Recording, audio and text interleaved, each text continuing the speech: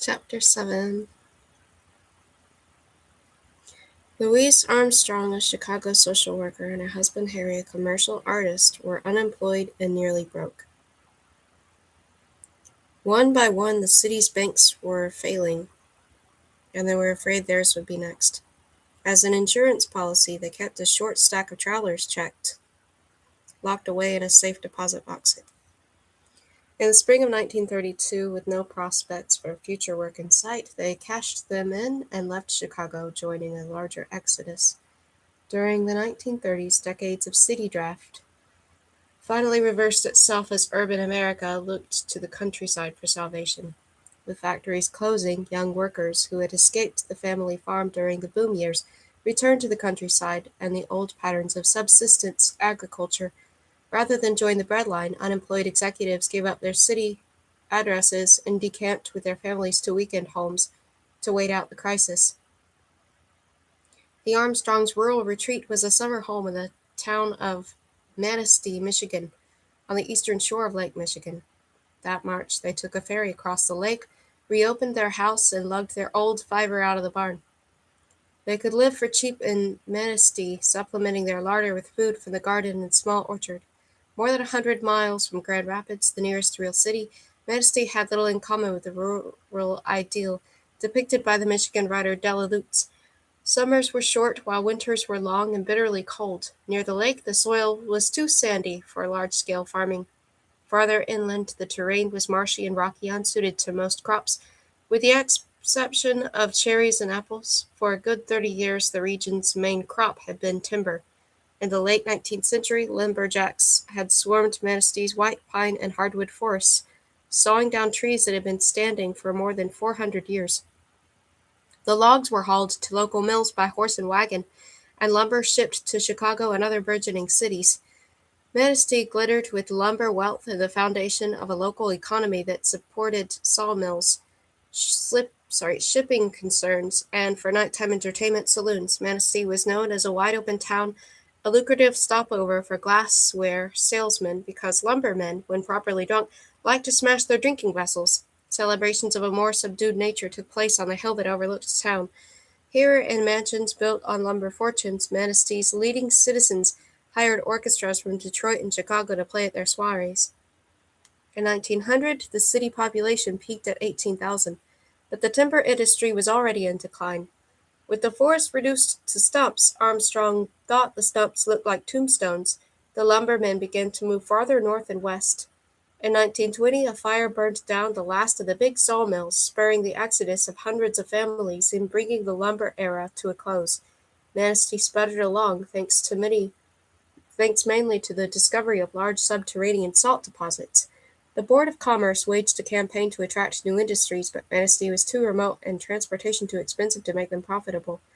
Before the decade was over, the population had dropped to a little more than 8,000, and any industries that remained were cutting jobs. By the time of the crash, Manistee had already been in decline for 30 years. The Depression hit different parts of Manistee in different ways. In-town laid-off workers imagined what they would do if the situation got any worse. If it got bad enough, they would go down Main Street, smashing windows and grabbing what they needed if that would keep their wives and children from starving. And homes up on the hill staunch Republicans thought prosperity was indeed just around the corner. Only dimly aware of the desperate stories coming out of Chicago and Detroit, in 1932 they were shocked when one of Manistee's two banks failed overnight. Many lost their life savings. For the first time in memory, they turned down the heat in their drafty mansions to cut back on expenses. With no money to pay college tuition, the children dropped out and moved home.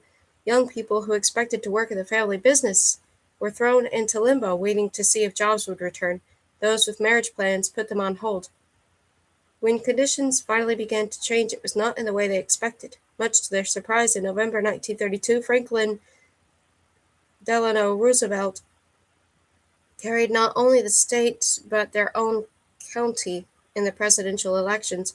The following March, with every radio in town turned to his inauguration, Roosevelt promised direct, vigorous action to bring the economy and unify the nation's relief efforts.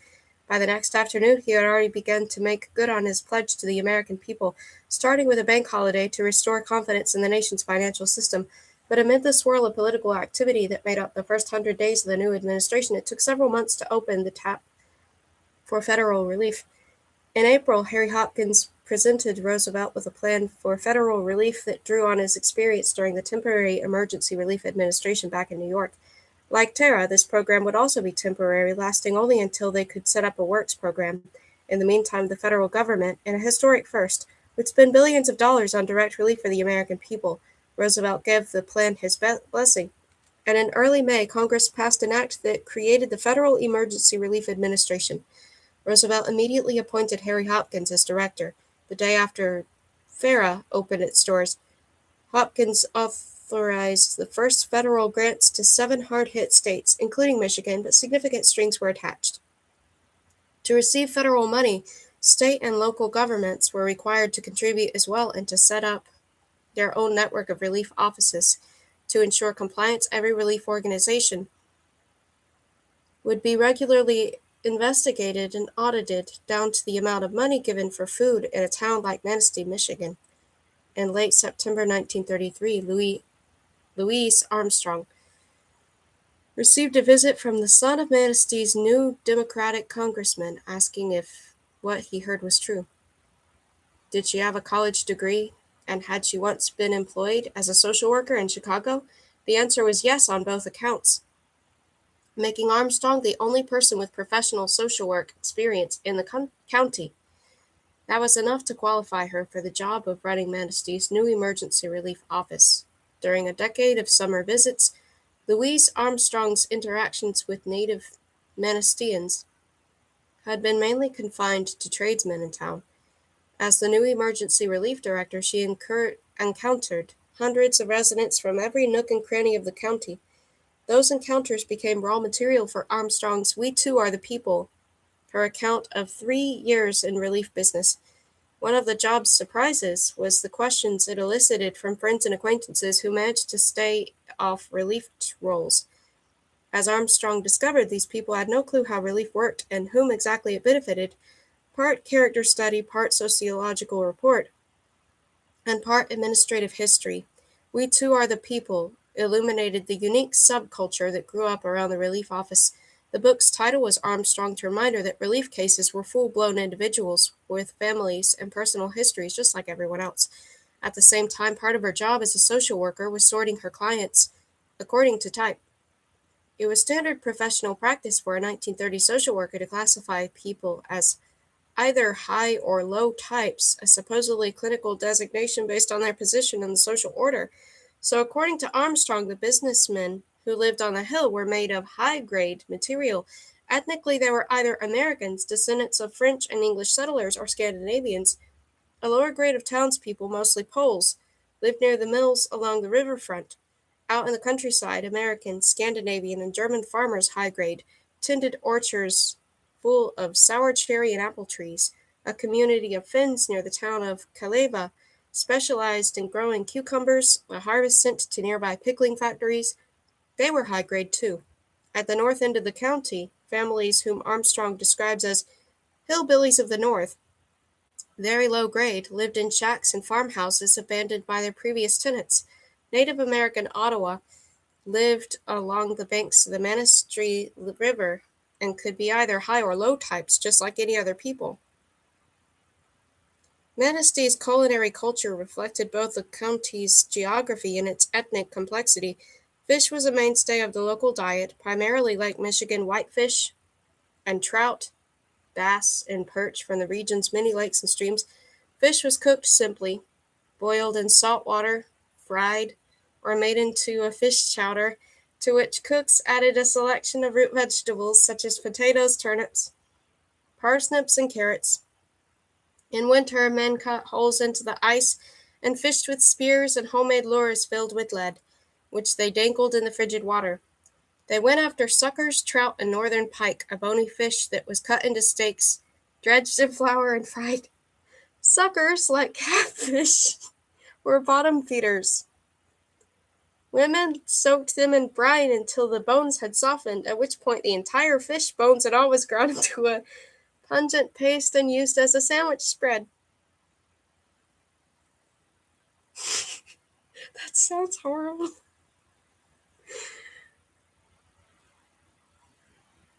Despite The availability of fresh fish.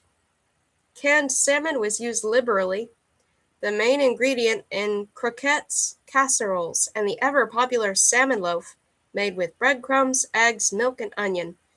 Like most of rural Michigan, Manistee abounded in game, including deer, woodchuck, and beaver. Venison steaks fried with onions and eaten with homemade bread were considered gourmet fare. Squirrel was simmered until tender, the cooking liquid used to make gravy. At least they didn't waste it, though. I mean, honestly, you have to look at it that way, sort of. They didn't. They didn't waste anything. Okay, let's just keep reading. Um, where were we? A Manistee Community Cookbook from the 1930s includes a rabbit recipe, in which the butchered animal is rolled in flour, covered with cream, dotted with butter, and baked. The apple and cherry orchards in around Manistee made the region ideal for raising honeybees. Many farmers kept their own bees, which they used for pollination, but bees could also be rented. Transported to the orchard in frames, they were released to do their work, returning to the hive when done. Honey, a byproduct from all that pollinating, was often used along with sugar in cakes, cookies, and preserves. The following recipe is from the Manistee County Pomona Grange Cookbook, published in 1938. Chocolate cake. 1/2 cup butter, 3/4 cup cocoa, 1/2 cup hot water, 1 cup sugar, 3 teaspoons baking powder, 1 cup honey, 4 eggs, 1 cup milk, 2½ cups cake flour. Cream, butter, sugar, honey, and cocoa, and add the hot water. Beat well, then add well-beaten eggs, flour, baking powder, and milk. Bake in a moderate oven 350 degrees for 40 to 50 minutes. Manistee was a meatloaf country. Country. I thought it said county. Recipes for beef, pork, ham, liver, veal, and chicken meatloaf.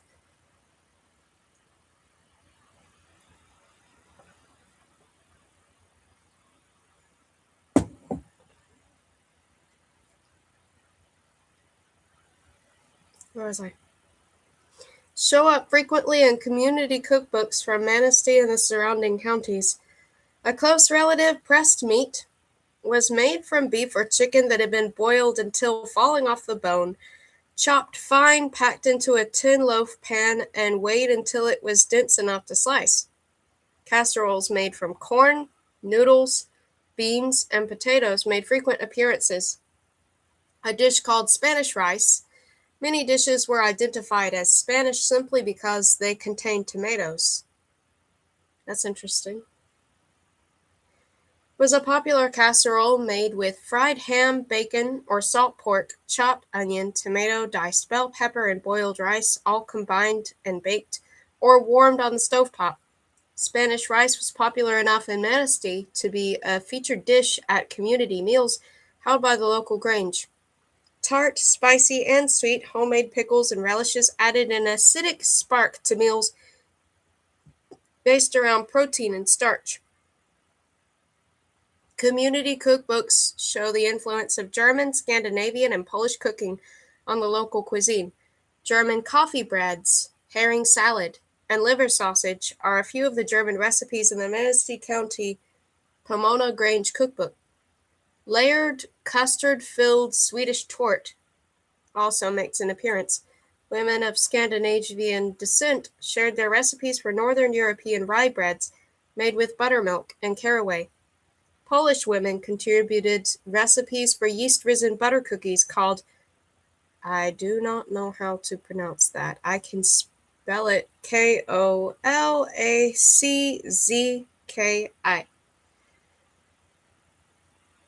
I'm sorry, I don't know how to pronounce that though. As the county's new relief administrator, Louise Armstrong was handed FARA's rules and regulations, a large pile of forms, and money to hire caseworkers and rent a downtown office. By mid-October, less than 3 weeks after she was hired, Manastee's new emergency relief office was up and running. Armstrong's immediate task was to get food as quickly as possible into the hands of the unemployed. The old and disabled, former charges of the County Poor Commission, made up her first day's applicants. Following their initial interview, like all other prospective clients, they received a home visit from the FARA investigator to collect the facts and figures needed to determine the amount of relief dollars to be given. Investigators recorded the number and ages of family members and all household expenses, but they also asked if there was a mortgage on the house, if the family had a bank account, if money was owed to the grocer. To help states determine the family food needs, FARA distributed copies of Hazel Steibling's Food Budgets for Nutrition and Production Programs, a guide written for relief administrators that was based on diets and 4 levels of nutrient content and cost. On the assumption that relief would be temporary, the guide came with instructions to follow the least generous, restricted diet intended only for emergencies. To help state relief workers make the necessary computations, Food Budgets was illustrated with detailed nutritional tables. The recommendations displayed in those tables, however, were provisional suggestions based on science that was quickly evolving. The process of implementing them, moreover, introduced a host of variables into the dietary arithmetic. In Michigan alone, the money given to family of 5 ranged from $1.80 to $5 a week, resulting in a culinary patchwork that changed from county to county and city to city. Despite the government's claims, the scientific precision of federal food relief was illusory.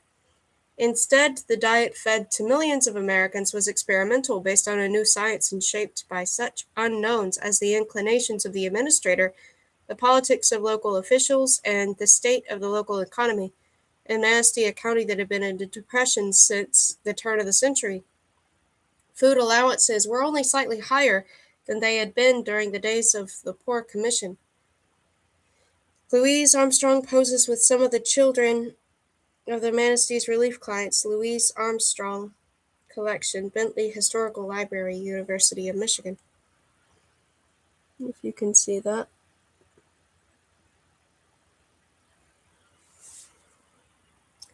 The two controllable variables were the type and amount of food that clients were allowed to receive. Michigan's relief distributions used a card or voucher system. In place of cash, the client was given a pink-colored form in duplicate with 2 printed columns running down the length of the paper. The column was broken up by headings such as meats, cereals, canned goods, and vegetables. Under each heading, the relief agency specified the particular items allowed that week and what they could total. The grocer held on to the top form so he could be reimbursed, while the duplicate was sent to the relief office to verify client compliance.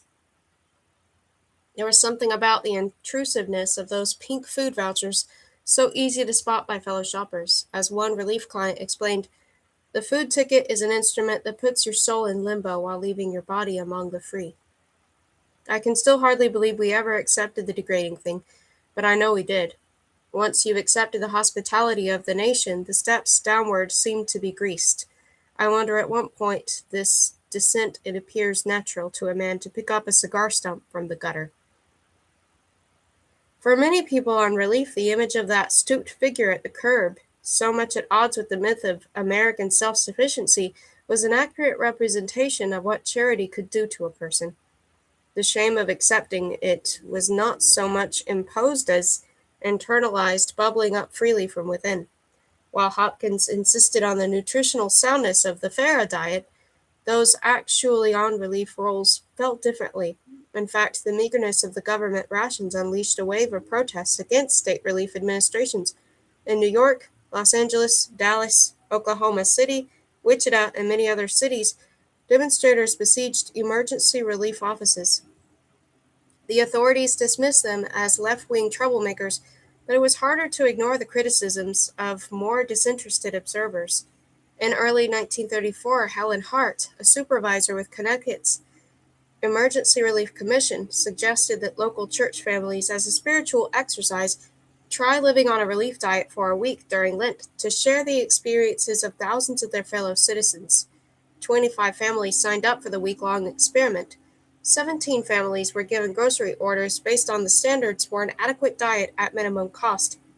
3 single women based their meals on the $2.50 a week budget suggested by the state, and 5 families received food directly from Hartford's municipal commissary.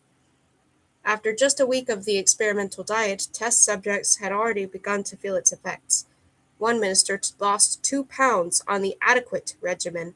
His wife lost 3, as did the maid and the 2 older children. The baby remained the same weight, but only because his mother had given him part of her rations. Families fed by the municipal commissary found that by the end of the week their children had become noticeably irritable. Adults were unhappy as well. When they demanded some kind of seasoning for their food, welfare supervisors refused. A relief family granted vinegar and mustard, they reasoned, might begin to feel much like other families and lose the will to support themselves. When the news broke about the Hartford experiment, Hopkins offered no defense. Instead, he welcomed the publicity as a repudiation of the prevailing impression that food budgets were unnecessarily liberal. In 1934, as the national economy began to pick up, Hopkins increased food relief budgets, but only slightly. Haunted by the fear of giving too much and inviting dependence, he preferred to address deficiencies in the relief diet through education. To help clients make better use of what they already had, each relief office was encouraged to hire its own resident home economist. In concert with schools, churches, and settlement houses, home economists employed by FARA distributed fact sheets and recipes and arranged for cooking and nutrition classes. For more personalized instruction, they trained a corps of unemployed women to serve as visiting housekeepers who went from home to home teaching women how to select nutritious and palatable foods and prepare them in simple and appetizing combinations. Government cooking classes were well attended.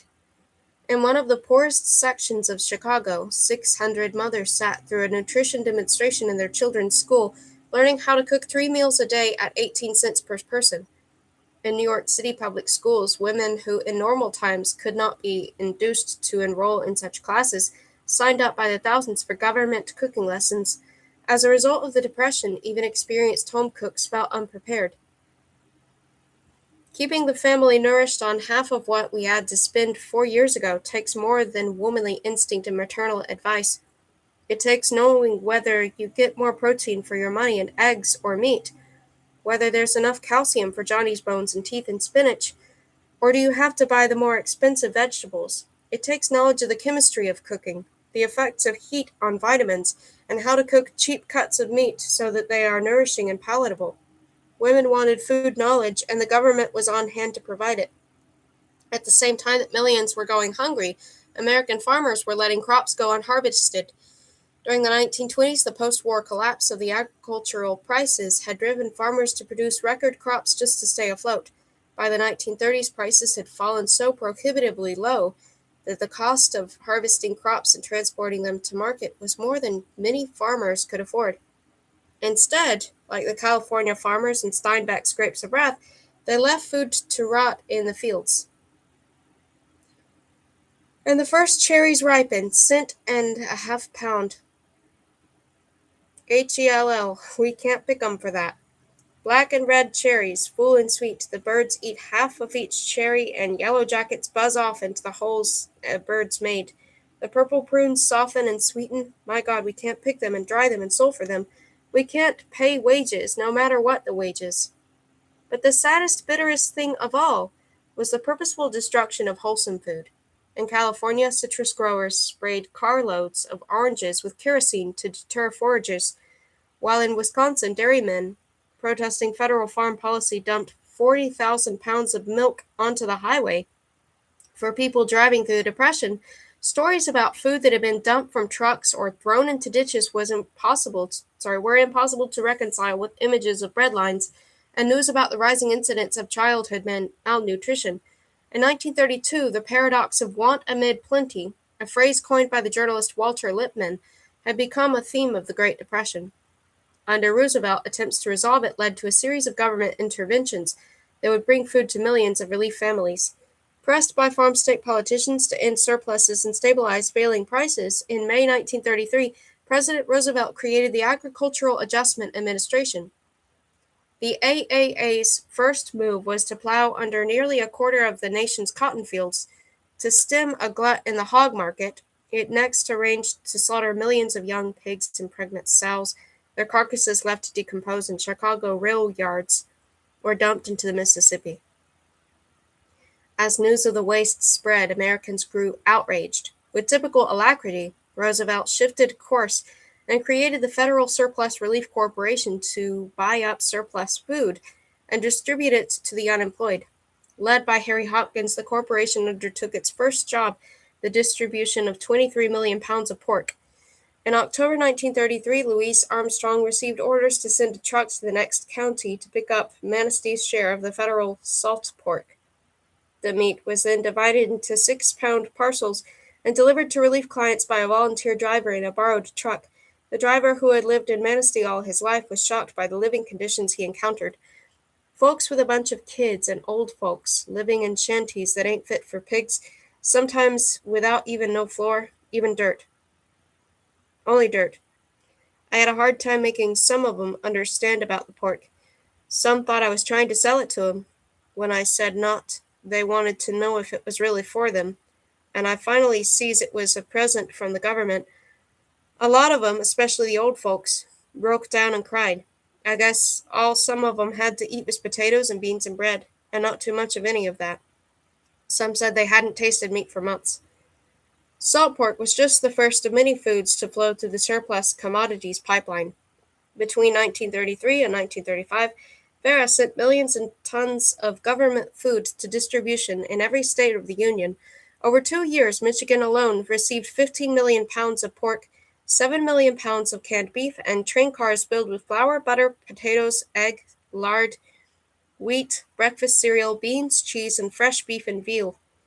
Without a precedent to follow, Armstrong had to cobble together a system for storing and distributing government food. Her first necessity was for cold storage, which she found in an empty storefront on Main Street. In the summer of 1934, yet another massive drought hit the Great Plains from North Dakota down to Texas. As it wore on, the cattle began to suffer. The government purchased more than 6 million head of half-starved cattle and sheep and sent them to slaughter. Much of the meat was canned, but some of the carcasses were chilled and sent to any county that could process them. With its cold storage facility, one of those counties was Manistee. For Armstrong's clients, the 5-pound packages of fresh beef and veal were a godsend. Government dry goods were initially stored at the FARA office. When it began to overflow, Armstrong rented a warehouse, which she put under the supervision of a relief client named Henry. For 2 years, Henry and his cat kept the government warehouse neat, clean, and free of mice. As the old frame building filled with supplies, it became a symbol of hope for Armstrong, who took pleasure in gazing over its well-ordered contents. On the way home, we stop at the warehouse. Henry is anxious to have me see the bins the men have been building to take care of the garden products. The big one for the potatoes extends almost the full length of the building and is already partly filled. I think our school children from relief families eating those good baked potatoes this winter with lots of good government butter on them. Perhaps by spring some of those little faces will not look so pinched. Armstrong recruited grocery stores to act as distribution centers, identified by signs hung in their windows. Government food orders filled here. The system ran smoothly for a time, but store owners eventually began to grumble about so many non-paying customers. Rumors began to circulate about renegade grocers demanding money from FARA clients and tainting FARA food. Armstrong responded by cutting out the grocers and setting up a commissary for dispensing food. For families living out in the countryside, she arranged for a truck delivery system. Twice a month, bundles of food were packed and transported to a post office or school or country store where clients could collect their supplies. In summer, they arrived with wagons to help carry the food home, and in winter, sleds. In Washington, the Bureau of Home Economics seized on federal food distributions as another educational opportunity In the fall of 1933, government salt pork entered American kitchens with instructions attached, courtesy of the Bureau.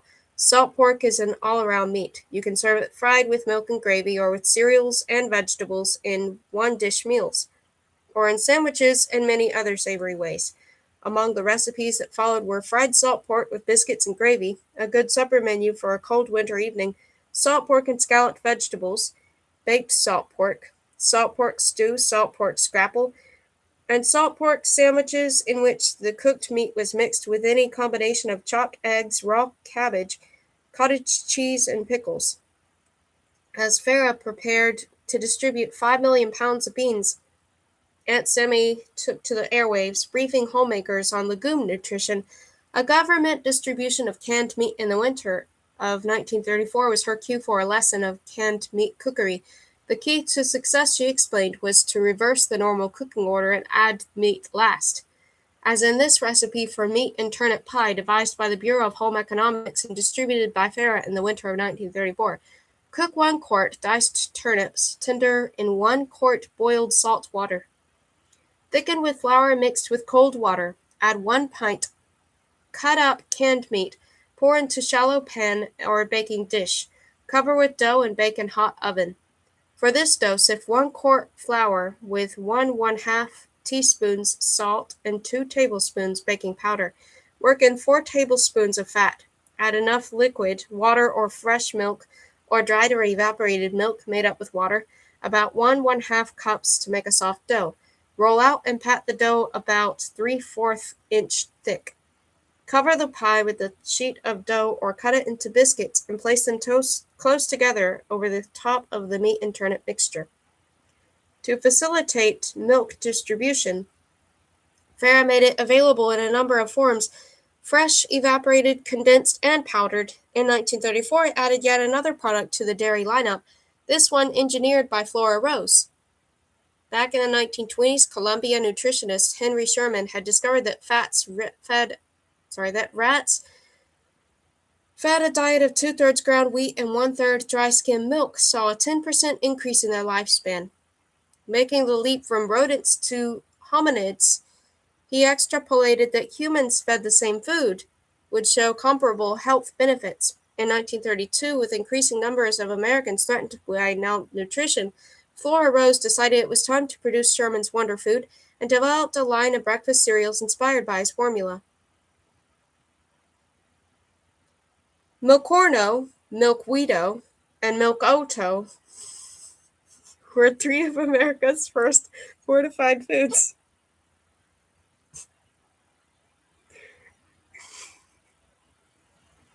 I'm sorry.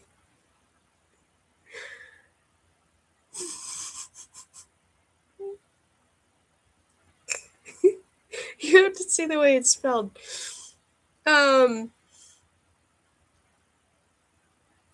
With great fanfare, Rose introduced Milcorno, the first of the cereals, at Cornell's February 1933 Farm and Home Week, where the assembled dignitaries, including Eleanor Roosevelt, wife of the president-elect, were fed a budget meal that included a Milcorno polenta with tomato sauce. The price tag per person was 6.5 cents. Farah chose Milkweedo, manufactured under the Cornell Research Foundation's patent, to add to its shipments of surplus foods, contracting with the Grange League Federation and the Ralston Purina Company to manufacture it. In early 1934, 4 pounds of Milkweedo were added to the monthly rations of millions of families. In Michigan, Layla McGuire, the state's nutrition director, considered Milkweedo an essential part of the minimal relief diet, reminding her staff that a diet of whole wheat and skimmed milk had sustained rats through more than 30 generations. Milkweedo and its sister cereals represented the pinnacle of scientifically enlightened eating. Forerunners to our own protein bars and nutritional shakes, they were high in nutrients, inexpensive, and non-perishable. White in color with no pronounced flavor of their own, they were versatile too. Easily adapted to a variety of culinary applications, they boosted the nutritional value of whatever dish they touched. They could be baked into muffins, cookies, biscuits, breads, stirred into chowders and chili con carne, mixed into meatloaf, and even used in place of noodles in Chinese chop suey. Here is a version of that Chinese American classic as interpreted by Cornell's Department of Home Economics. Chop suey with milk or no. 2 pounds lean pork cut in cubes. 2 cups sliced celery. 2 cups sliced onions, salt and pepper to taste. 3 or 4 cups cooked milk or no. Saute pork, add the seasonings in 1/2 cup water and simmer until tender. Add about 1/2 hour before meat is tender, add the celery and onions. If desired, the gravy may be thickened by adding 2 tablespoons of flour to each cup of liquid. Pour this mixture over hot cooked milk or no and serve.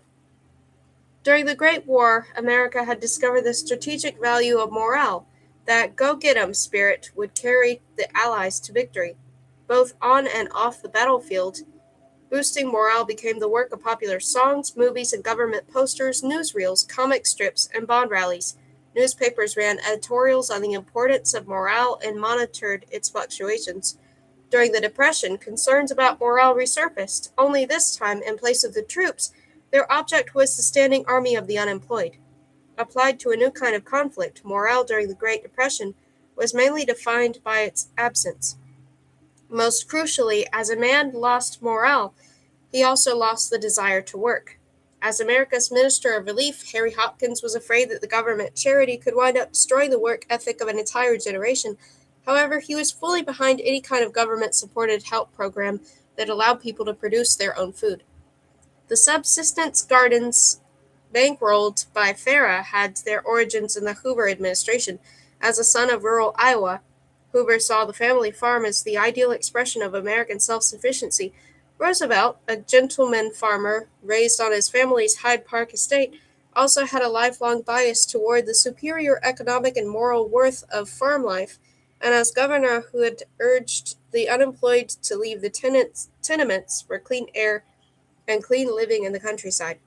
Under his direction, Terra brought vegetable gardens to towns and cities throughout this state, including 2,400 tilled acres of New York City alone.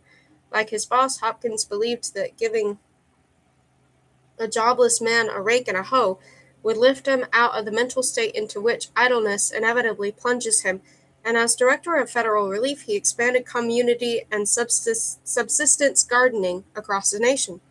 In Manistee, with seeds provided by the government, community gardens produced carrots, turnips, squash, and nearly 2,000 bushels of potatoes, all distributed to the poor.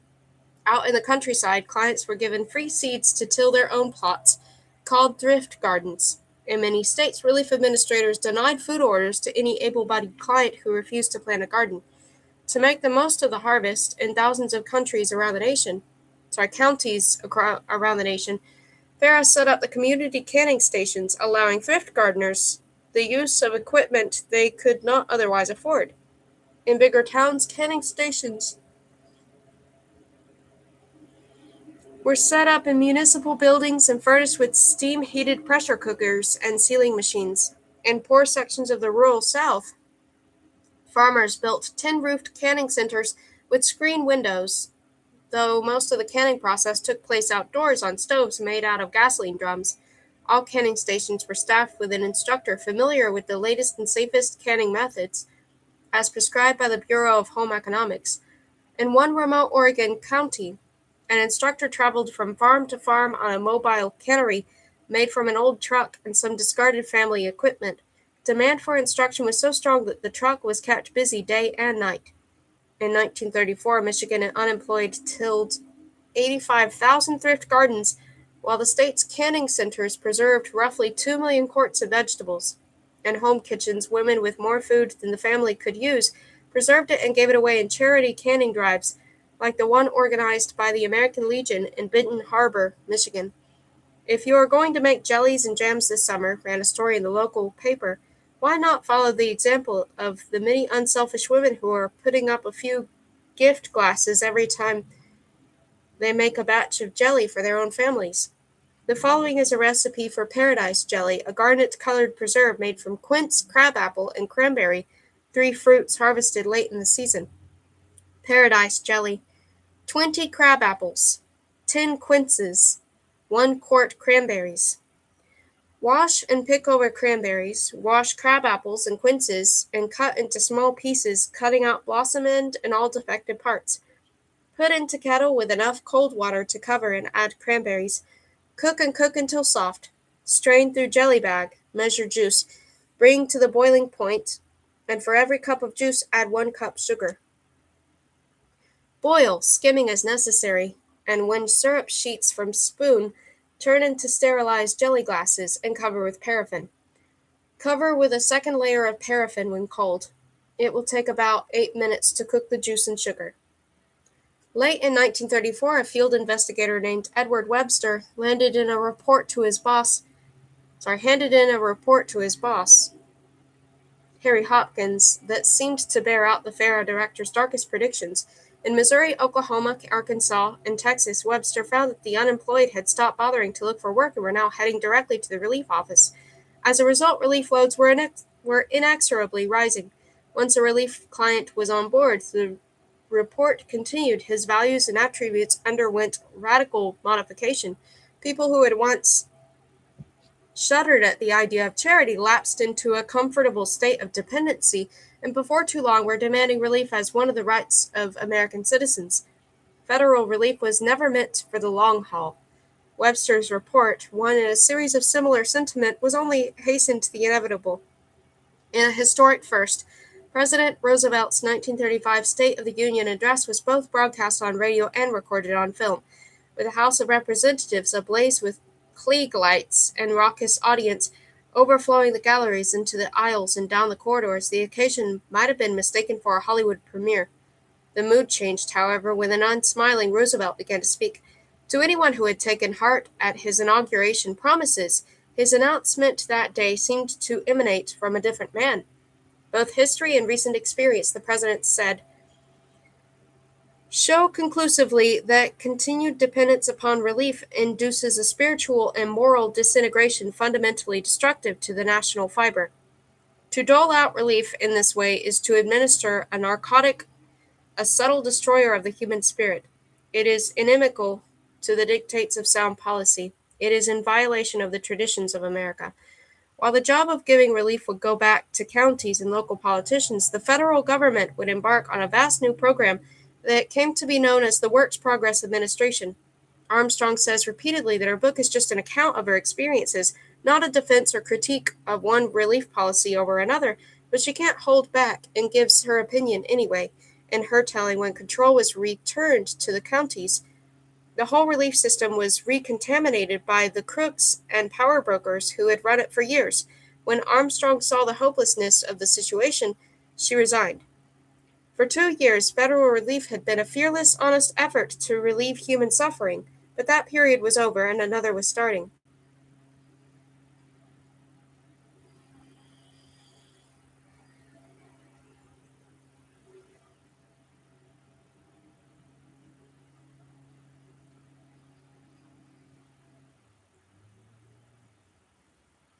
Okay, before I start reading chapter 8, I'm just going to put this down for a moment and read the chat. Hello, Kara. Hello. Oh, hello, Iban Westbrook.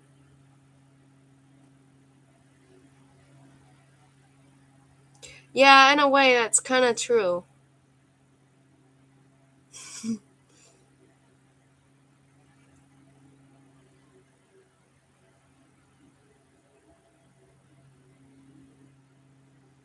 I don't even know what you mean by death clocks.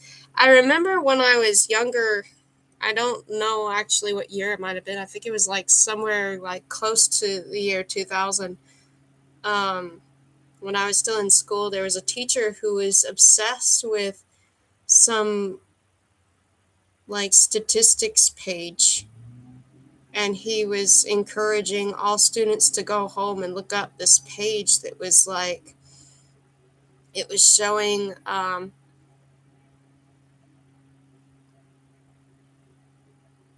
it was like showing how much time elapsed between children being born and people dying.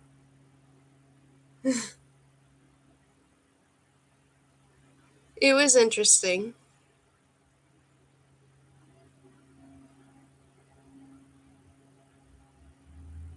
Yeah, basically the whole Y2K thing. I mean, people were afraid of so much back then, but they were also like over focused on things like statistics and the whole like that whole thing of like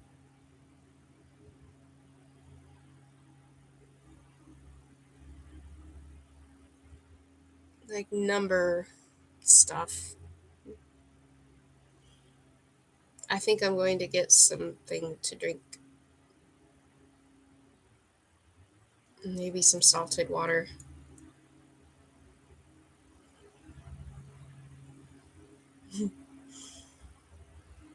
Yeah, I didn't really like the idea of like the some of the recipes it was describing, but that's okay because I feel like it's at least good that people were using using what they could. Um,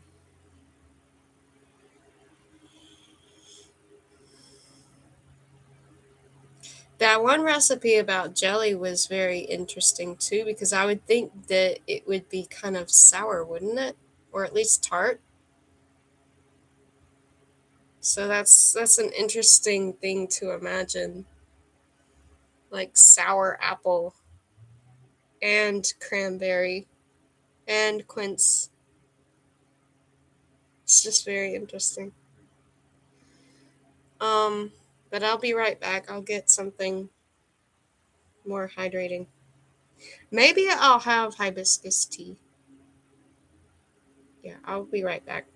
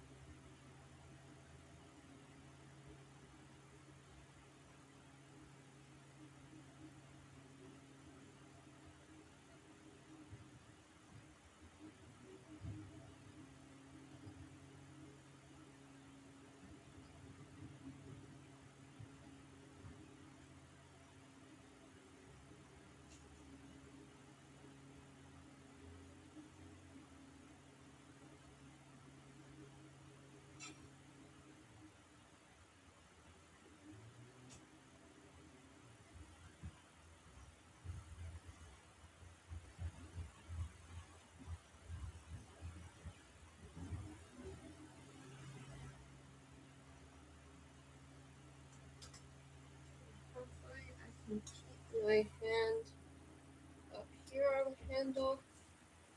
The handle is still hot. Further down. Let me just put that over here and let it cool off some before I start drinking it. Interesting too, the original name for basically cream of wheat.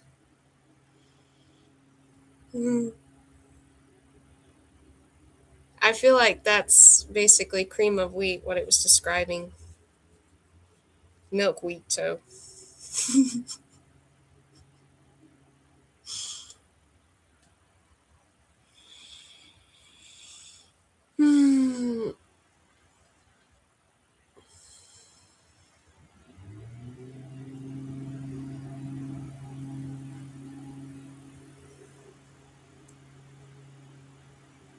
An oatmeal. Like usually people have milk in their oatmeal.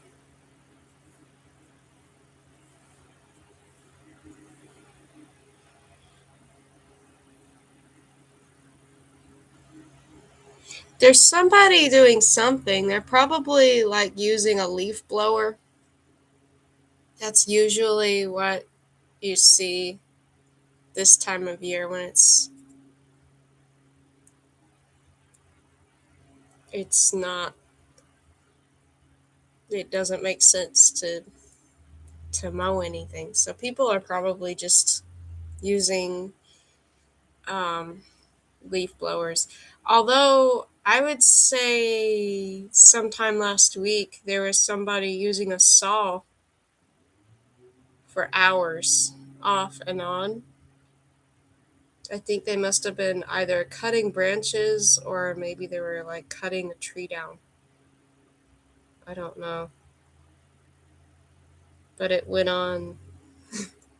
It was like an all day thing. Like the saw would be going and then it would stop. And then it would be going again later and then it would stop. It's such a weird sound sometimes.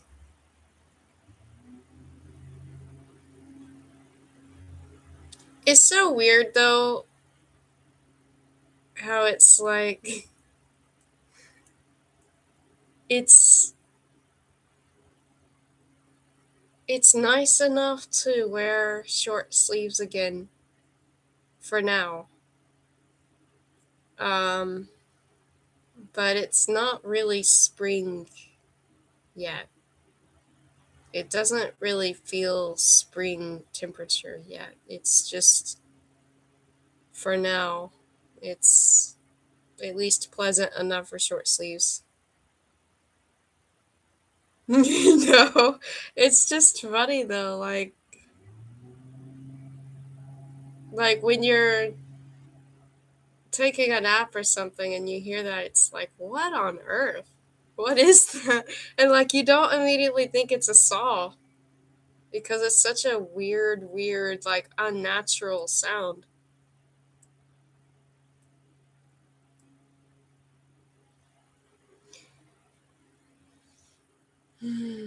Whereas on the other hand,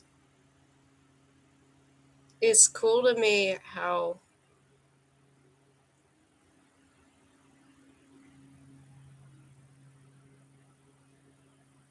people can use saws as instruments. Not the kind that's electric, of course, but I mean,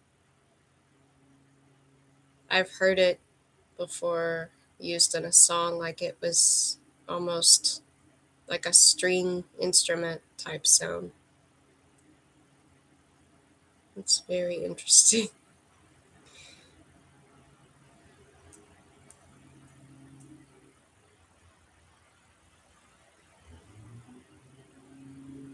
Mm.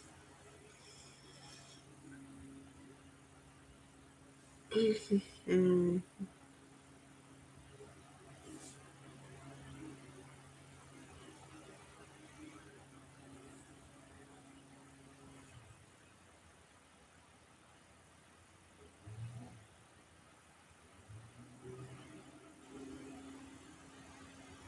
Oh, that's interesting. Well, I remember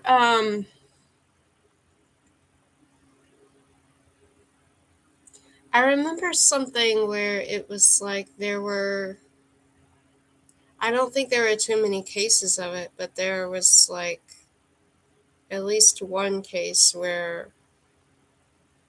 a woman heard a like high pitched sound, and um, then I think she ended up having hearing loss over it, and she heard it, but other people didn't hear it. And it was like suggested that it might have been like some kind of um,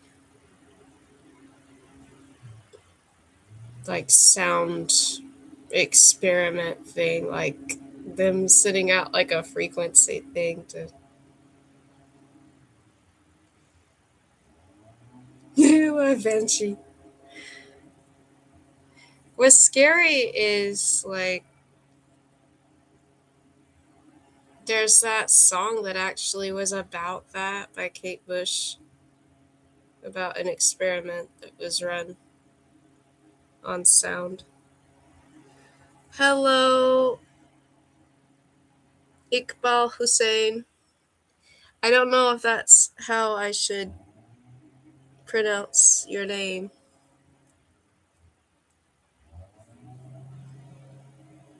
Hello, how are you? I hope you're doing well. Yeah, it's louder now.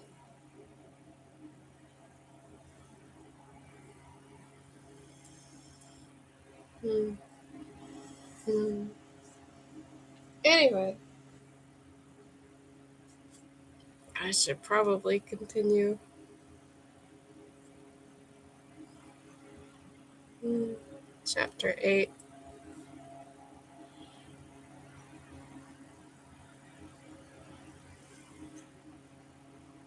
Chapter 8. 2 weeks into his new administration, in a show of gastronomic solidarity with the American people, President Roosevelt sat down to a modest lunch of hot deviled eggs in tomato sauce, mashed potatoes, and for dessert, prune pudding. In what would become a daily routine, lunch that day had been rolled into the Oval Office to be eaten at the president's desk. Here, just 24 hours earlier, FDR had signed a bill to reduce federal spending by cutting veterans' benefits. The economy menu is part of a new austerity program adopted by the White House to show America that the first family too is cutting costs. No sacrifice had been made, however, when it came to nutrition. On the contrary, the president's budget lunch provided a balanced composition of calories and nutrients: eggs for iron and protein, potato for energy, prunes and tomatoes for vitamins A and C, and all for a total of 7.5 cents. When reporters asked the president what he thought of the food, he answered that it was good and that he had cleaned his plate. For any homemaker inspired to cook the same meal for her own family, the newspapers included the recipes for all three dishes. Prune pudding, a molded dessert thickened by a slurry of flour and water, was one of the many Depression-era dishes to make use of the dried fruit, the more economical alternative to fresh. Prune pudding. 1/4 pound prunes, 1/2 cupful of cold water, 1/2 cupful of sugar, 2 cupfuls prune water, 1-inch stick of cinnamon, 1/4 teaspoonful powdered cinnamon, 4 tablespoonful of 4 tablespoonful of cold water. Soak prunes overnight in 1 1/2 cupfuls of cold water. Cook in same water until tender or slow fire in covered dish. Drain. Save liquid. Remove seeds, cut prunes into bits. Add sugar, cinnamon, and hot prune juice. If juices do not measure 2 cupfuls, add enough water to make up the measure. Bring to boiling point and simmer 10 minutes. To the flour, add 4 tablespoonfuls of cold water and mix into a smooth paste. Add slowly to the prune mixture, stirring carefully, and cook for 10 minutes over a low fire of boiling water. Remove stick of cinnamon and pour into a bowl or mold. Serve cold. See, I would think that would be more appetizing hot than cold. Food, like language, is always in motion, propelled by the same events that fill our history books. Wars, advances in science and technology, and shifting patterns of migration and commerce are continuously shaping and reshaping the foods that sustain us. During the 1930s, home economists took it upon themselves to interrupt a typically organic process and in one colossal push replace traditional foodways with a scientifically designed eating program. With roots stretching all the way back to the mid 19th century, their vision was not exactly new. The Depression, however, had galvanized an already committed group of reformers, their renewed determination matched by growing fears about nutrition felt by ordinary Americans. But if the country was finally ready for change, nothing could happen without nutritional standards. The job of creating them was taken up by a female dominated branch of the United States Department of Agriculture called the Bureau of Home Economics. The Bureau's founding was the culmination of a 4 decade long relationship between home economists and the federal government. I'll be right back.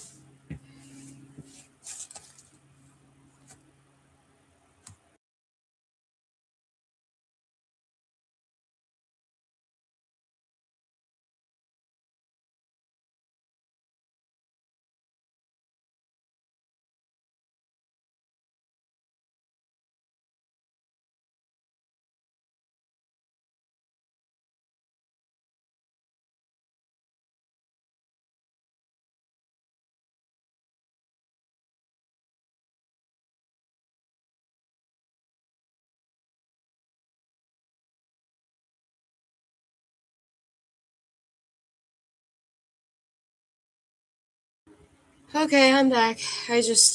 My nose started dripping.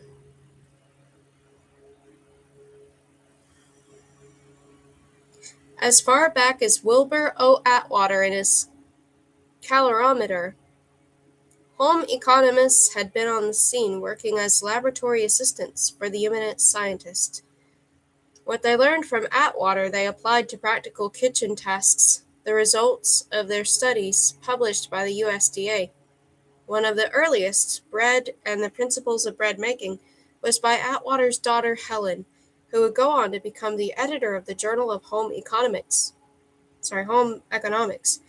In 1907, the government's nutrition studies were removed from Connecticut, Atwater's home base, into the Washington offices of the USDA.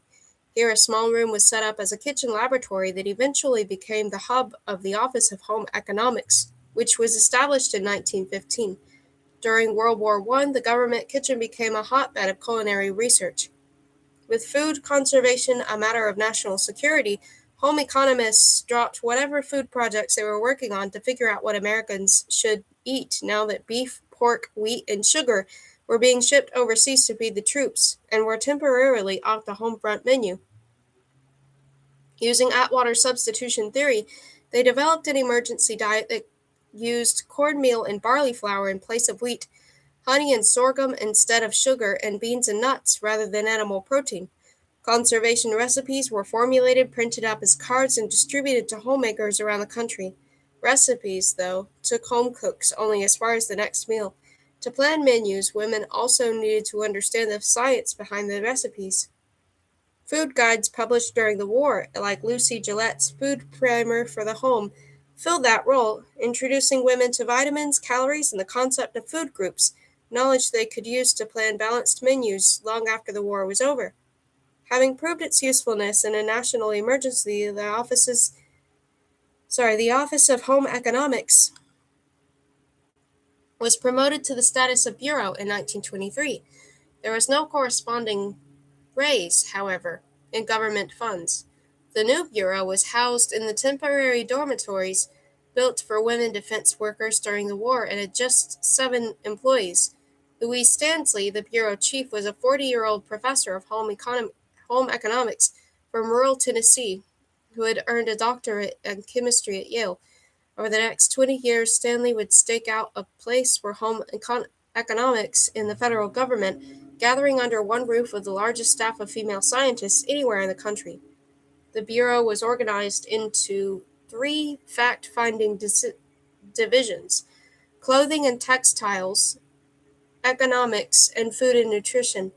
The research objective of all 3 was to develop a body of best housekeeping practices, scientifically tested protocols, and procedures that women would refer to for expert instruction.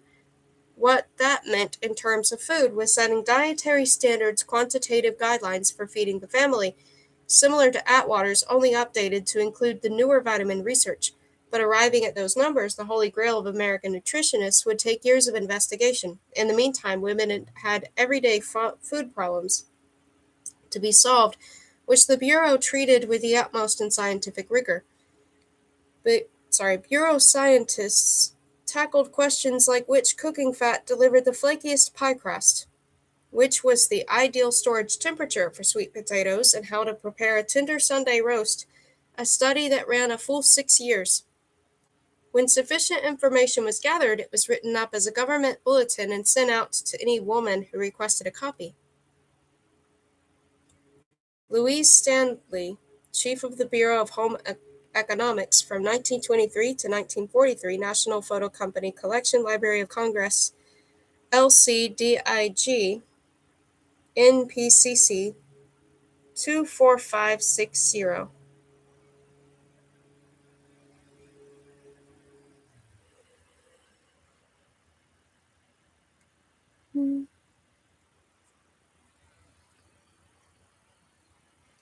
Yeah, I mean, that is true. That's why knowledge is power. um, every year, the Bureau received a regular stream of letters requesting professional help on some aspect of cleaning, cooking, or sewing. In 1931, letters began pouring in from women struggling to feed their children.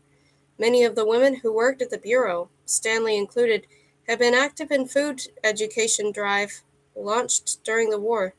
With past experience, a dress rehearsal for the current emergency, in 1931 the Bureau began a campaign to flood the American public with information on food and nutrition. For the most current research, they looked to Henry Sherman at Columbia University and Elmer V. McCollum of vitamin fame. Before the science could be disseminated, however, the Bureau had to sift it, strip it down, and translate it into concrete food recommendations. In 1930, Hazel Steibling, the Bureau's newly hired food economist, had cobbled together an emergency diet for people affected by the southern drought. The following year, those mimeograph pages were refined and expanded into a little booklet called Adequate Diets for People of Limited Income, the first in a series of increasingly sophisticated federal food guidelines. An Ohio farm girl, Steibling had, as a college student, discovered Henry Sherman's The Chemistry of Food and Nutrition and was immediately captivated, plowing through half the book at the first sitting. Steibling attended Columbia University, where she worked under Sherman, receiving her doctorate in chemistry in 1928. 2 years later, she joined the Bureau as a senior food economist. The food guides issued by the Bureau served both as prescriptions for rational eating and nutritional primers. They familiarized readers with each of the known vitamins and minerals and described their contribution to maintaining good health, information that for most people was sketchy at best. During the war, home economists like Lucy Gillette had been confident that with expert guidance, even the poor could afford good nutrition. Depression-era food guides accepted the much bleaker reality that some Americans were insufficiently fed, even in times of prosperity, and were now so poor that a balanced diet was beyond their means. The worst off were Southern sharecroppers, who, according to the Bureau, were not only vitamin-starved, but also averse to healthy variety of foods. In deference to culinary custom, the Bureau advised a suitably limited diet that left poor Southerners open to pellagra, a glaring instance of racial bias masquerading as cultural sensitivity. Published in 1933, Diets at Four Levels of Nutritive Content and Cost was Stibling's technical treatise on eating according to income bracket, followed 3 years later by Diets to Fit the Family Income, a layperson's guide based on the same formula. The first step for readers of Diets to Fit the Family Income was to find their place on Stibling's income scale. Those at the high end, households earning more than $85,000 today a year, were granted a liberal diet of varied foods in generous amounts. A moderate diet, which contained fewer of the protective foods, but which Stibling assured readers was still fully satisfactory in all nutritional details, was for families in the $3,000 to $4,000 bracket. A minimum diet designed for households earning between $1,000 and $2,000 met all nutritional needs, but as cheaply as possible with just enough fruits and vegetables, eggs, and meat to maintain overall health. Where resources were extremely meager, however, the family's sole option was a restricted diet, recommended only for short periods. Based on bread and milk, the restricted diet provided no margin of safety in the case of unforeseen calamities like a scorched pot of beans or a moldy bag of flour.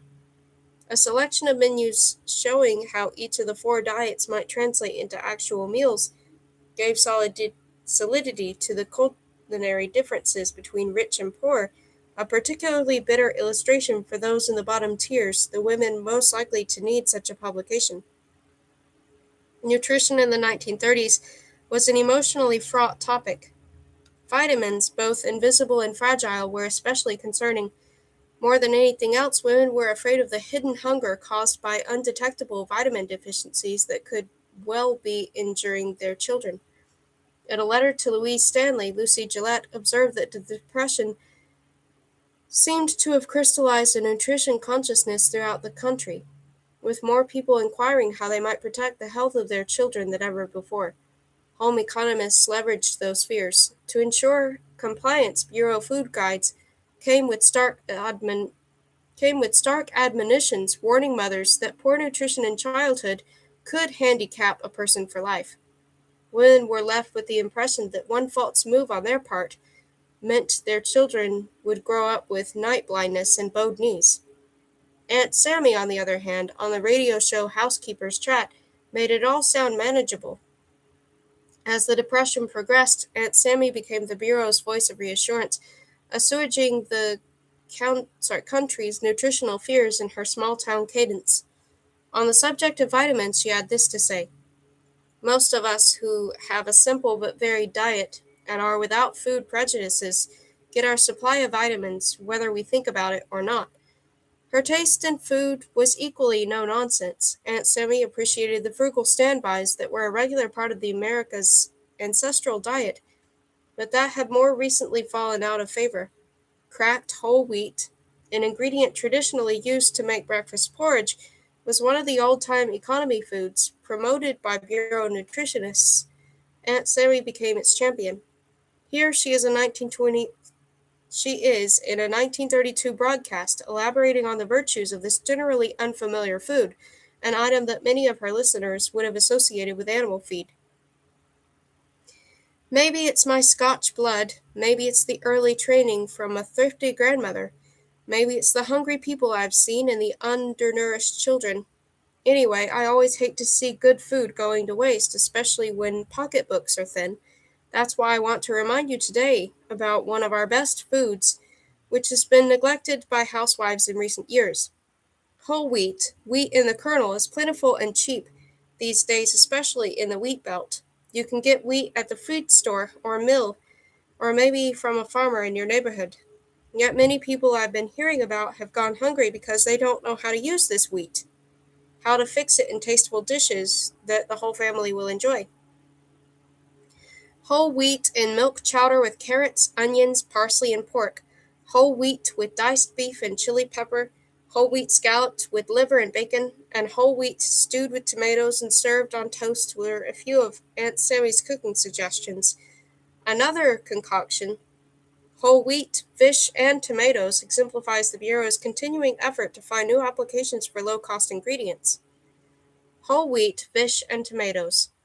1/2 pound canned fish, 1 quart canned tomatoes, 1/2 cup chopped celery, 1/2 teaspoon of pepper, and 2 cups cooked whole wheat.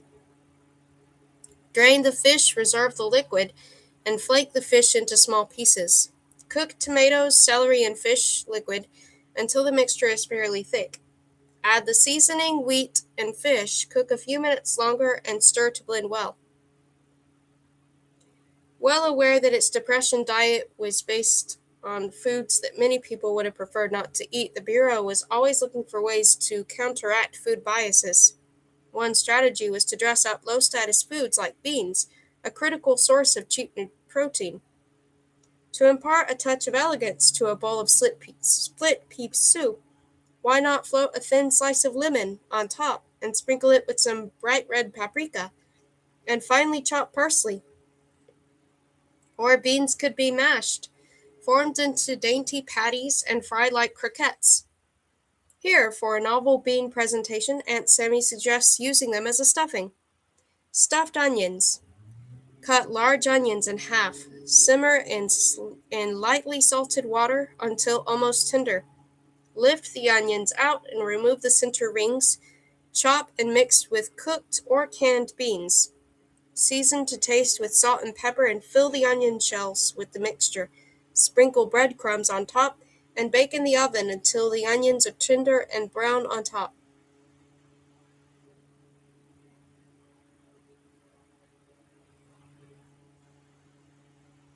The Bureau's information service was prolific and well coordinated. The release of each new food guide and recipe circular was synchronized both with Aunt Sammy's housekeeper's chat and with a weekly newspaper food column called The Market Basket, created by the Bureau in 1931. The same information was carried into rural America by home extension agents, government-paid instructors connected with the country's land-grant colleges, who used the Bureau's food guides as their textbooks. In 1934, the Bureau attracted the attention of a media ally, a writer who not only helped spread the Bureau's message but also adopted it as his personal credo. In 1920s, Gov. Hambridge had become interested in the marriage between modern science and food production and published a series of articles in Ladies' Home Journal about how that union was changing the national cuisine. With help from bacteriologists,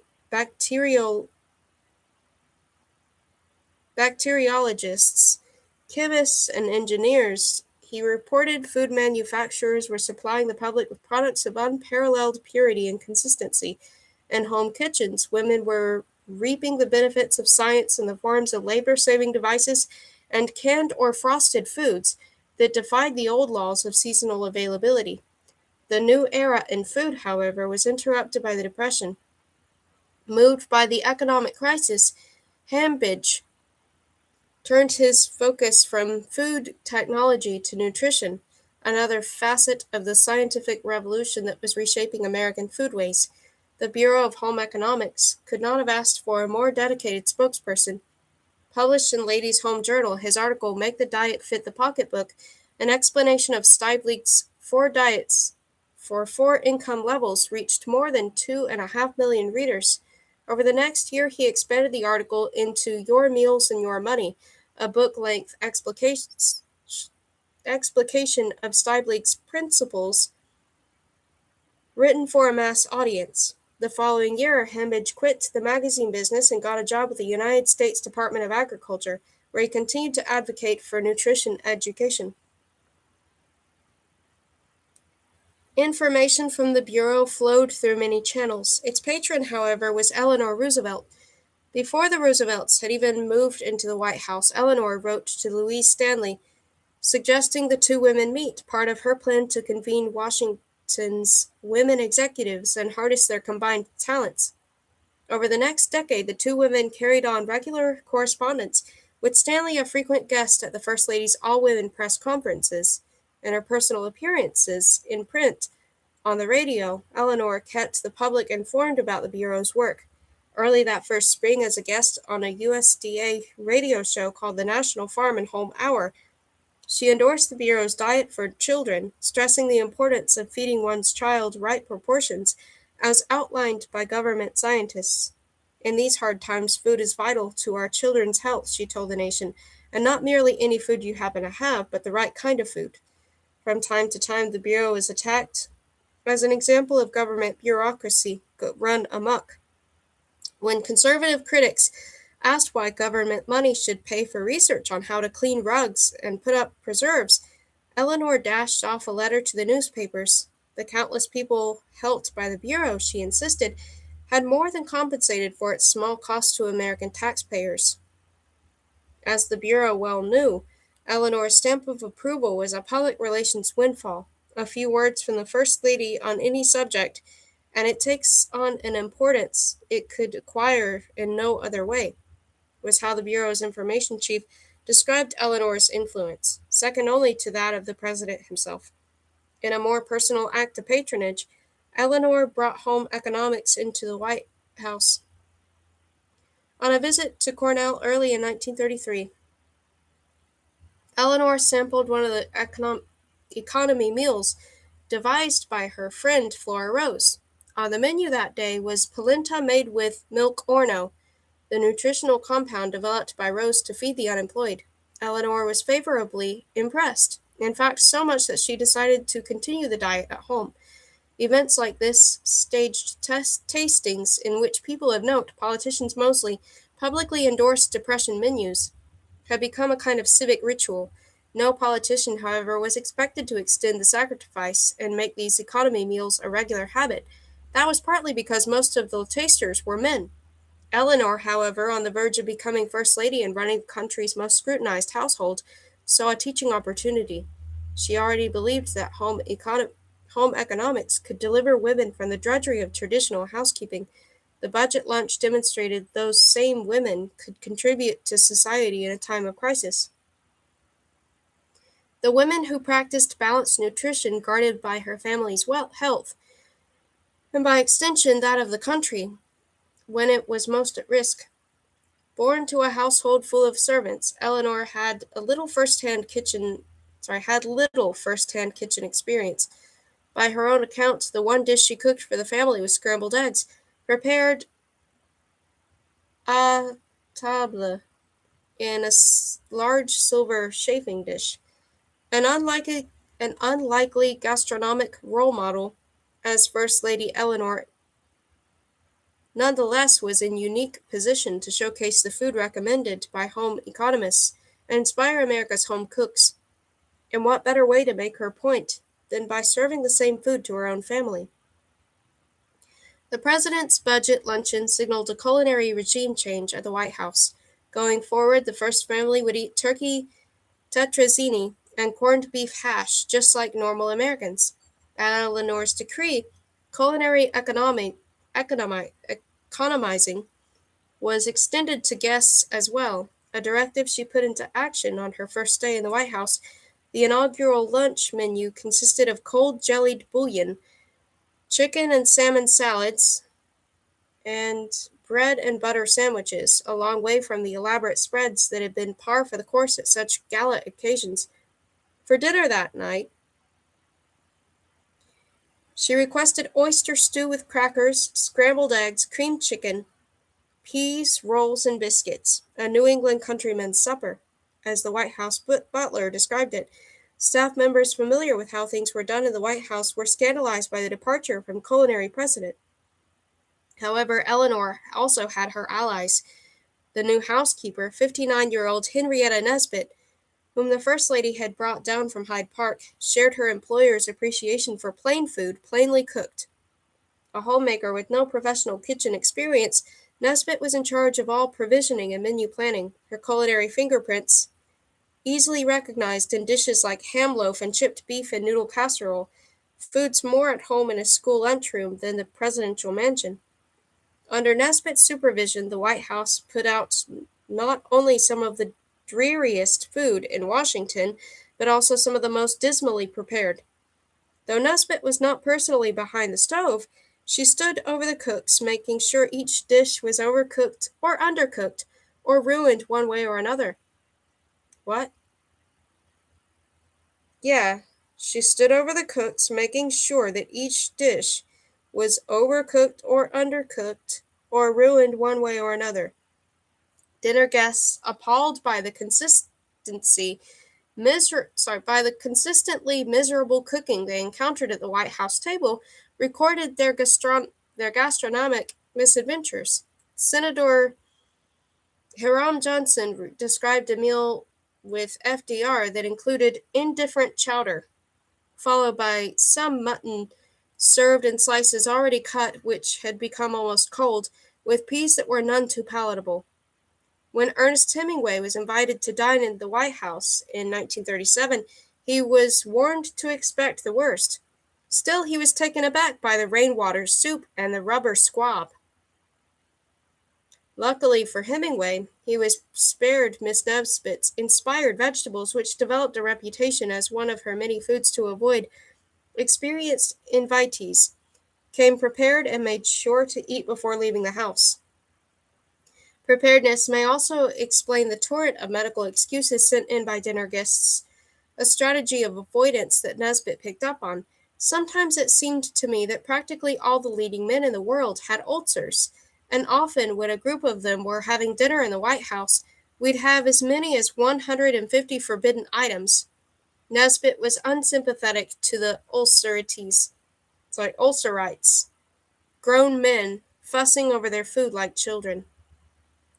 The Roosevelt's officious housekeeper, Henrietta Nesbit, 1939, Harrison Ewing Collection, Library of Congress, LC DIG HEC 26752.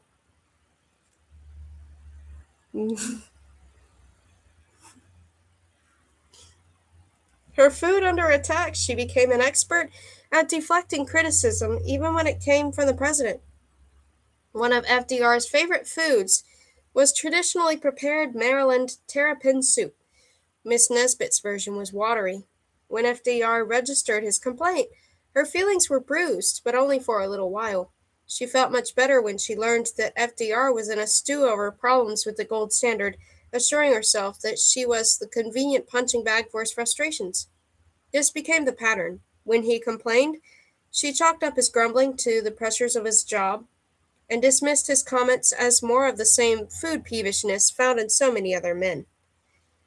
FDR suffered Nesbit's kitchen tyranny for 12 years, but to be fair, she had been given an impossible assignment. By committing the White House to home economics, Eleanor had volunteered her husband for a culinary experiment that was guaranteed to make him unhappy. FDR recoiled from the plebeian food foisted on him as president. Perhaps no dish was more off-putting to him than what home economists referred to as salads, assemblages made from canned fruit, cream cheese, gelatin, and mayonnaise. A man inclined to indulge his appetites, FDR was partial to fine foods expertly prepared. He was a connoisseur of wild fowl, which he insisted must be eaten rare. He liked his roast beef bloody, too, the juices pink and running. He enjoyed filet mignon, lobster, oysters, crab, Lake Superior whitefish, and king salmon, boned and planked. He had a special affection for caviar and pâté de foie gras baked en croûte. Eleanor, by contrast, was content with a supper of milk and crackers. Victuals to her are something to inject into the body, was how her son James described his mother's approach to eating. Where other people hankered for a French souffle, her enjoyment came from non-gustatory sources. I would be most unhappy if I could not buy new books, she once told a group of women at the White House. But having beefsteak for dinner would mean nothing to me whatsoever. As first hostess, Eleanor spent countless hours anticipating other people's food desires, her husband's included, but displayed none of her own. Still, in her way, Eleanor cared about food, not for how it tasted, but what it represented. Scientific cookery, a cuisine of female empowerment, spoke to the feminist in Eleanor. The progressive in her believed that it was good for society. Closer to home, scientific cookery resonated with Eleanor's own ambivalence to the pleasures of the table. Growing up, Eleanor had learned the Protestant virtue of self denial from her church going mother and grandmother. During the Depression, with millions of Americans destitute, those childhood lessons seemed more pertinent to her than ever before. They helped Eleanor find meaning in the Depression, and as First Lady, she made it her mission to share them with the rest of the country. To the point of her 1933 book, It's Up to the Women. Part political manifesto, part homily, and part homemaking manual, It's Up to the Women invited American women to break their dependence on material pleasure and return to the values of their more disciplined New England ancestors. To get them started, Eleanor devoted a full chapter to the Cornell diet, the kind of food those abstemious ancestors would have sanctioned.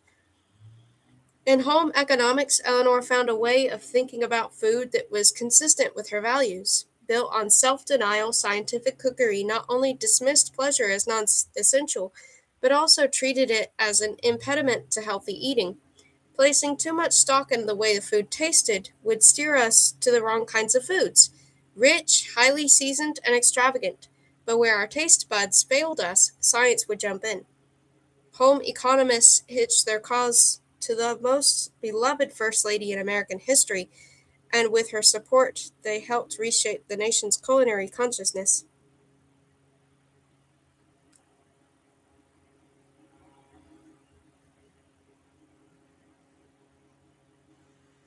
Before I go on, I'm going to say a few things about that.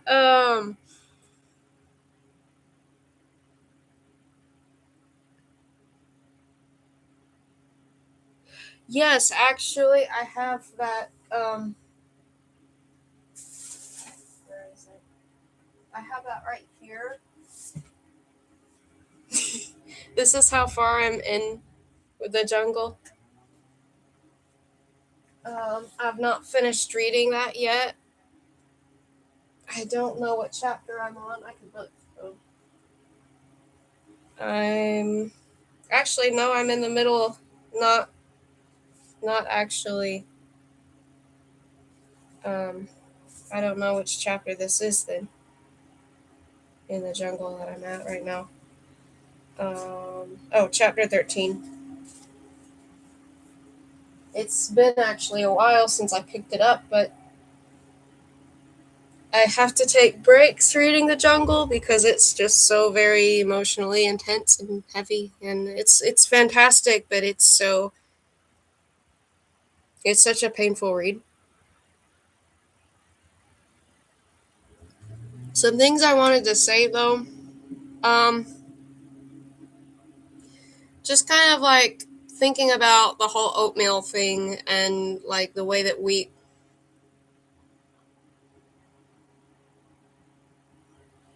was being talked about earlier in this, or not earlier, but just like within the chapter. Um, when you pick up so many different things and examine them, you'll notice like there's a lot that uses wheat as a filler, and it's so much more common than people want to really think about. Um, so wheat is, I mean, it's something that is every bit as useful um, as a binder as things like egg would be to bind. Um, like if you're making some form of like say you want a black bean patty and you don't want the beans to just kind of like crumble apart as you're putting it on your bread. Some wheat flour or any other kind of like starchy flour is going to help that from, or it should anyway. The starches work, especially with wheat. It works to really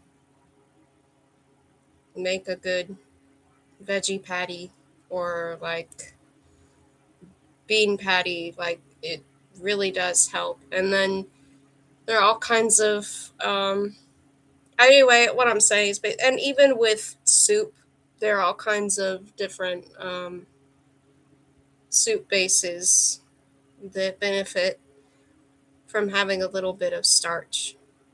And wheat's a good, I think wheat's a good ingredient to make use of, as well as oatmeal. Um, Honestly, the thing though with oatmeal, I know that Stephen Gundry has some things there. He's kind of like, he talks sort of like against oatmeal, like the use of it, like oatmeal's um, kind of like a harsh fiber. But I feel like if you blend oatmeal well enough and turn it into a flour, I don't really see how that can harm you as much um, as it would if you were just having oatmeal in a granola bar. Because I could see where that, in its more dried out, roasted form, might be um, not so great because it's harder for you to digest it. It becomes more like insoluble fiber. But I feel like it's easier if you blend it, and it can add a little bit of protein, even blending oats into things. Anyway, so I honestly feel like there are things um, that are popping up in ways that you don't really notice until you look at the back and you see certain ingredients. Um,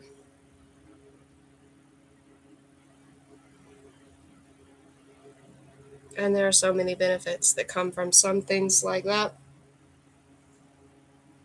Texture wise, and just like if you don't want certain things, like it's just, it can be so much healthier using something like wheat or something like oats. Um, Also, the thing with Eleanor Roosevelt, I do agree that when you go really far with intense flavor, you end up craving that intense flavor, like whatever it is. Like if you get really spoiled by like buttery things a lot, if you have too much of that too often, you can kind of become,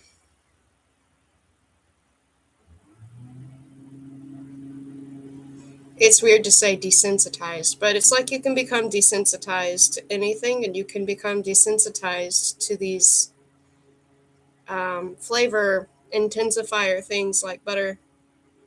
And then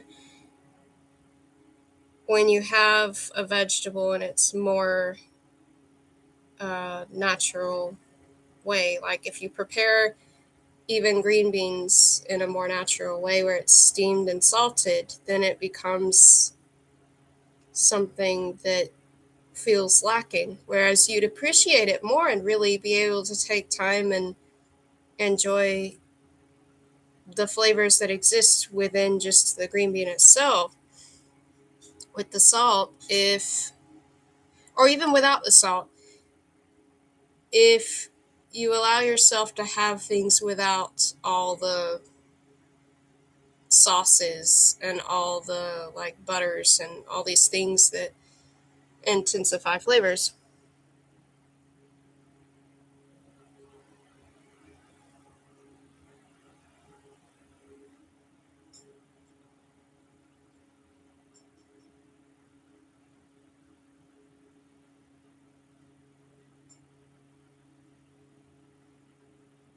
Yeah.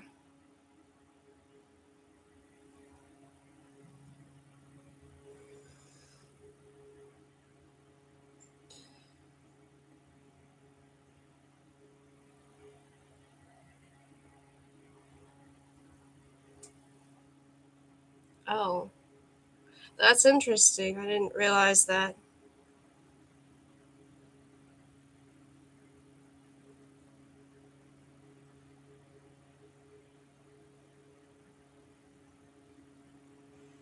even there, I feel like um,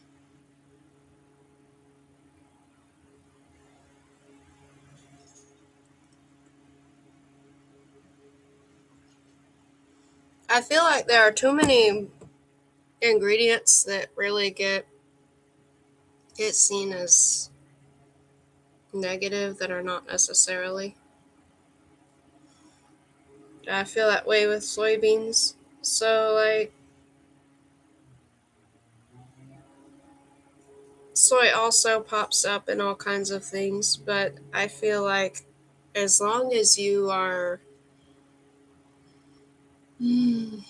balancing your protein with other sources and you're not just relying on soybeans, I don't see soybeans popping up here and there an issue. Yeah, that's true. Like you'll see soybean oil in fact in a lot of things where it was originally like canola, like switching out from canola to soy. Um,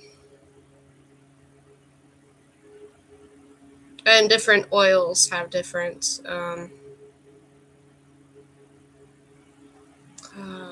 what do you call it?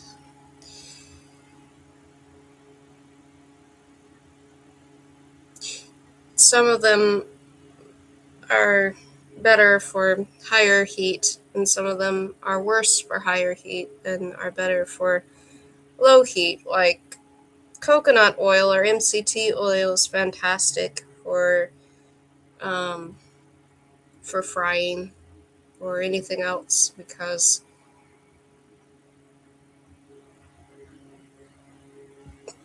it doesn't hydrogenate so much. Yeah. The funny thing about corn syrup,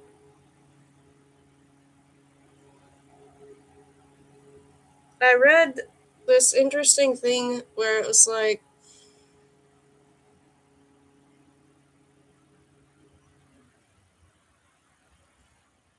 actually I didn't read it.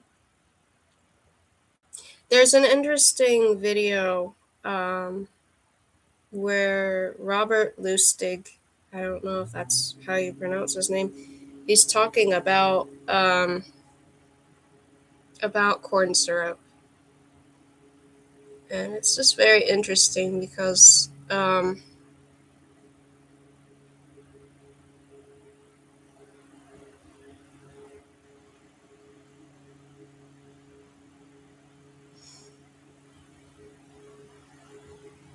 if an athlete has corn syrup after a workout, it can help them to start the process of recovering their muscles. Like if they pair it with protein, um, but it's one of those ingredients that gets used to death. Like they've just put it in so many different things where it's not necessary for them to do.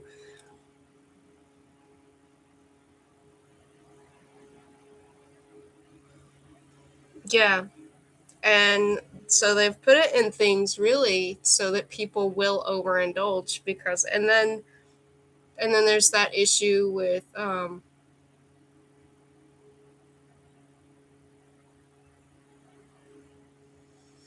artificial sweeteners. There are a lot of artificial sweeteners that taste sweeter than sugar,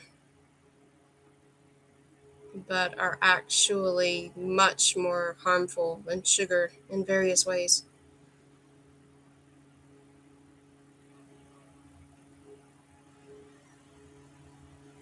And then there's the whole thing about, and I don't remember which book it's in. I think it's one of these books that I've read where it's talking about how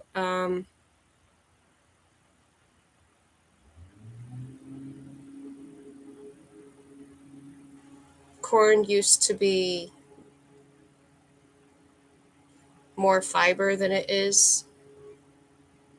and it used to be much harder and tougher to boil down. And Americans slowly changed corn over time, and now it doesn't have the benefits that corn originally had. And um,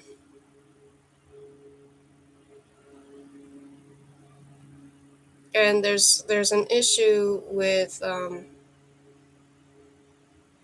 niacin deficiency, where um, it has a type of niacin that, because of, I think, something else that's in the corn, actually makes it hard for you to absorb the niacin in it. If people are using corn as a way to get their niacin, they end up deficient in niacin if they have diets loaded down with corn, or they're eating corn all the time.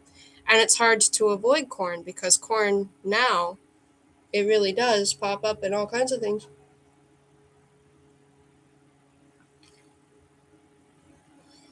And at one point, um, candy companies were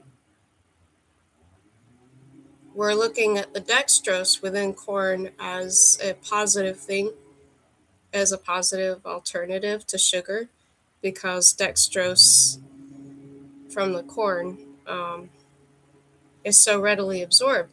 Which, on the one hand, that's good, but on the other hand, there are other things that, if not used in moderation, end up being a bad thing. Like you said, with things becoming addictive,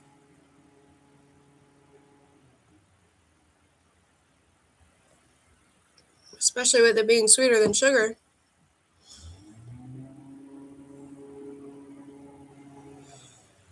Anyway, yeah, it's all very interesting. That is interesting, though, to me too. How that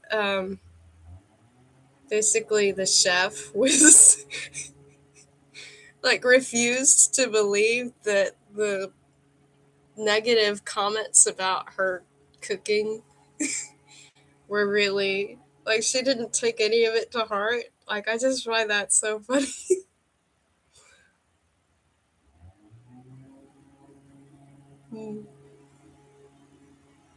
I almost see that as like a way for, like, together for them to kind of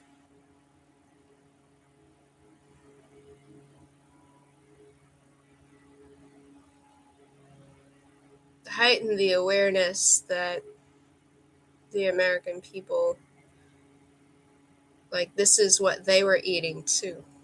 This is what they were left with too.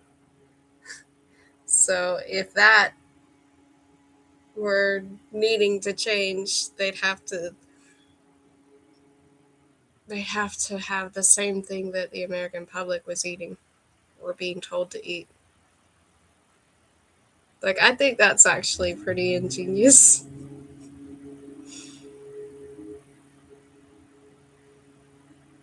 Mm.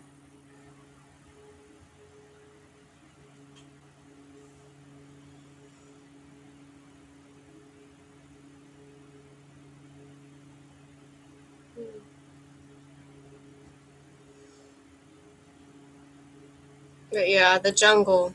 To talk about that a little bit more. Um,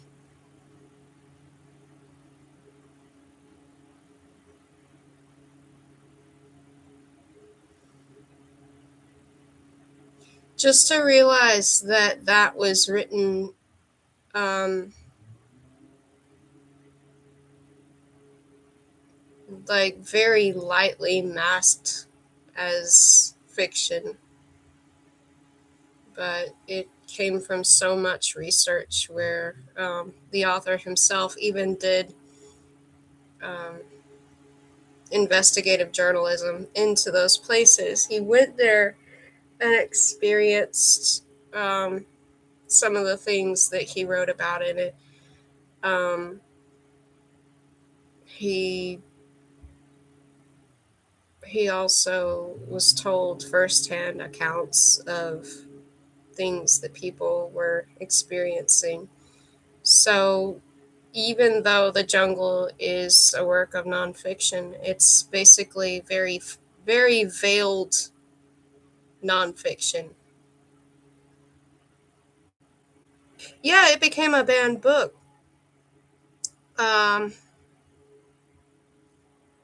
but it actually was due to that book that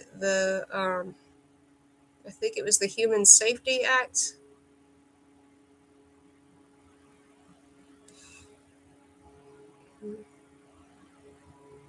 Anyway, it was due to that book that that things finally were changed with working conditions.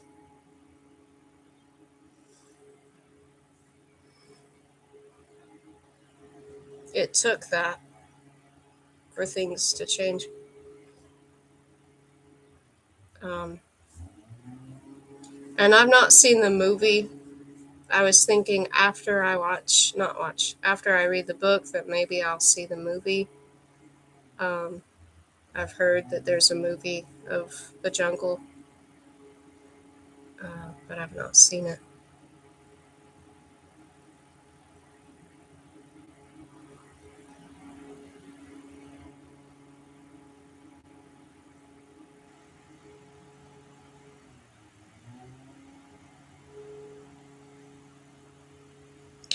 Stefano, hi. I don't know what you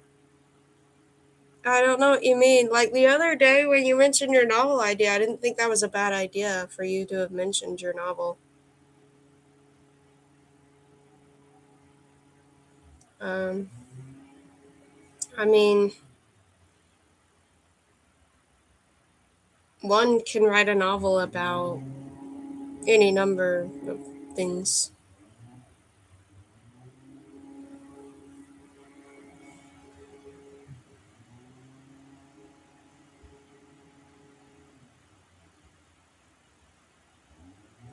I don't personally enjoy writing a book that's on the lines of suspense. Like, I wrote The Printer and that trilogy, and it was just the level of suspense that I felt comfortable with writing. But even within it being like, this is kind of like the limit for me as far as like uncomfortable writing something goes, it was still uncomfortable enough that like I didn't like you feel stressed writing suspense. And for me that's not a fun thing. And I feel like I enjoy writing where it's the kind of thing where you're tackling an idea or a concept in such a way that there's some form of epiphany you draw from it, or something where it's like you come to a conclusion that feels resolving. And I feel like with suspense the idea is like dragging on that thing, like that's the main um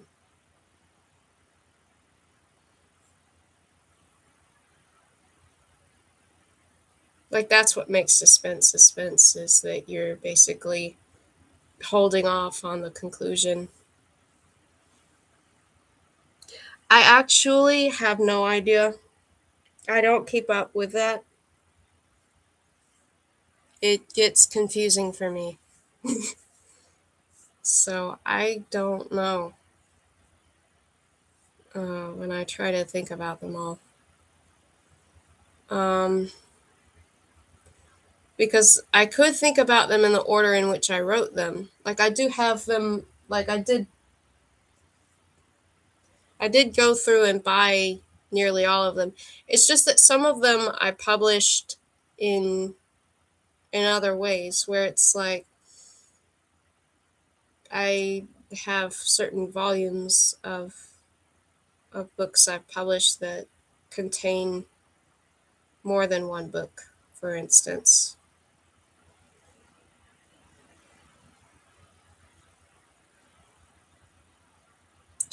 Yeah, that's true.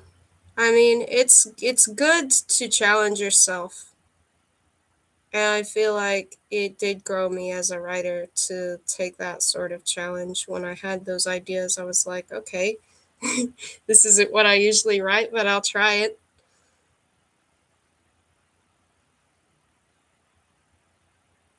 No, Stefano, I didn't think that. Don't worry about that. I mean, I myself, like, I've had ideas before that I was really uncertain about. I mean, take for instance the one that I just published. For years, I was uncertain about that book for many, many reasons, and I had to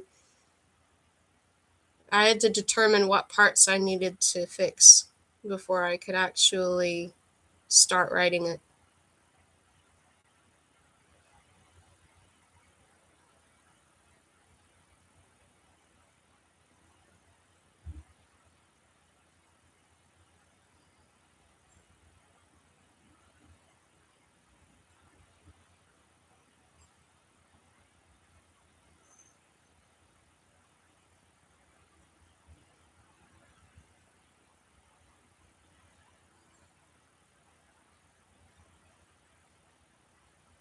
Oh, nice.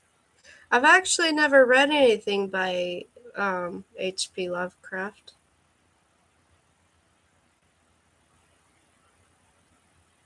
I'm not sure if he's um, mainly like fantasy or along the lines of like scary, or if it's like scary and fantasy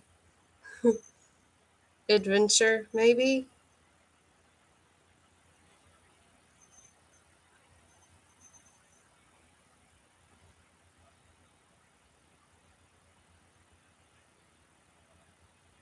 Hmm.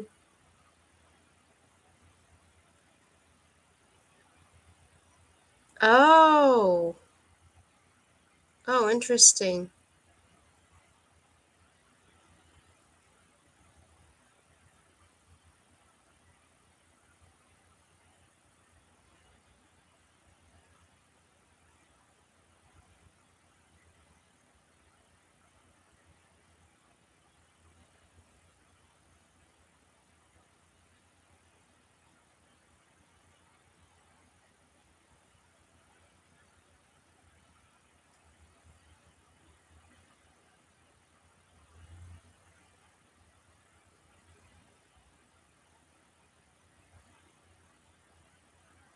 Oh.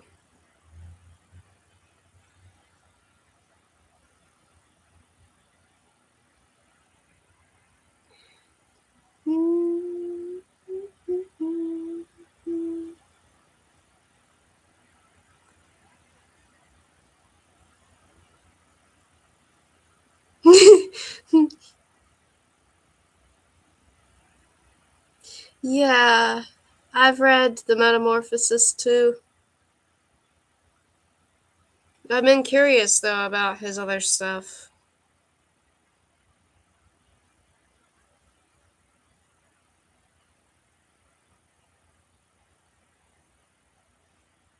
Yeah,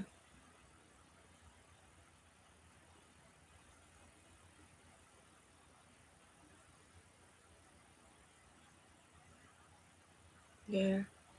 It's weird how, on the one hand, it's like it's a stressful story, but it could also be seen as humor in a weird way.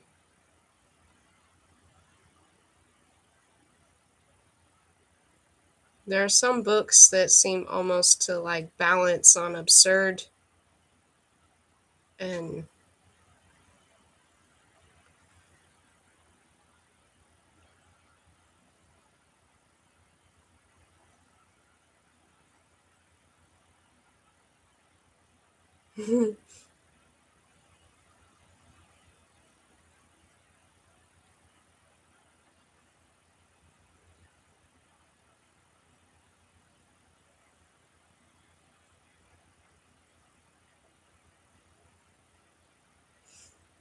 Yeah,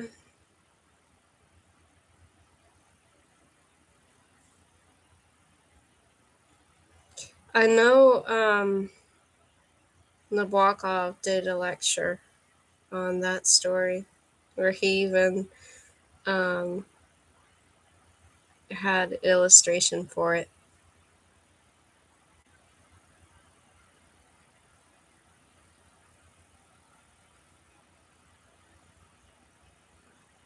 Oh,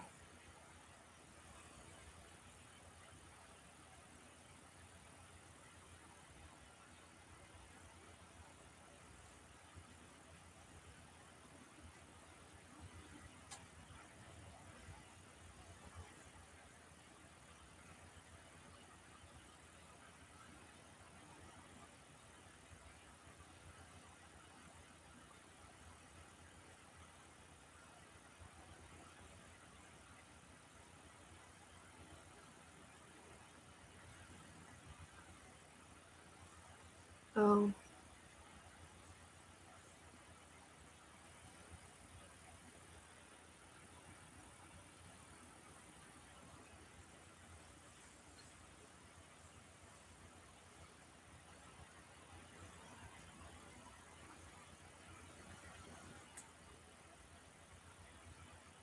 I kind of took it like what he did for a living was starting to become reflective and it was starting to become who he was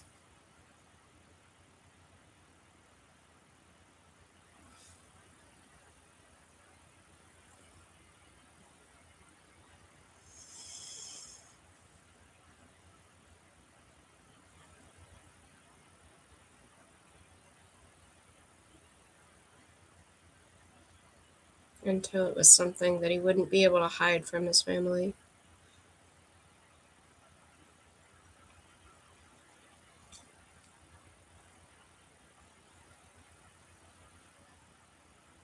No, you're not intruding.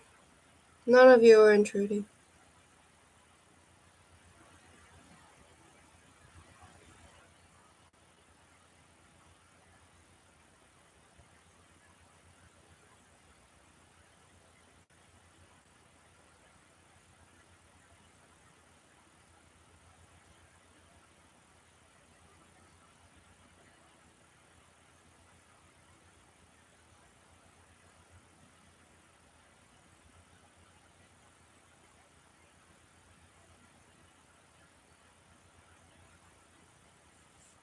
I just wanted to take a little break from going back to reading so I could talk with you all.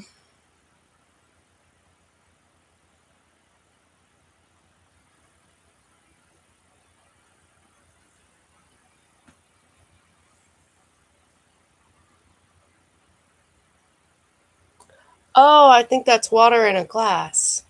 Yeah, it's water in a glass. I was like, what is that one? Water in a glass.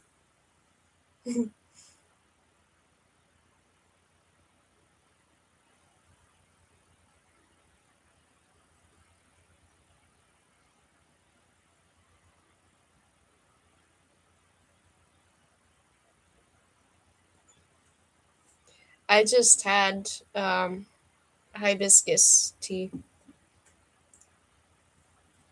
I feel like it helps.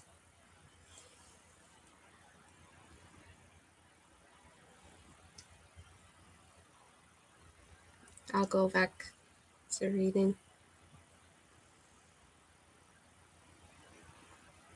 And also, I hope that you can stay in contact with your family or see them. Um, Chapter 9. At the end of the 1920s, sociologists confidently predicted that the American hobo was a type bound for extinction.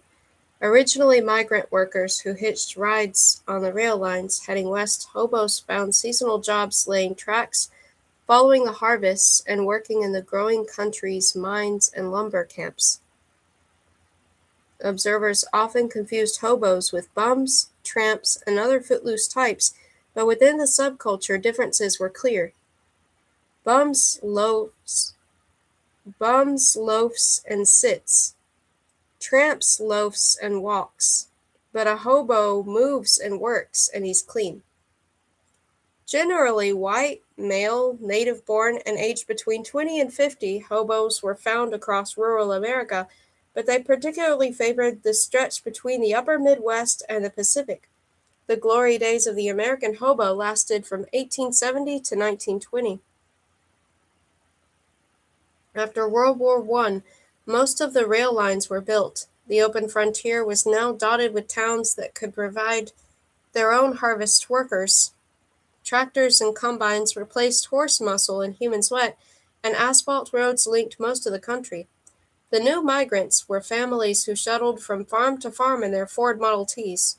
Once an important part of the country's labor supply, the hobo was in retreat and on the way to obsolescence,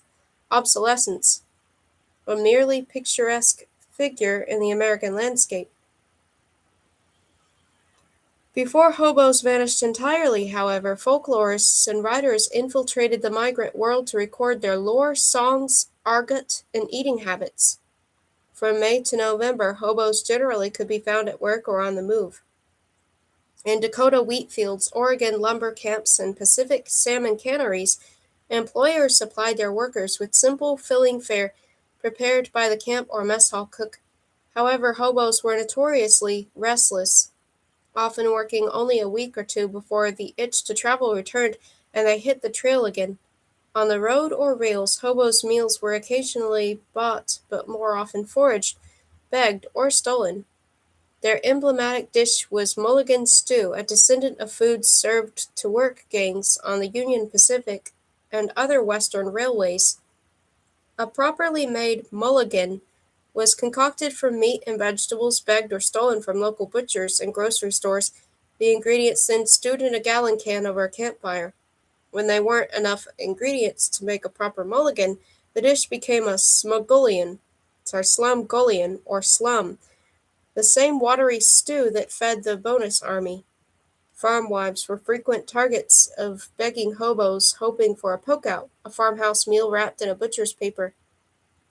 This could be gump, chicken, punk and gut, bread and sausage, flat cars, pancakes, alligator bait, fried liver, and maybe jamoke, coffee, in a paper cup.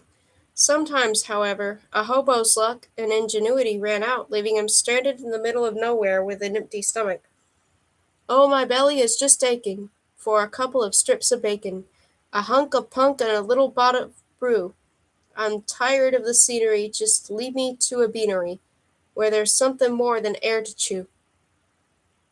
In winter, when seasonal jobs disappeared, hobos retreated to cities, especially Chicago, where the main stem of West Madison Street became known as the Hobo Resort. Here, migrants could find flop houses offering floor space for as little as a nickel a night, saloons, burlesque houses, bordellos, clothing stores, selling worn suits and old overcoats, and even a lecture hall called the Hobo College. For food, they could eat at one of the many working men's restaurants serving Irish turkey, corned beef and cabbage, or a minister's face, stewed pig's head for 15 cents, hash or liver or onions for a dime, or a sweet roll with coffee for a nickel. The ambiance in these cheap eateries was hectic and sanitation non-existent. The men, a noisy and turbulent crowd, call out their orders, which are shouted by the waiters to the cooks, who set out without ceremony the desired dishes. 4 or 5 waiters are able to attend to the wants of 100 or more men during the course of an hour. The waiters work like madmen during the rush hours, speeding in with orders, out with dirty dishes. During the course of this hour, the waiter becomes literally plastered with splashes of coffee, gravy, and soup. This uncleanliness is revolting, and the waiters are no less shocking than the cooks and dishwashers, and kitchen's uncleanliness reaches its limit. The bread was usually stale.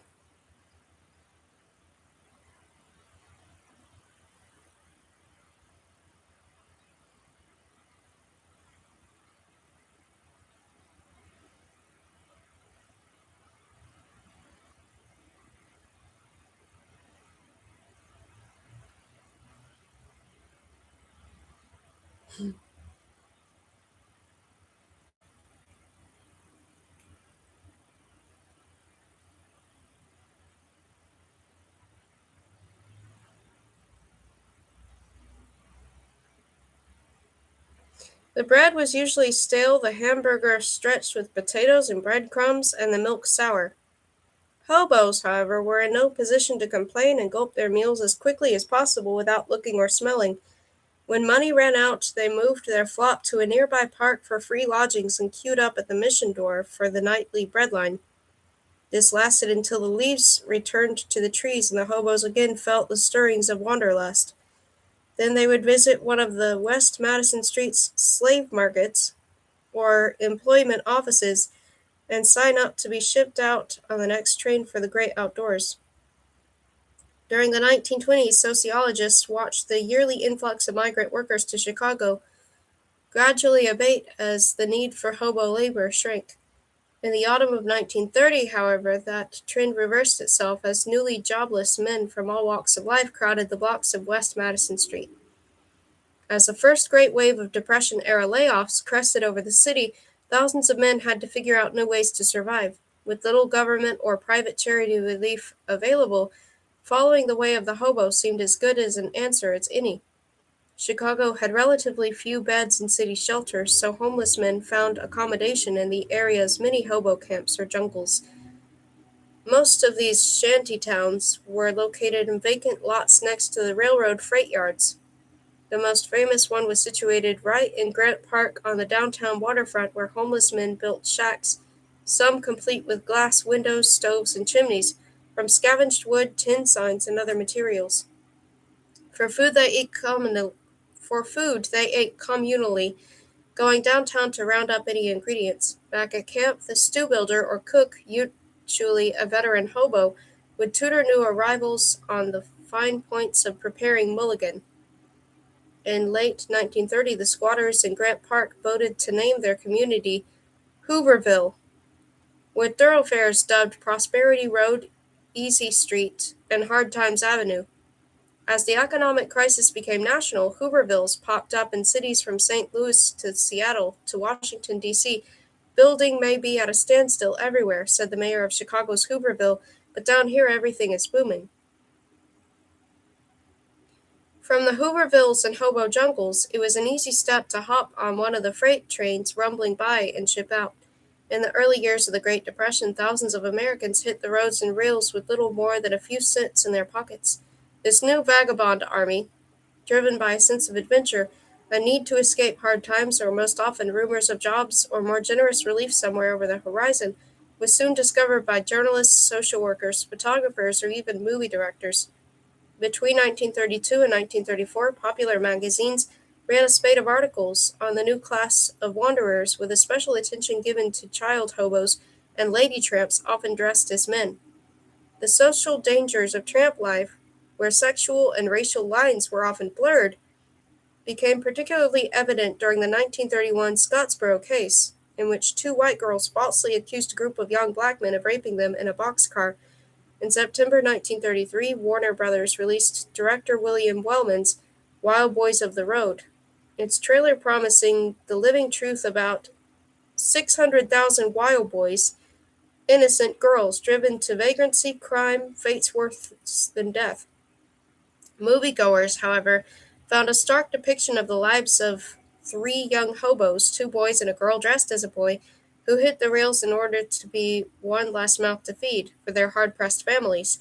They fall in with other young vagrants, endure rape and the loss of a leg, a battle railroad bulls and police, and find shelter in hobo jungles like Sewer Pipe City, where they eat around a communal stove. Arrested for attempted robbery, they're sent home by a kind-hearted judge in a tacked-on Hollywood ending. Residents of a Manhattan Hooverville preparing food in a metal drum, 1932, author's collection.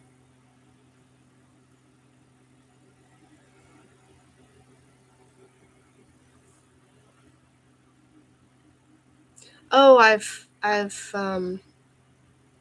heard of that. That was also made into a movie. Um,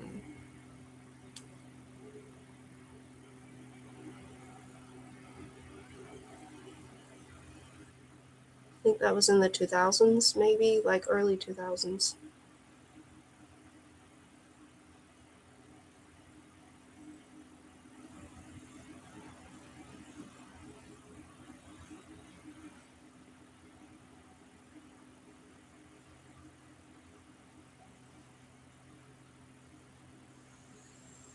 Um,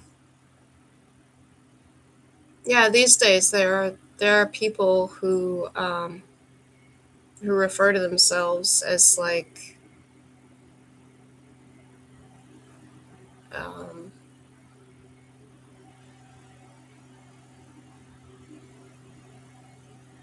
I'm trying to remember what it was called. There was a name for it in like on Instagram for the longest time. Back in the days when Instagram was full of travelers. Um, there's a name for it where people are not necessarily without money, but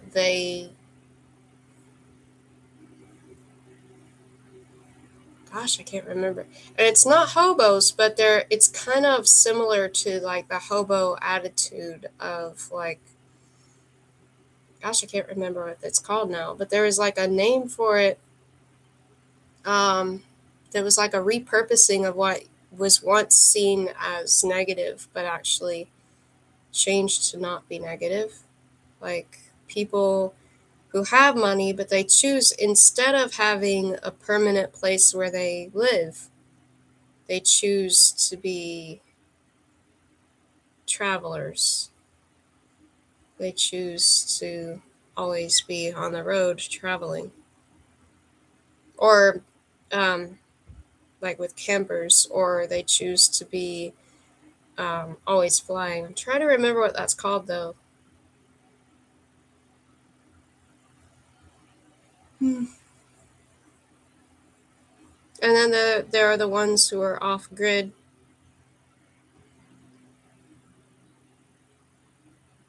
who they have houses, but they hide their houses from being found somehow. And they don't gather electricity from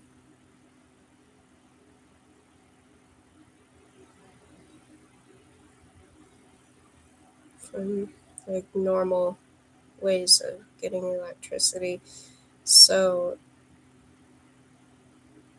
they use solar panels and stuff.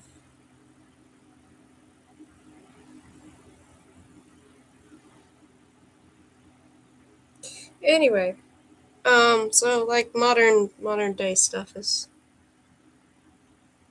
interesting. Okay.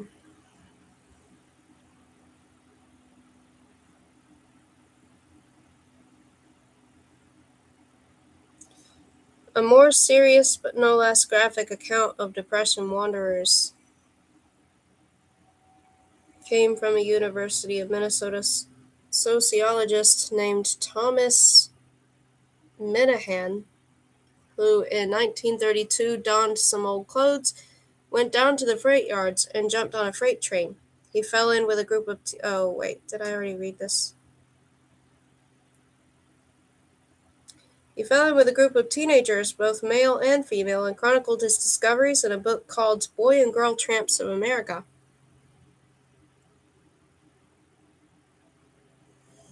The culinary lives of depression vagabonds revolved around missions, jails, and hobo jungles. Out in the sticks, jobless rail riders found small town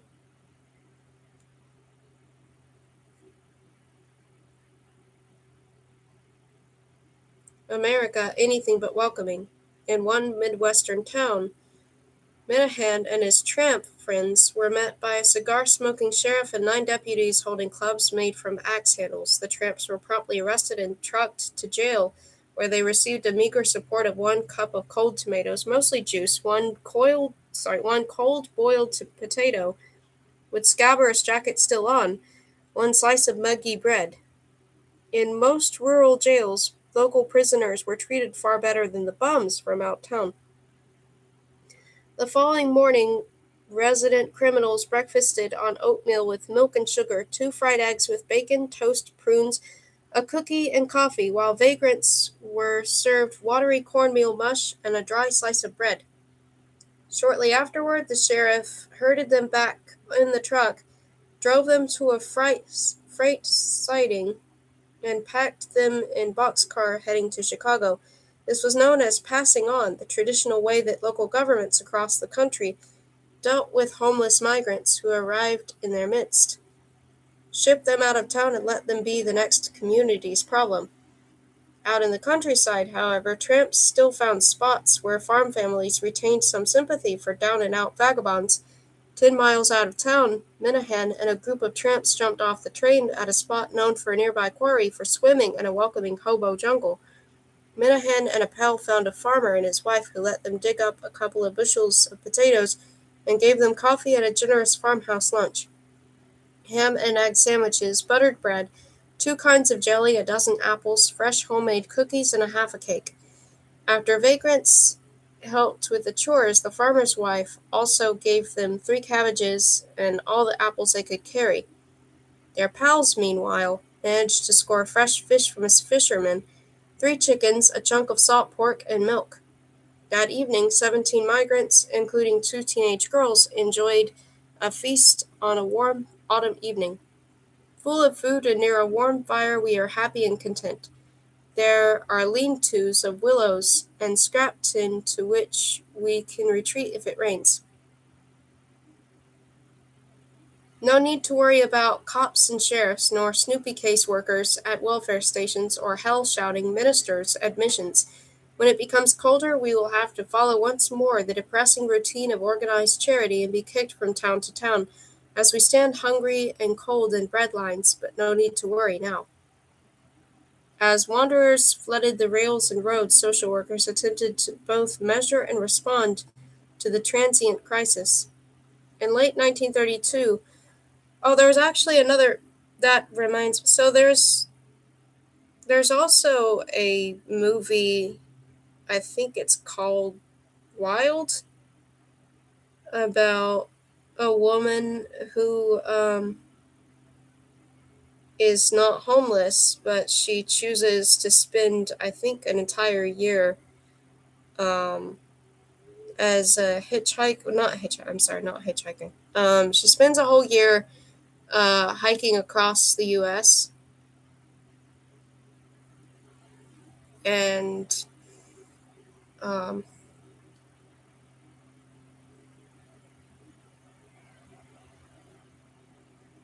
I don't know what you would call that either.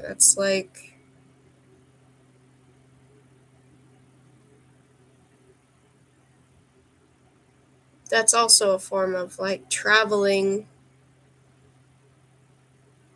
without ever actually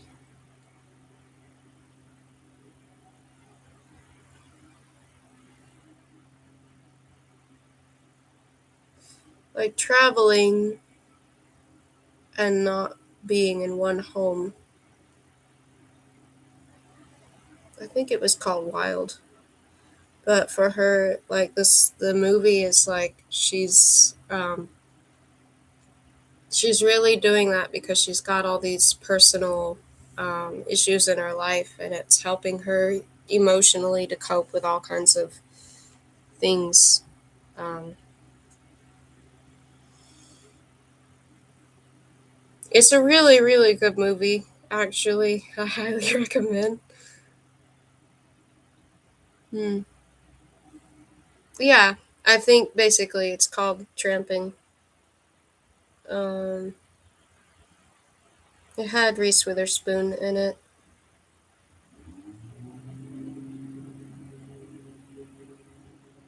In ways, it's a really,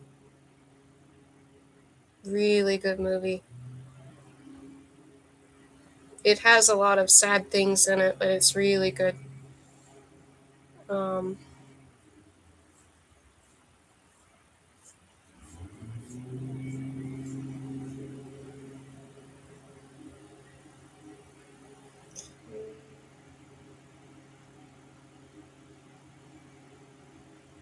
trying to remember where I was. Okay. As wanderers flooded the rails and roads, social workers attempted to both measure and respond to the transient crisis. In 1932, a group of social work leaders estimated that the new vagabond army contained 200,000 boys and young men, as well as 25,000 families. A second census a few months later counted 1.25 million transients, including 145,000 girls and women, all living lives in peril. They also reported that the relief received by the roaming unemployed was at best woefully inadequate and limited by outdated rules about giving aid only to legal residents of a community.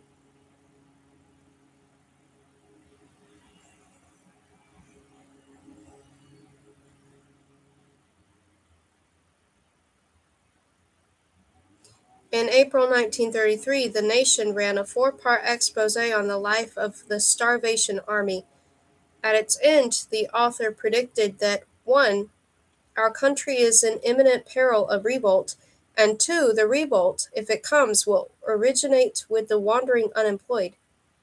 President Hoover had largely ignored this new wave of transients, with the exception of the bonus army.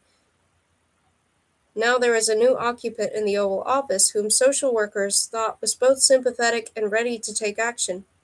Under President Roosevelt, New Deal administrations, New Deal administrators decided on a two-tier approach to dealing with the roaming jobless, one for youths and the other aimed at grown men. Roosevelt believed that a good cure for young wanderers was a little military discipline and some outdoor living. One of his first acts as president was to propose the creation of a civilian conservation corps that would give 250,000 young men the opportunity to live in rural camps and earn money planting forests and doing other outdoor work. Admission to the Civilian Conservation Corps, or CCC as it became known, was at first limited to unmarried men between 18 and 25, including both young vagrants and unemployed men from regions near the camps. A few months later, veterans, including former members of the Bonus Army, were allowed to join. Various executive branch departments shared responsibility for the CCC, but the U.S. Army oversaw the camps themselves. The men, called recruits, were first taken to Army bases, where they were examined by doctors and then sent to the mess hall and told they could eat their fill. The recruits, a large number of whom they were thin-chested and emaciated, took the privilege literally, and fully one half took second helpings, marching up to the mess counter with their tin platters. Isn't something like that mentioned in Flags of Our Fathers? Like, isn't. I know. I mean, it is. It doesn't really make sense to me if they're not really. I mean, they're not hurting anybody by choosing to forage and travel and yeah.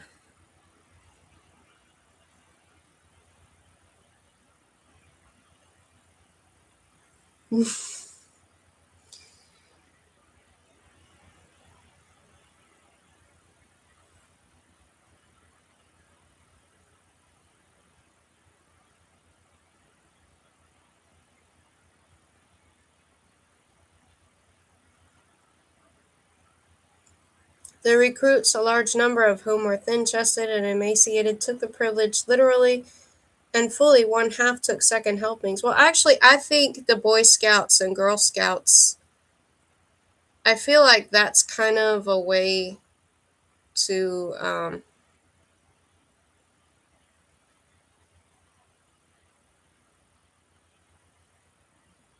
to get children interested in the ideas of like like JROTC and then ROTC, and then finally like actual branches like signing up for things like Army and stuff. I feel like there is a connection there. I feel like it is sort of like a slow indoctrination.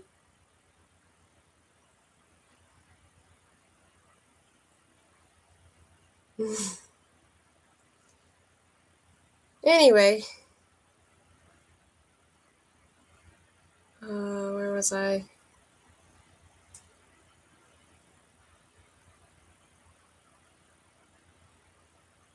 The U.S. Army oversaw the camps themselves. Where was I?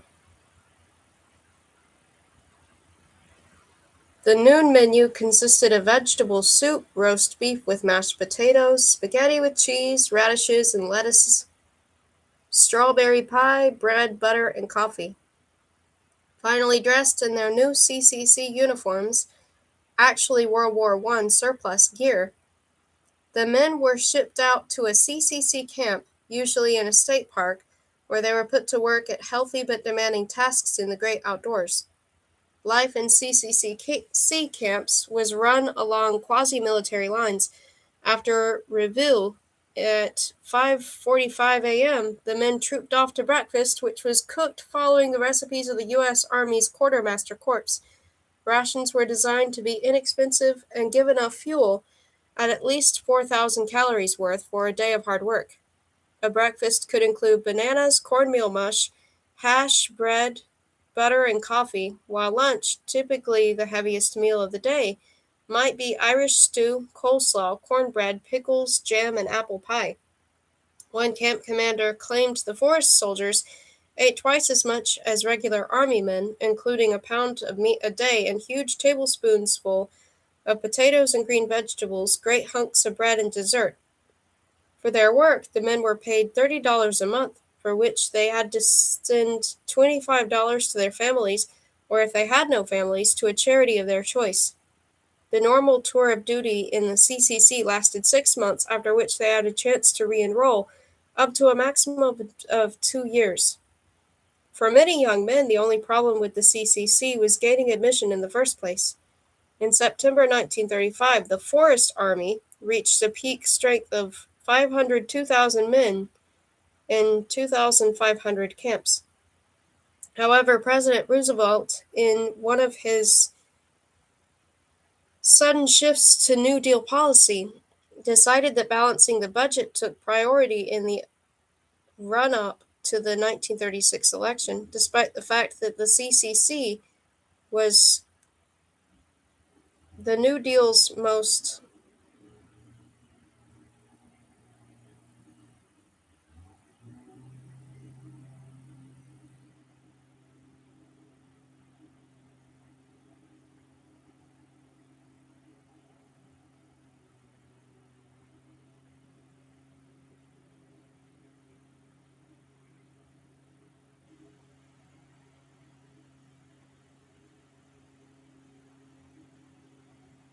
politically popular program. Roosevelt slashed its enrollment to 300,000 men in camps to about 1,400.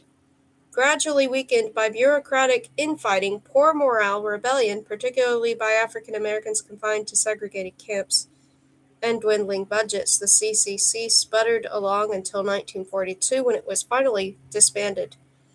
For the problem of older migrants, the New Deal solution was the Federal Transient Program, which started in mid-1933 under the auspices of the Federal Emergency Relief Administration. Like the CCC, the FTP was founded with high ideals and the best intentions. As with FARA's other relief programs, the FTP's rules were set by Washington, but the actual work was done by state and local relief organizations. Before the New Deal, transients were the last group to receive relief under the old poor laws.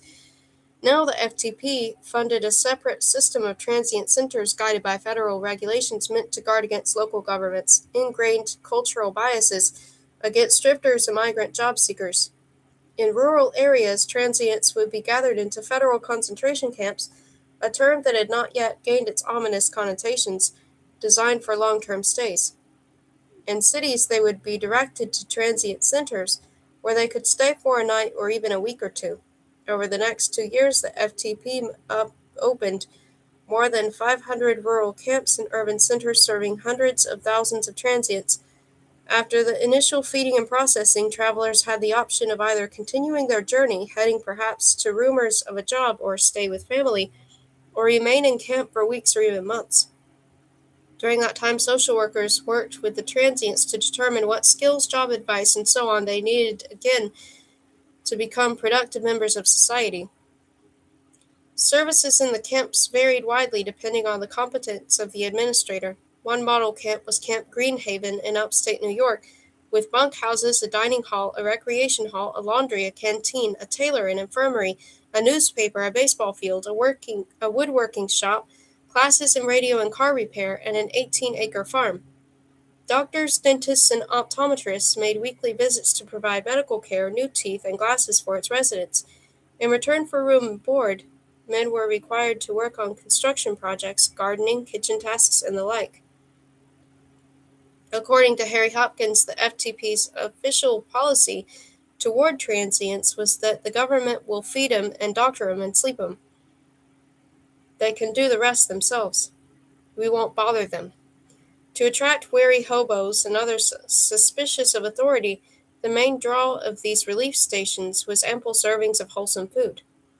Though amounts varied between camps, at their most generous mess halls served as much as a hungry vagrant could eat. Indeed, one transient's meal resembled something out of Cockaigne, the mythical land of Pliny, or in hobo terms, the Big Rock Candy Mountain, with its lake of stew and hens that lay soft-boiled eggs. In 1934, Edward Morriston, aged 25, arrived hungry at a New Jersey camp and went straight to the mess hall. For breakfast, he consumed 32 hot cakes. At lunch, 14 breaded pork chops, several helpings of vegetables, and 6 bowls of preserved peaches faded out of sight. And at dinner, he disposed of 26 frankfurters, 6 bowls of sauerkraut, and several portions of dessert. He told the camp physician he hadn't eaten in 2 days and hadn't had a square meal in weeks. His normal weight, he said, was 185 pounds, but he landed in camp weighing 120. In all transient camps, residents received 3 meals a day, generally costing between 6 and 9 cents a meal, and using many surplus foods.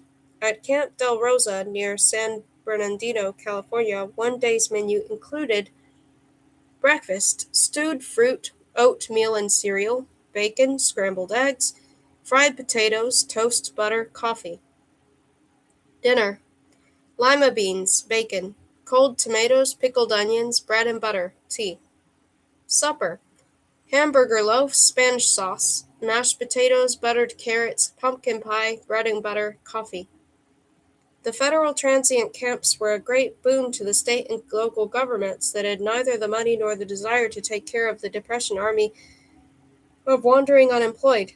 Nevertheless, resentment began to grow against the program, spurred by newspaper articles with headlines such as "Leisurely Life at Ozark Transient Camps Agrees with Guests Who Stay On and On, Some Play Golf and Ping Pong."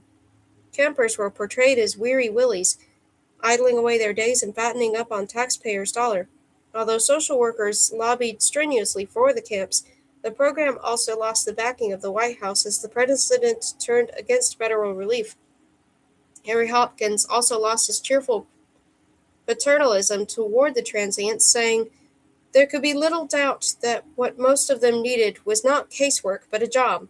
In 1935, President Roosevelt shut down the federal transient program along with the rest of FARA.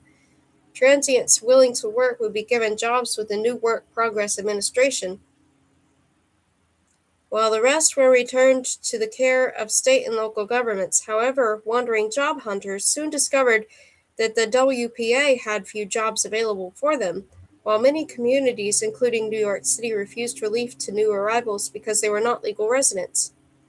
After the camps closed, transients again began begging in the streets, hitching rides out of town and jumping freight trains to follow rumors of jobs, generous relief, and good weather. For many, their destination was the West, and principally California. On April 14, 1935, a black roller of dust swept across Texas, Oklahoma, and Kansas, blowing drifts of fine grit and poor visibility made rounds and railways impassable and closed schools and businesses. People as far as east as Memphis wore cotton masks to avoid inhaling the spreading plumes. One of the worst dust storms the region had ever seen, it certainly wasn't the first. This corner of the southern plains had a semi-arid climate in which a few years of good rains might alternate with years of drought when dust storms were common.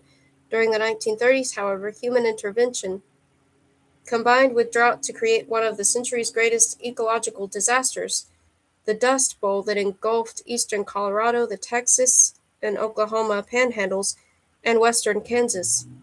During the previous decade, a time of abundant rains, farmers had rushed to turn the region's grasslands into fields of wheat, using steel plows to cut and turn over the ancient prairie sod.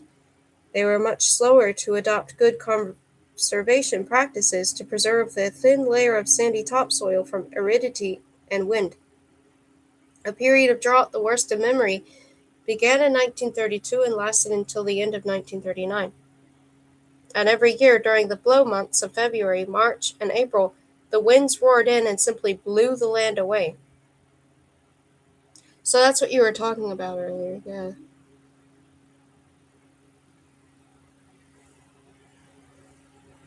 Like most farm folk of that era, the wheat farmers of Oklahoma followed culinary customs that were closely linked to the land and the passage of the seasons. Even though most farmers earned a living off cash crops such as winter wheat, mostly red wheat for bread baking, they also kept pigs, milk cows, and chickens and planted vegetable gardens and fruit trees to fill the larder, and root cellars that doubled as tornado shelters. Families kept mason jars filled with jams, pickles, and vegetables put up for winter, as well as potatoes and apples, as these supplies ran low in late winter.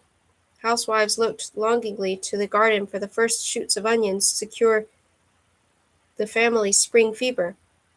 When harvests were good, farmers enjoyed a diet rich in protein, starches, fats, and sugar. The folk singer Woody Guthrie, who grew up in the farm town of Oklahoma, remembered a typical meal of his early youth, a time of regular rains and large harvests that included beefsteak, thickened flour gravy, okra rolled in cornmeal, and fried in hot grease, hot biscuits with plenty of butter melted in between, and for dessert, sliced peaches from a can. With a meal like that under your belt, it was hard to remember that every few decades the rains simply stopped coming, sometimes for years at a time. When dust storms hit, the housewife's first task was to keep the dust out of the house and off the road. She sealed windows with tapes and stuffed rags in cracks under the doors. She set the table with plates and cups upside down so they wouldn't catch the dust, and kept the milk pitcher, syrup jar, and flour tins tightly covered. Still, the dust filtered through the cracks and covered tables, clothing, skin, and hair with a coating of powdery grit. Family members began to cough and wheeze from dust pneumonia, something like black lung disease, but caused by silica-rich dirt, which could be fatal to children and old people. Out in the fields, dust and wind tore through the winter wheat, destroying the harvest and desiccating the soil so that vegetable seeds wouldn't take root in the garden. The combined effects of dust storms and the sagging farm economy ate into family savings, forcing them to cut back on purchases at the town grocery store.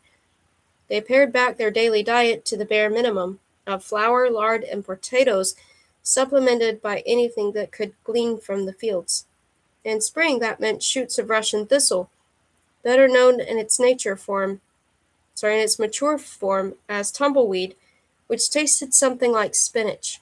For some reason, the population of rabbits spiked during the Dust Bowl years, so whole towns organized rabbit hunts, both to kill the pests that ate their meager gardens and to put meat on the table.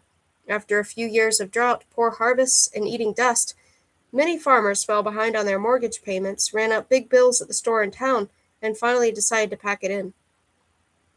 In May 1934, when dust from western fields began to fall in Washington, D.C., and New York City, the drought became national news.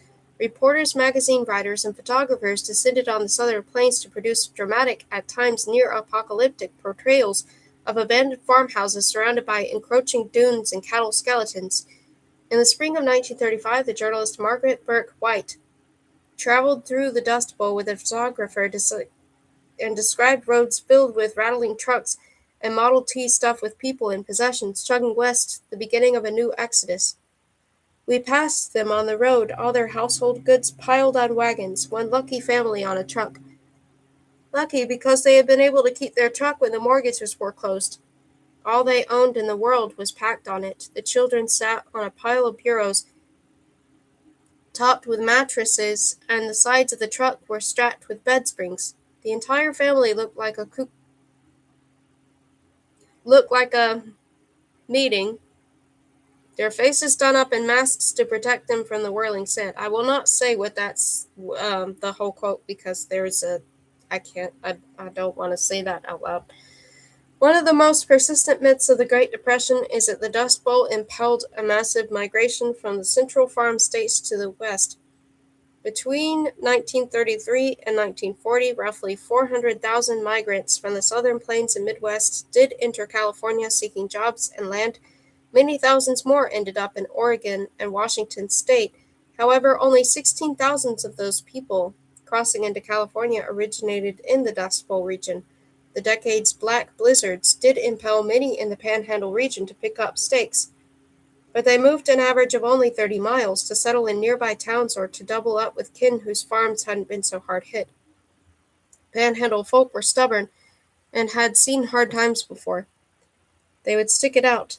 The vast majority of rural migrants were dislocated by the new technologies and changes in farm organization spurred by New Deal policies. Beginning in 1933, the Agricultural Adjustment Administration paid farmers not to plant cotton, tobacco, wheat, and other cash crops in order to reduce harvest size and thus boost prices. If farmers were planting fewer acres, they naturally needed fewer workers to till the fields. Landowners were required to share the government money with the sharecroppers and tenant farmers who had worked their land, but in many cases they refused. They wanted to scrap the old-fashioned sharecropper system and convert their farms to modern agribusinesses tilled by tractors and financed with low-interest government loans. Big farmers literally starved out of their tenants yet avoided punishment with the collusion of sympathetic, largely Southern AAA administrators. This was by far the most important cause of rural migration from the northern plains all the way to the deep south. Exiled from their rickety homes, poor farm workers moved in two directions. Black sharecroppers from southern cotton plantations headed north to Chicago, Pittsburgh, Washington, D.C., and New York City. In the Midwest and southern plains, white tenants and farm laborers piled their meager possessions into old trucks and headed down Route 66 toward California. The great chronicle of that westward migration is John Steinbeck's 1939 novel, The Grapes of Wrath. Steinbeck was born and raised in Salinas, the main town in one of California's richest agricultural valleys. As a teenager, in the summer he worked alongside Mexican migrant laborers in the valley's sugar beet fields. As a mature writer, he chronicled life in California farm communities in novels such as Of Mice and Men and In Dubious Battle, the violent saga of doomed fruit pickers' strike.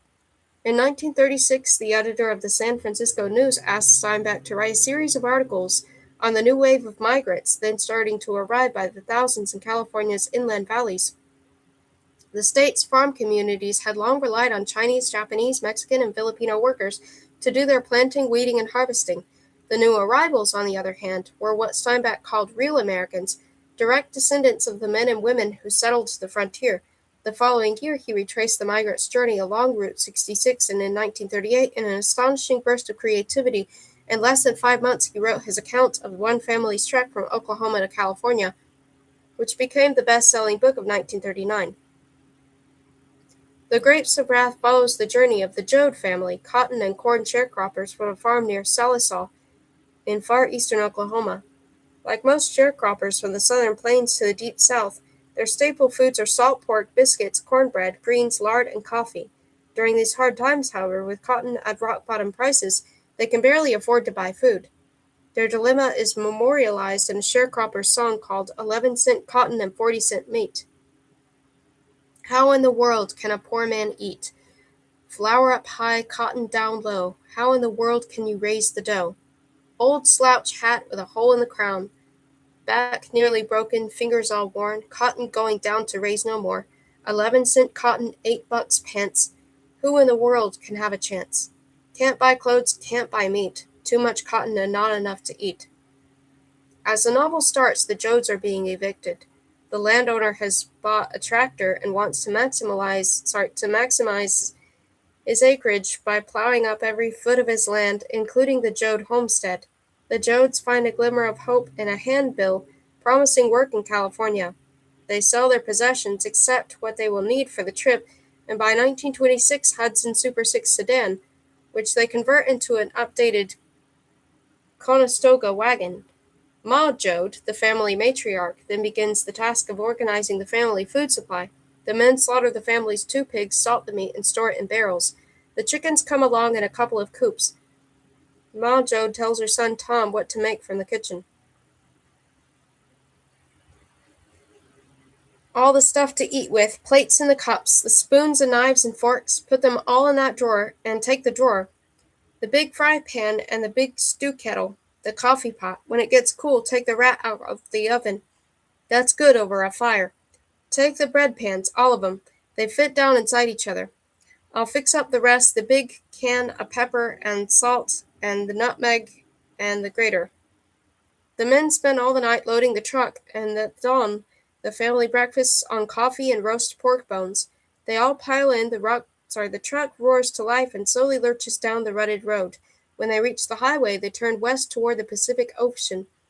They are optimistic about their future in California, but also wary. A conflict captured in poem by an Oklahoma migrant named Laura Robertson. California, California, here I come too, with a coffee pot and a skillet, and I'm coming to you. Nothing's left in Oklahoma for us to eat or do, and if apples, nuts, and oranges, and Santa Claus is real, come on to California, eat and eat till you're full. Pushed by poor harvests, evictions, and generally hard times, the great wave of agricultural migrants such as the Jodes began in 1934 and continued into the early 1940s. Most of those heading to California entered the state at the town of Needles, where they often were greeted by armed deputies. California had a long history of antagonism toward outsiders, going back to its early days as a territory. During the Depression, this hostility was exacerbated by the closing of federal transient camps at the end of 1935. Fearful of being inundated by the hordes of Okies, Arkies, and Texies, the Los Angeles police chief set up armed guards, also called them bum blockade, at the state's main border crossings to turn back migrants. That ended a few months later after it was found to be unconstitutional. If California couldn't keep the migrants out, it would find myriad ways to make the state a less hospitable place to stay.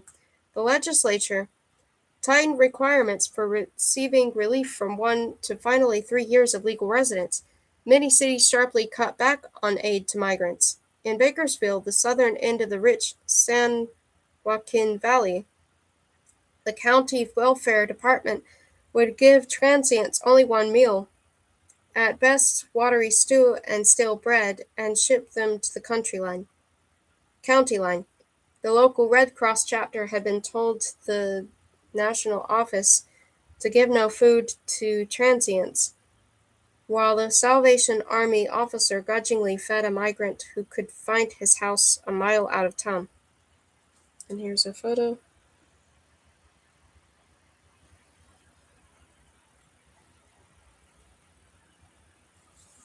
Okay. Migrants on an Oklahoma roadside prepare a meal of potatoes, fried in lard, 1939. Russell Lee, photographer, Farm Security Administration Collection and Library of Congress, LCDIG FSA 8A 26714. The migrants who came to the San Joaquin Valley were amazed by the region's green grass in springtime, the flowering fruit trees, the ripe vegetables. However, as one migrant worker told a relief worker, you can't eat the scenery, even if it's most something to eat, and you can't hardly enjoy the spring when you're hungry, but it is pretty, ain't it? and the dream had been to work hard and earn enough money to buy a few acres of valley land, build a homestead, and begin farming again. Instead, migrants discovered that no land was available. The valley had already been divided up into giant industrial farms, dubbed factories in the field by the writer Carrie McWilliams, some covering thousands of acres. In the valley's economy, the migrants were useful only during the harvest seasons. The rest of the year, they found themselves hounded from camp to camp by local police forces and goons on the big farmer's payroll. In the Grapes of Wrath, the Jodes flee the squatters' camp after a fight with the deputies who torched the migrants' tents and shacks. Following a tip, they head south trying to find a government camp where they've heard they treat you like a man instead of a dog.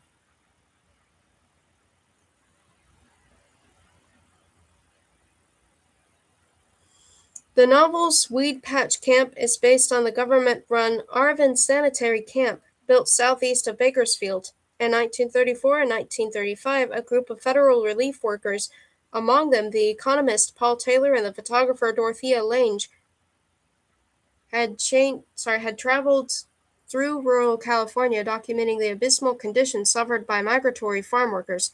They found a complete lack of sanitation, clean water, and decent shelter, as well as rampant infectious diseases and malnutrition. Moved by what they had seen, Taylor drafted a proposal liberally illustrated with Lange's photos for a string of migrant worker camps offering healthful and conveniently located campsites, adequate distribution of potable water and lighting throughout the camp, toilets, facilities for garbage disposal, bathing, laundering, and delousing. Aware that relief money was tight, Taylor claimed that his camps would give migrants the minimum decencies for healthful living, while keeping costs low. With strong backing from his superiors, the plan eventually received a grant of $20,000 from the Federal Emergency Relief Administration, and construction began on camps in Marysville in Northern California and then in Arvin.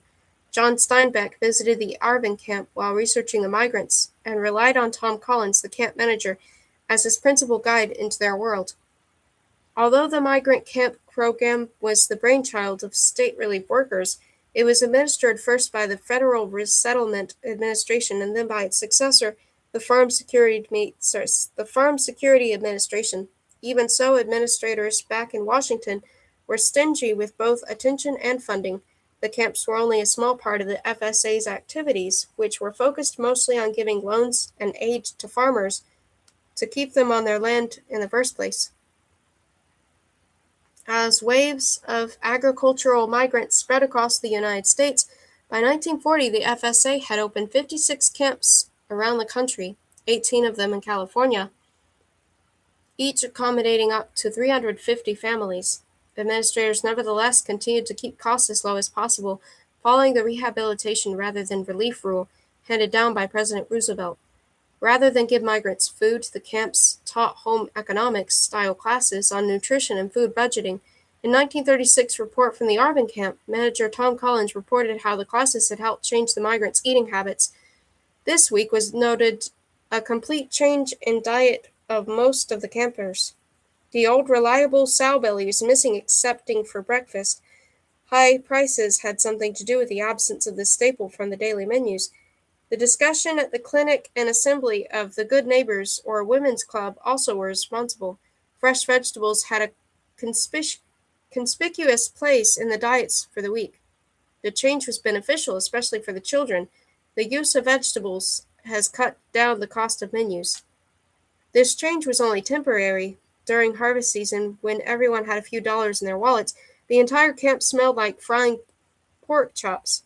And during the long months of no work, families lived on flour and water pancakes fried in yard.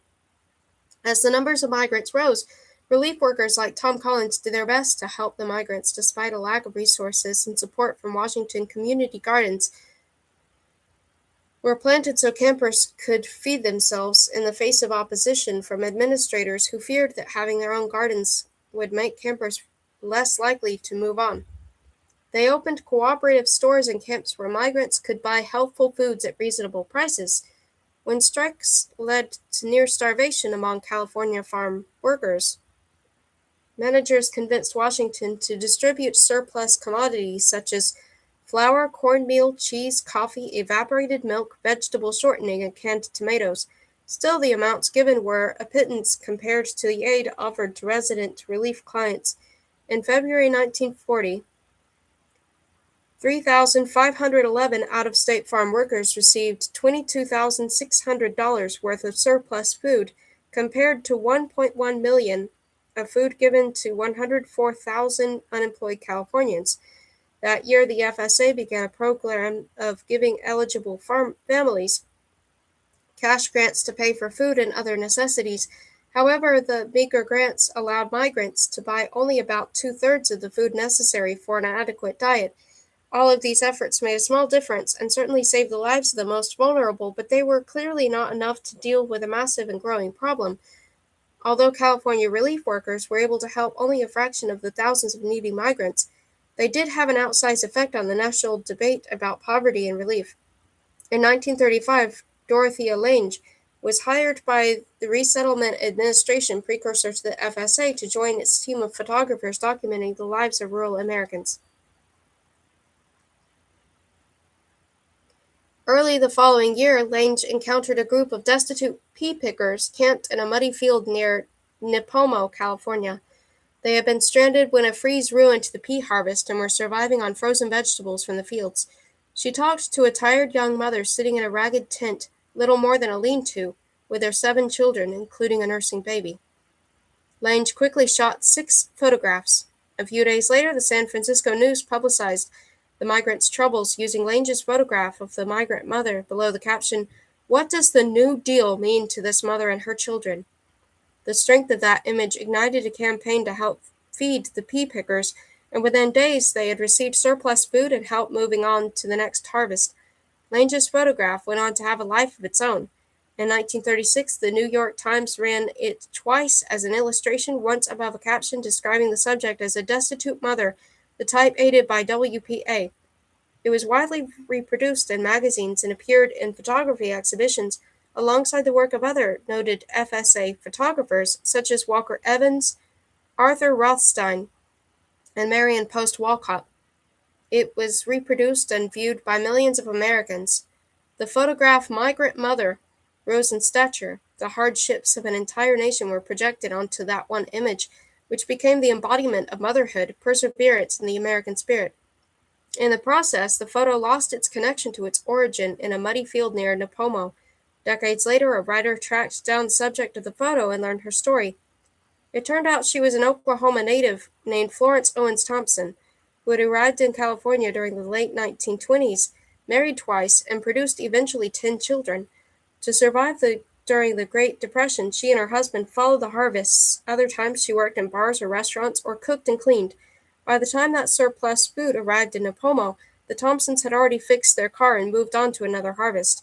Florence never was helped by the WPA or any other relief agency, toiling in obscurity, while her image became an archetype of Americana. The other great depiction of Depression-era migrants, John Steinbeck's The Grapes of Wrath, was based not only on Steinbeck's reportage but also on the work of Lange and other FSA photographers.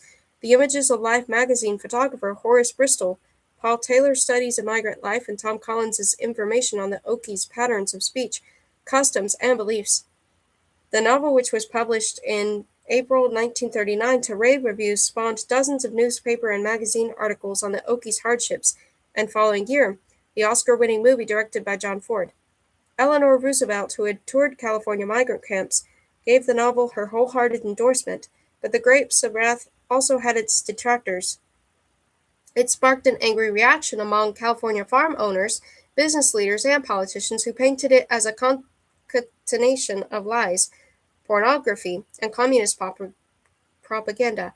They had a point. Not all migrants received harsh treatment in California, but the novel hewed close enough to the facts, and the Jodes were such powerful characters that it became and remains the dominant depiction of Okie life during the 1930s.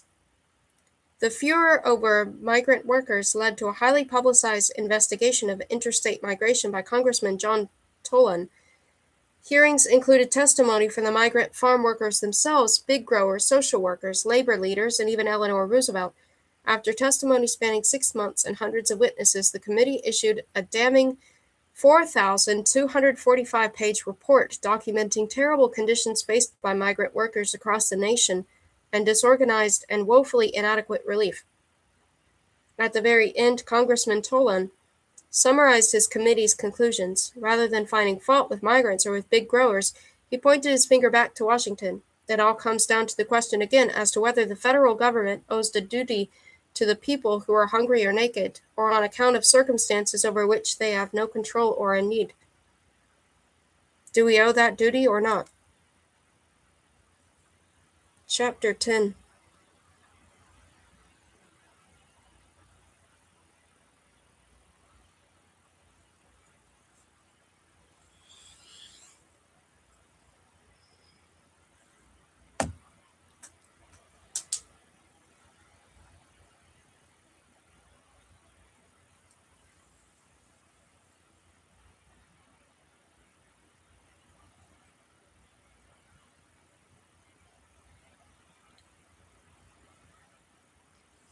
We're just 2 chapters away from the end of the book.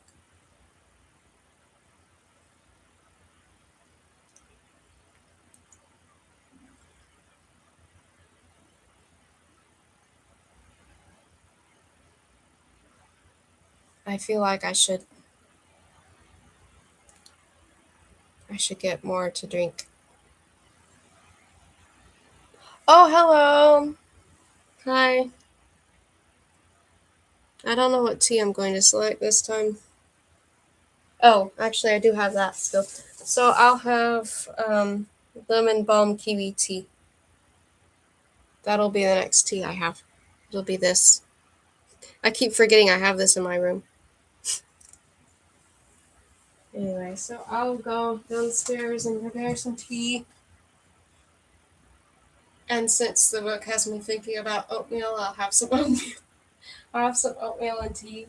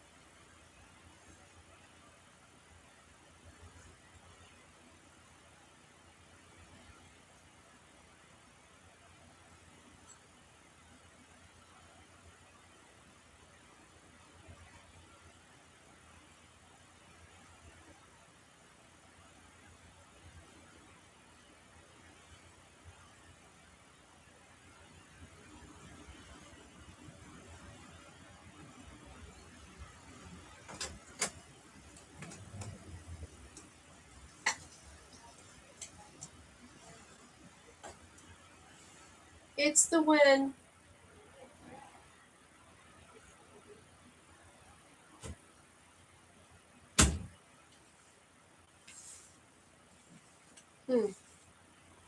It's interesting. My mom just said.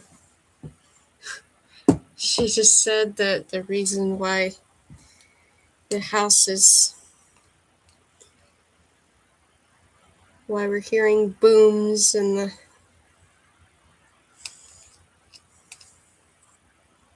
house shook a little bit is the Marines doing exercises miles away.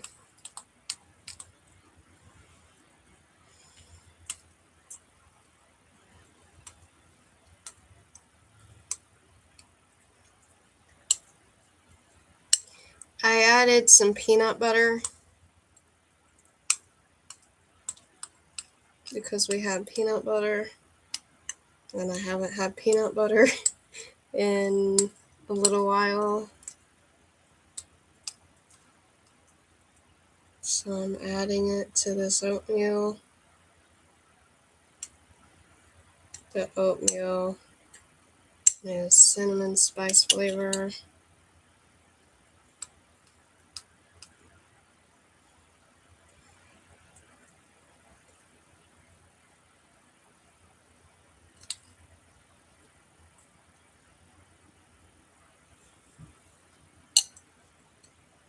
And I got the tea.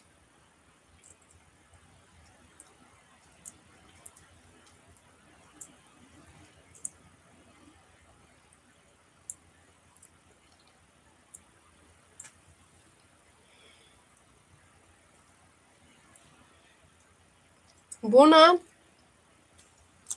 Buna.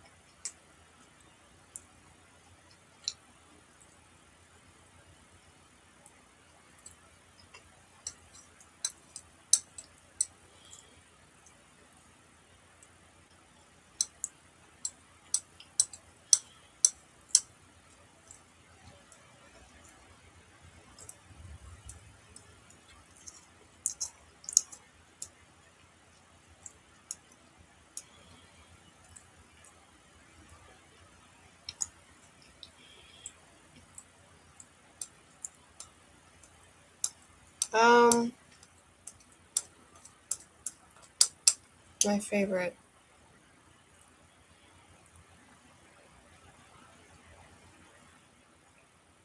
I would still have to say my favorite's probably. There's a type of apple. It's Ceylon apple tea that I really love.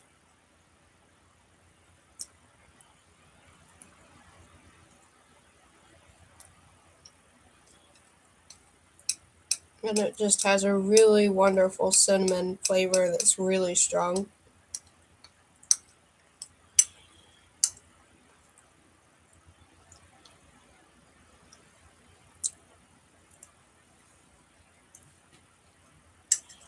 Paired with the apple.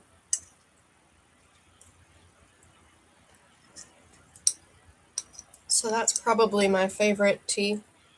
Although I also really love white tea.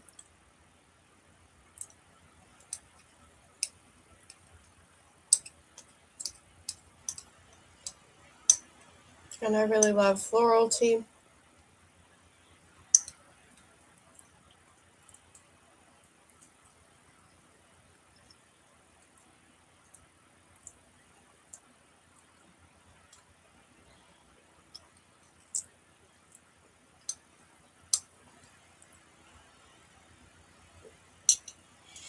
I really, really love tulsi tea as well. I feel like it has an almost spiciness to it.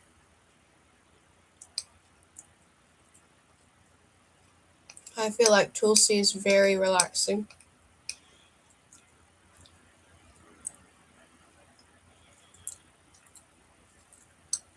I also enjoy gunpowder green tea.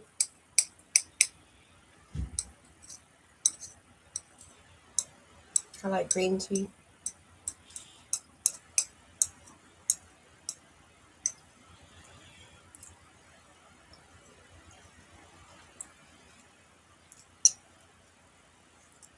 Sometimes I really love lemon tea.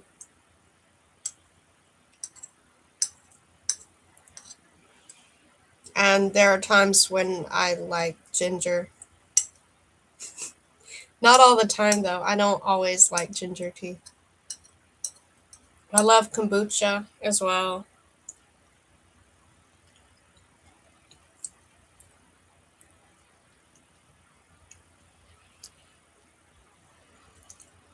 I'm sorry, I'm eating right now, so I'm sitting down to eat.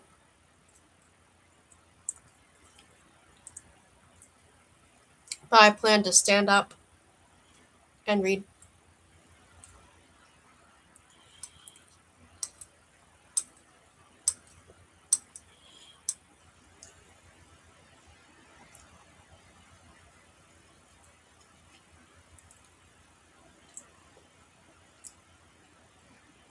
So it's just easier to keep my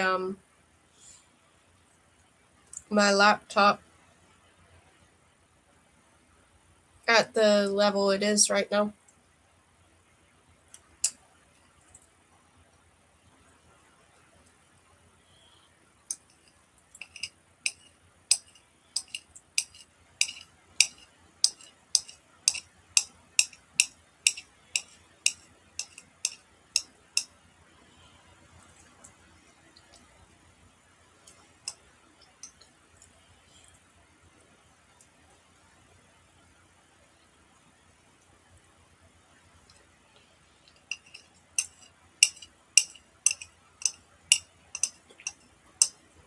So you'll see my face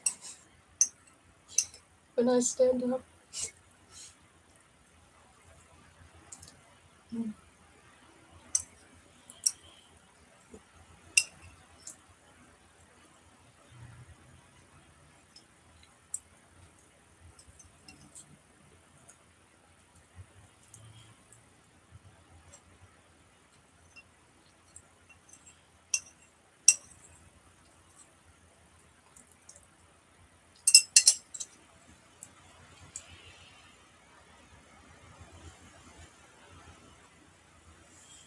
I liked the peanut butter with that because it almost kind of made it like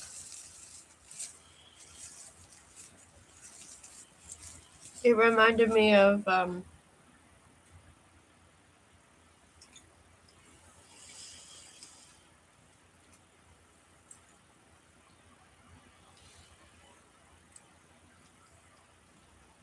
those no bake peanut butter cookies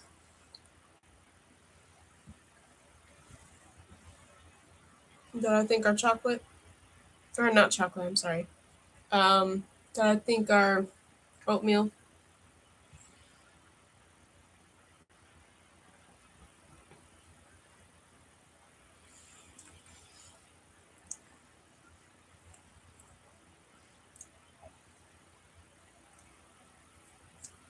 I would love to make that sometime.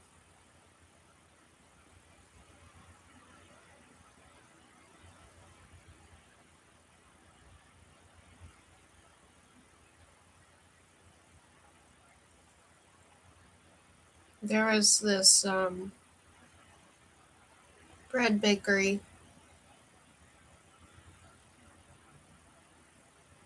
that sold some,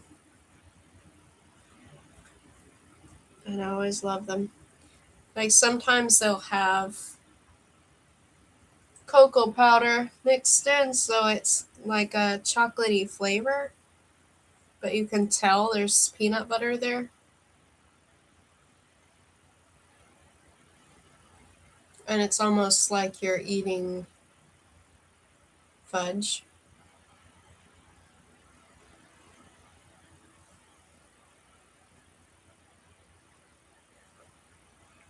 Very nice and chewy. I've been writing since about 2007. Although I loved writing when I was younger than that. It's just that for a very long time, I didn't have any. I didn't have any ideas for an actual story that um, would be something that would follow me into adulthood until 2007. And I had so many ideas for that, and it took me 4 years to write it. So from 2007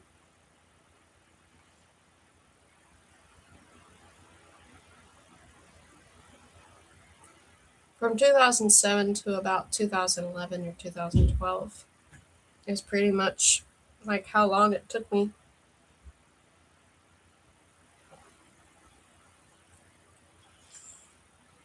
to write the book that I ended up publishing later on as my first book.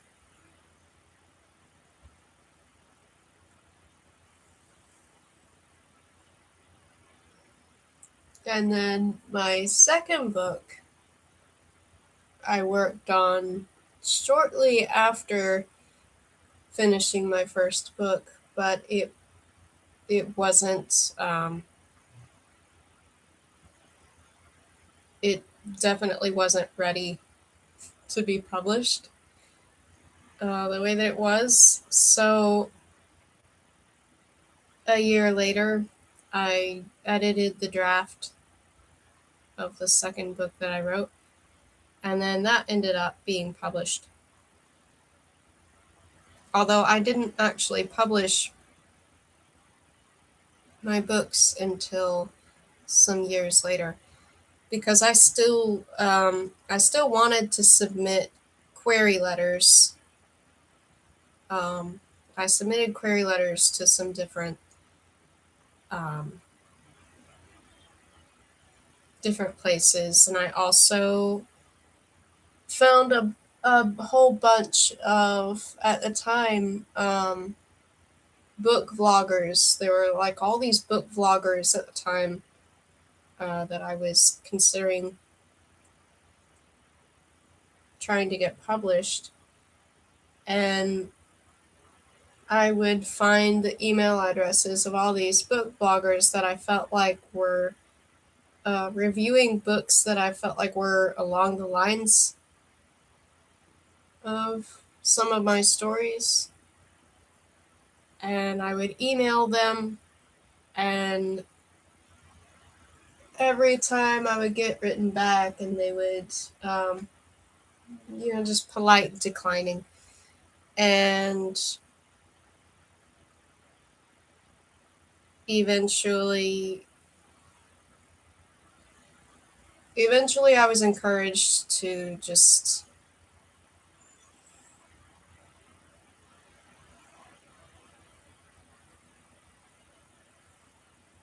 like use the internet to teach me basically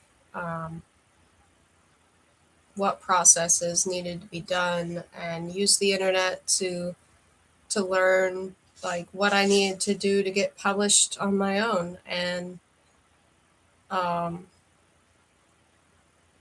and so I learned how to get published. I also checked out a book from the library at one point um, that was very beneficial with editing some of my earlier books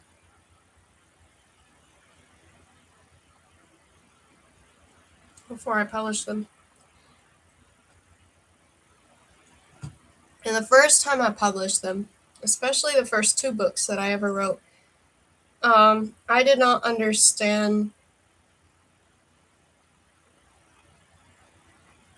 I didn't understand about using the right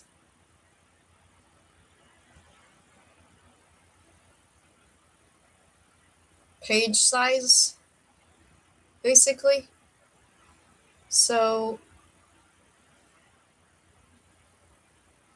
my first proofs that I got are letter format sized. So I had to unpublish those, and then I had to, or at least keep them as draft, and then change it so that it would be the correct size in the document itself, and then resubmit, and then publish. Um, and I would say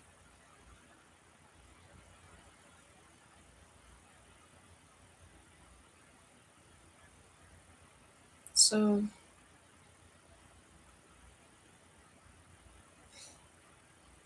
That was around 2016 that I actually submitted them. So by 2016, the books that I ended up submitting for publication were in the correct order.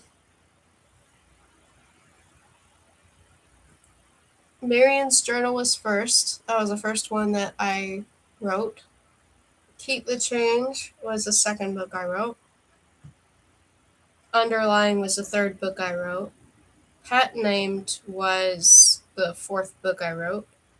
I think I had already collected some short stories and poems, and I published that, I think, afterwards. And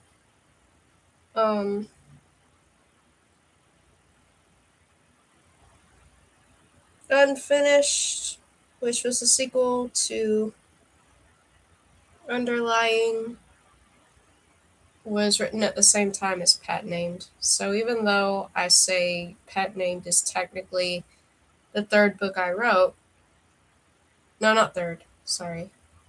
Technically the fourth book I wrote, Unfinished is basically the fifth book I wrote, but like right at the like they were finished like nearly the same time.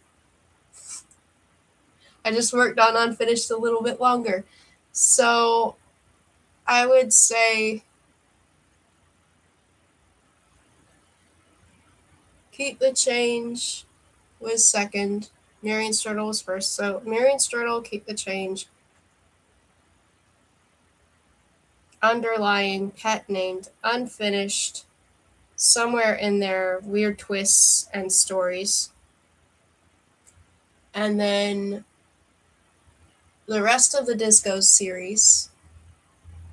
And then after the Disco series, I went through this odd kind of writer's block where it felt like I didn't know if I could get interested ever again in like writing all new characters from scratch, like having some other story that involved an entire new thing.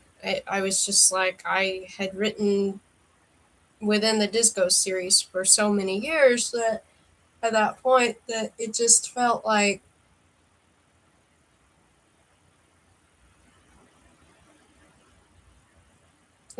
I couldn't creatively come up with new characters. And so for a while I was really bummed about that because I didn't know if I could. And then I remembered a story that I had written. It was just a short story at the time. And then my favorite artist on Instagram posted a picture of a clown at the beach, and it just reminded me so much of that short story and the things I wanted to do with that short story. And then I got some other ideas, and a friend of mine at the time suggested that I combine ideas into one, and it turned out to be really good advice. So that turned into the story Nice, which has multiple points of view, and um, and it was just so fun writing that way and writing the different characters and everything. And I think it was after Nice.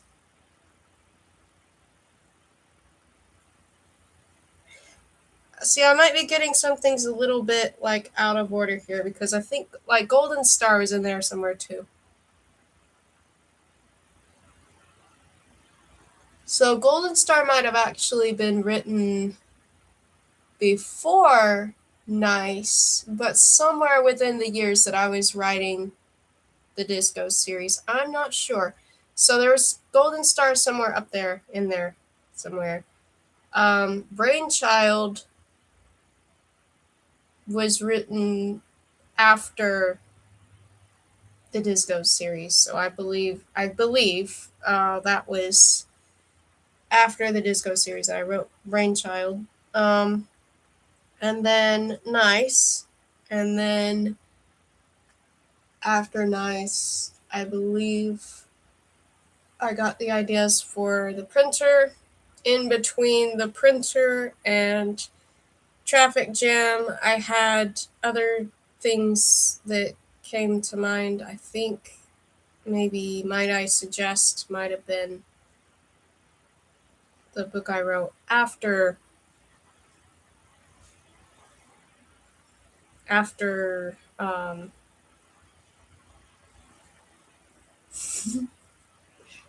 the printer,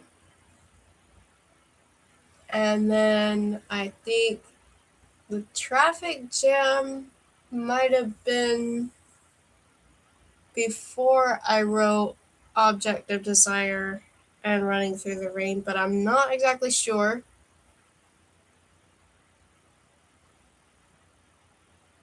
Or was it? See, it sometimes just kind of like gets hard to remember for me. Um, The Lady is the Tiger was also a collection, the same way that Weird Twists, Short Stories and Poems was a collection of some different short works. Weird Twists was mostly, I would say, like there were some poems, there were some things in there that were basically short fiction. Um, the Lady is a Tiger was more themed, and so it had some of the things that I'd written that hadn't been long enough to publish on their own. So it had the Bouquet of Women. It, I think, included Brainchild, which is also that's too short to be published on its own. The Bouquet of Women is as well. So I think The Lady is a Tiger has those two. I think it might also have another short story, but I'm not sure about that. I don't remember exactly. I know it has The Bouquet of Women and Brainchild in it, and it does have a poem. Um, and then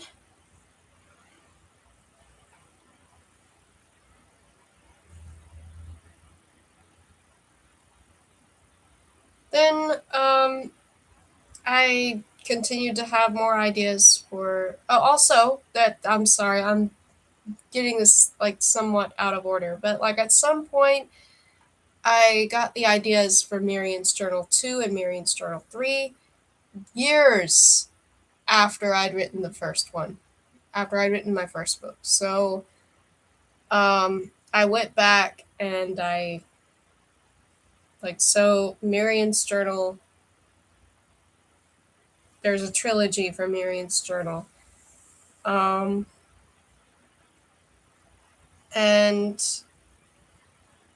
also, the printer was just going to be one book as well. And then I had the idea of the traffic jam, and later I had the idea for the planner. So that became a trilogy.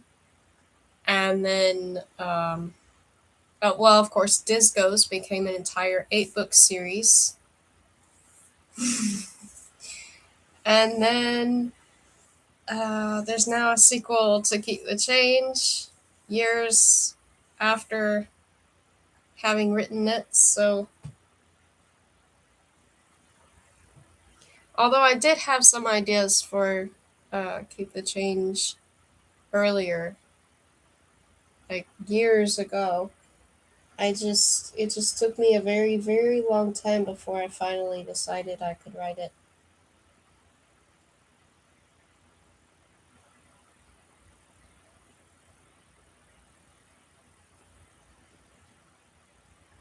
There were things I was uncertain about. And eventually, the things that I just didn't feel like fit, I was just able to not write into the story and just found ways around having those things that I wasn't sure about.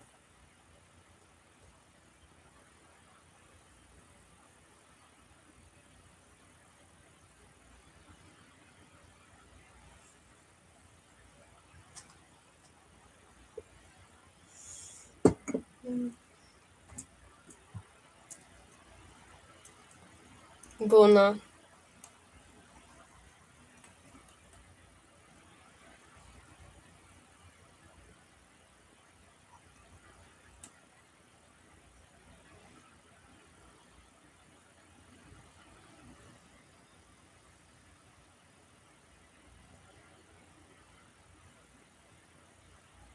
That's really cool. That's awesome.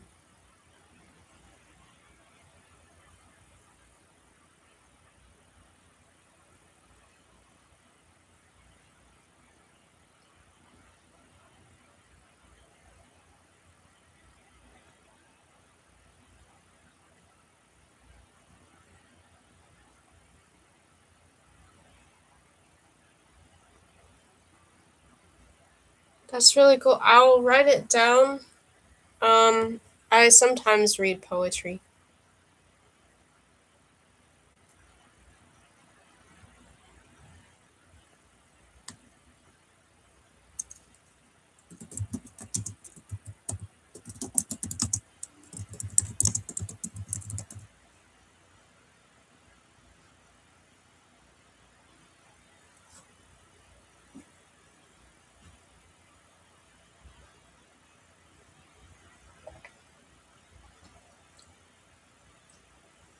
Ce faci?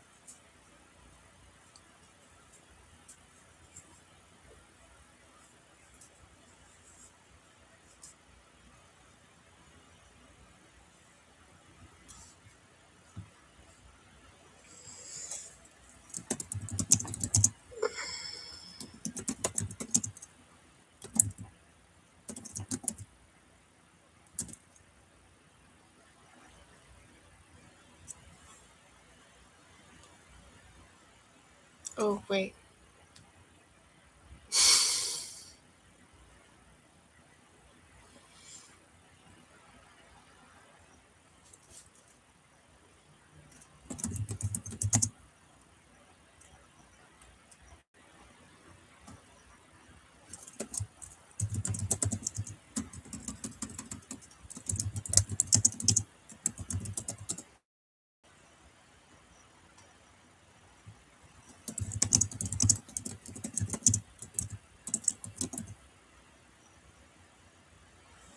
Oh, okay.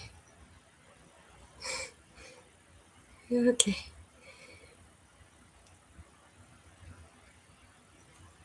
Hmm.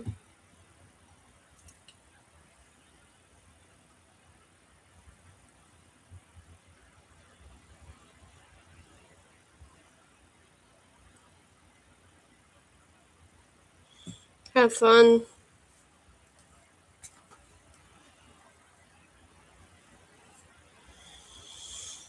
I'm going to read some more. The Works Progress Administration, led by Harry Hopkins, was among the most prodigious and lasting achievements of Roosevelt's New Deal. Its rationale was to replace relief handouts with jobs, allowing the unemployed to regain national and self-respect. WPA workers were paid as employees, not as relief clients. Even today, the products of their labor continue to surround us. During the WPA's 7-year lifespan, its workers built, repaired, and improved 650,000 miles of roads, 124,000 bridges, 39,000 schools, 85,000 public buildings, 950 airports, 8,000 parks, 40,000 miles of sewer and water lines. WPA funded artists and writers, performed 225,000 concerts, and produced 475.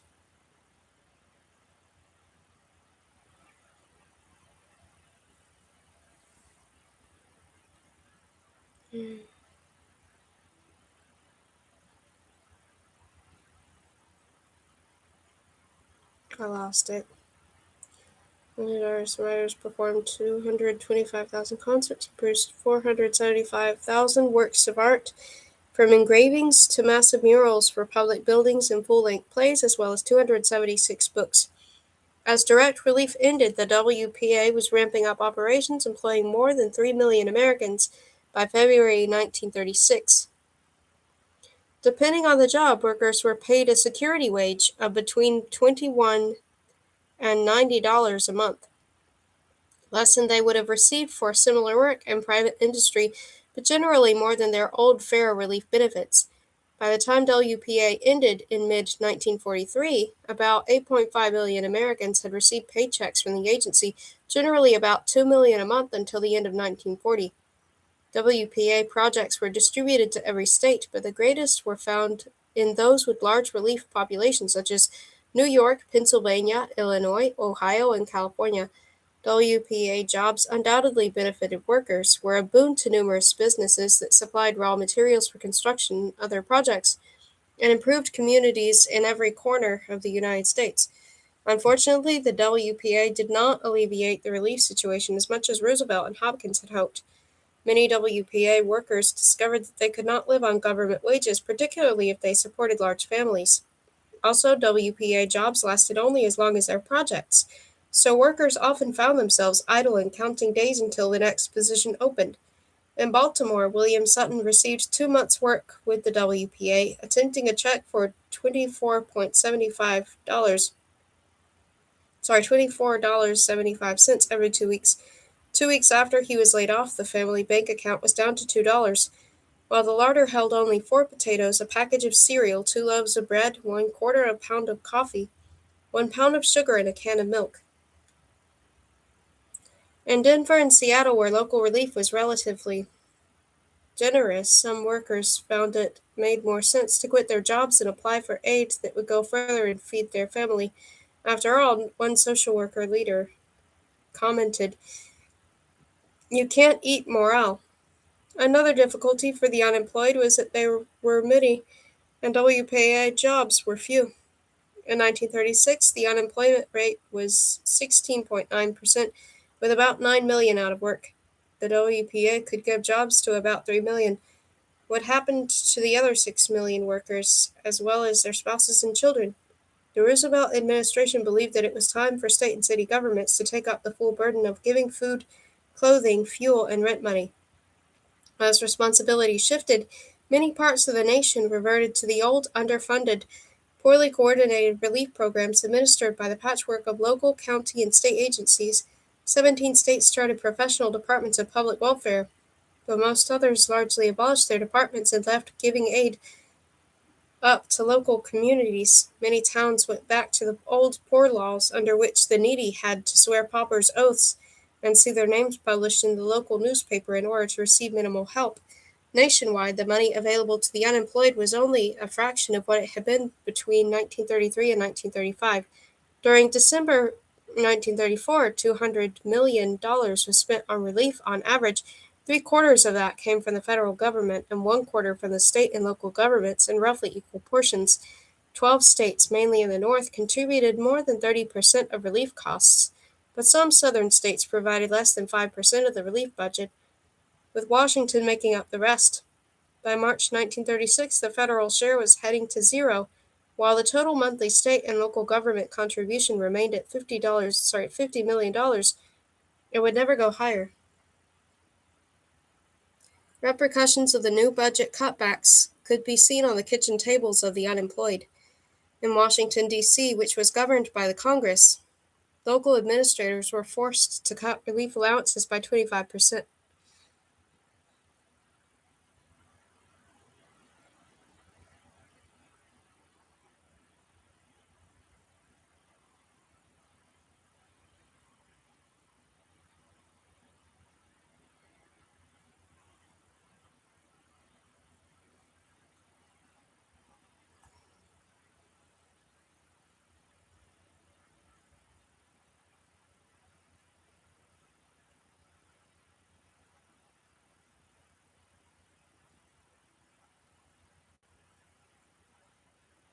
I don't know if I. Okay, the unemployment rate was 16.9%, with about 9 million out of work. WPA could give jobs to about 3 million. What happened to the other 6 million workers, as well as their spouses and children? The Roosevelt administration believed that it was time for state and city governments to take up full burden of giving food, clothing, fuel, and rent money. As responsibility shifted, many parts of the nation reverted to the old, underfunded, poorly coordinated relief programs administered by the patchwork of local, county, and state agencies. 17 states started professional departments of public welfare, but most others largely abolished their departments and left giving aid up to local communities. Many towns went back to the old poor laws under which the needy had to swear pauper's oath and see their names published in the local newspaper in order to receive minimal help. I'm sorry, it's just that I had lost where I was on the page. Nationwide, the money available to the underemployed was only a fraction of what it had been between 1933 and 1935.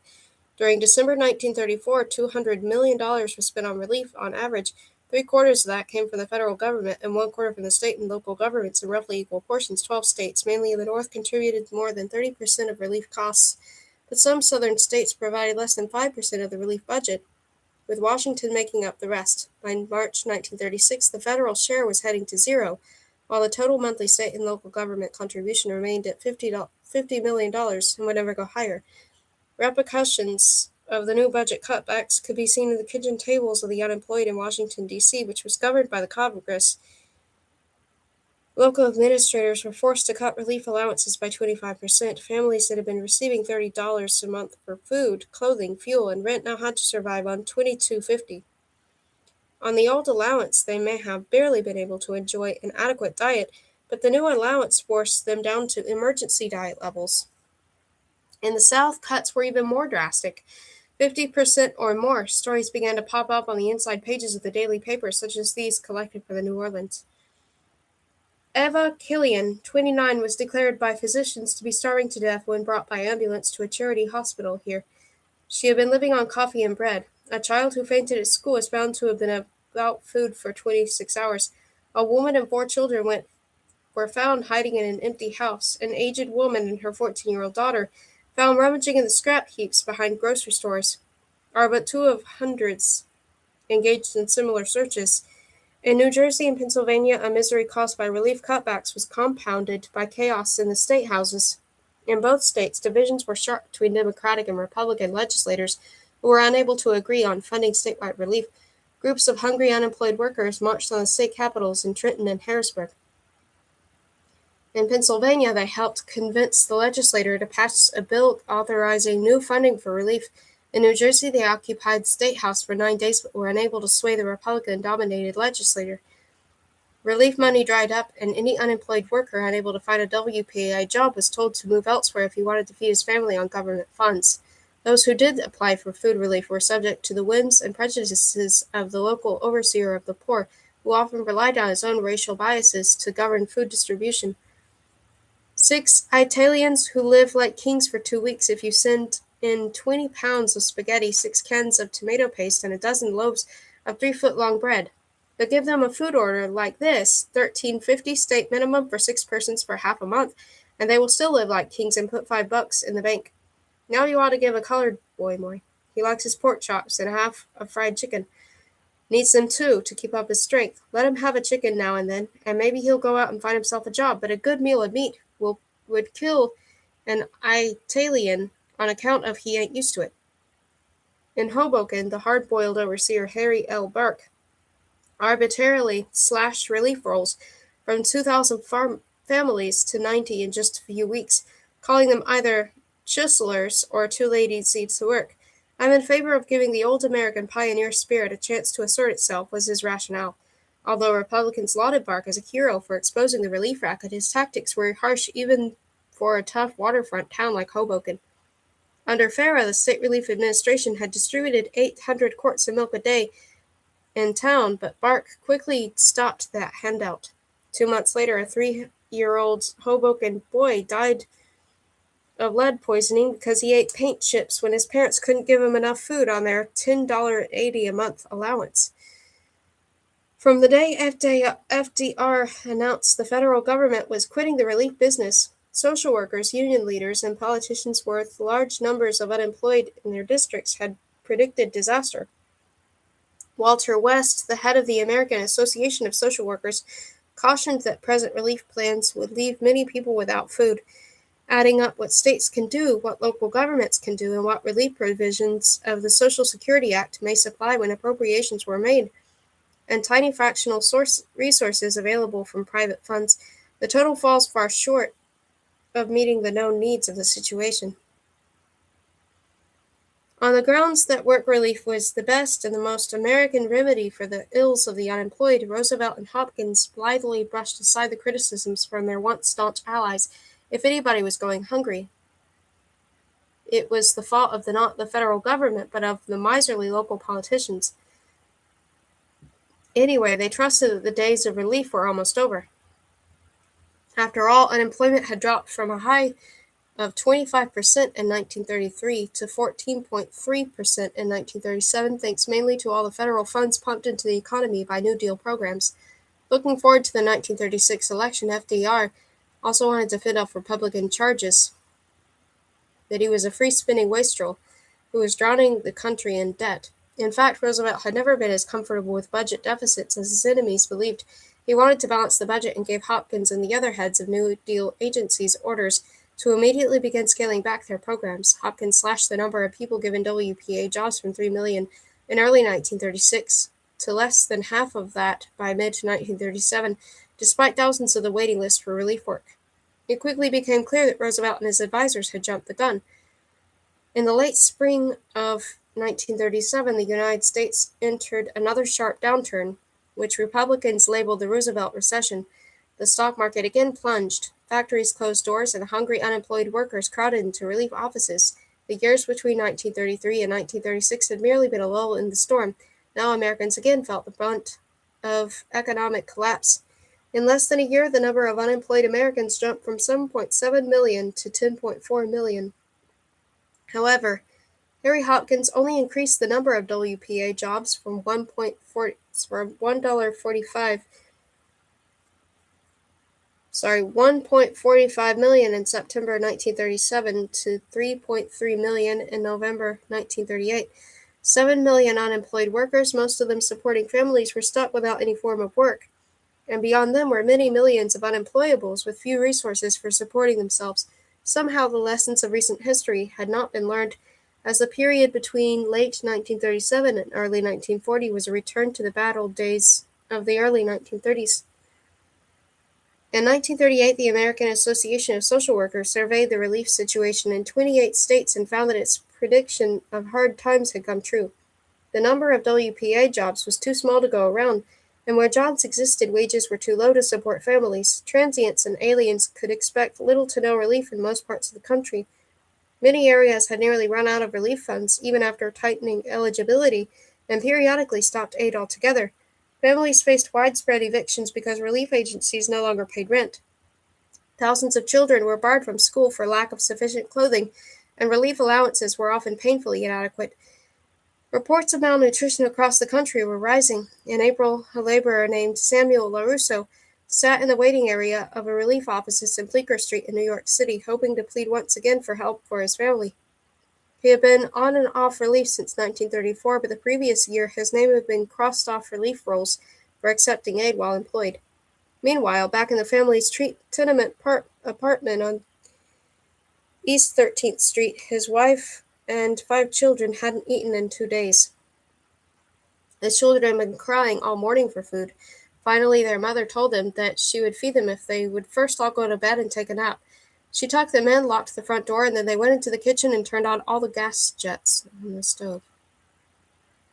Within minutes, all of them were unconscious, except for the oldest boy, who staggered to the door and hammered weakly on it until a neighbor heard the noise and smelled the gas. She ran to get a policeman, who broke down the door and called an ambulance. The ambulance crew managed to revive them all, and doctors at Bellevue Hospital later said they believed they would survive, but their story was symptomatic of a larger desperation. White-collar families suffered from hunger as well. John Devlin, an unemployed accountant, and his wife were down to 3 or 4 pieces of stale bread and 2 onions to feed their 2 school-aged children. They decided to apply for relief for the first time. After enduring the humiliation of the social worker's interview, they received an emergency relief check for $5.90. I was incredulous. $5.90 for 4 people? 3 weeks later, after a home visit from an investigator, they received their first biweekly relief check of $14.20 to cover food, gas, and electricity. We had trouble learning to live within the food allowance allotted us. We learned it meant oleomargarine instead of butter. It meant 1 quart of milk a day for the children instead of 3. It meant meat only twice a week, Wednesdays and Sundays. It meant a huge quantity of bulky, inexpensive vegetables, but somehow we managed. It was only after nearly 3 weeks had passed that I noticed Joan was thinner. I didn't say anything at first, but stood on the bathroom scales. In 3 weeks I'd lost a little over 6 pounds. Concerned about his wife's health, Devlin took her to see the family doctor. After questioning both of them, the doctor handed over a prescription to give to the relief agency. Outside, the couple unfolded the note and read, "Mr. and Miss Devlin are suffering from malnutrition and are in need of a diet high in carbohydrates with an abundance of fruits." The relief crisis snowballed through the first months of 1938 as factories, textile mills, and mines shut down. The federal government paid cotton and wheat farmers to mechanize their planting and harvest without work. Sharecroppers fled to California or northern industrial cities. The situation was particularly dire in Cleveland and Chicago, the largest cities in the 2 states sharply divided between rural and urban populations. In both Ohio and Illinois, the state legislatures were controlled by Republican governors and farm country legislators who had little sympathy with the city's largely Democratic, unionized, and immigrant population. In mid-May, local relief authorities in both cities ran out of money to feed, clothe, and shelter their unemployed. In Chicago, some 93,000 unemployed workers, most supporting families, saw their direct relief vanish, while in Cleveland the number was about 87,000. Hungry families crowded relief stations clamoring for food. A photograph that ran in dozens of newspapers across the country showed men on a Cleveland street corner emptying bags filled with potatoes into a big pile. One man used a shovel to dump rations of potatoes into whatever container the unemployed managed to bring. Hundreds of grim-faced men, women, and children in shabby coats and hats stood in line, holding boxes or pulling toy wagons that would carry the handout. One man said that he had sold his canary for $5 to buy food, and now that the money was gone, "I'm going to get something to eat," he said, or know the reason why. "I'm going down to City Hall with a gun." Don't get yourself in any trouble, a woman in the crowd replied. There's a lot of grocery stores. Just go in and help yourself. Roosevelt and his aides kept a close watch on conditions. In Chicago, Cleveland, and other cities, the president's initial policy was to do nothing and stay in the course and hope that the economy would turn around. His top advisers, meanwhile, agreed that something must be done, but were sharply divided over what course to take. The Hopkins faction believed that a moderate increase in relief spending was in order, but all of that money should go to work relief, not direct relief.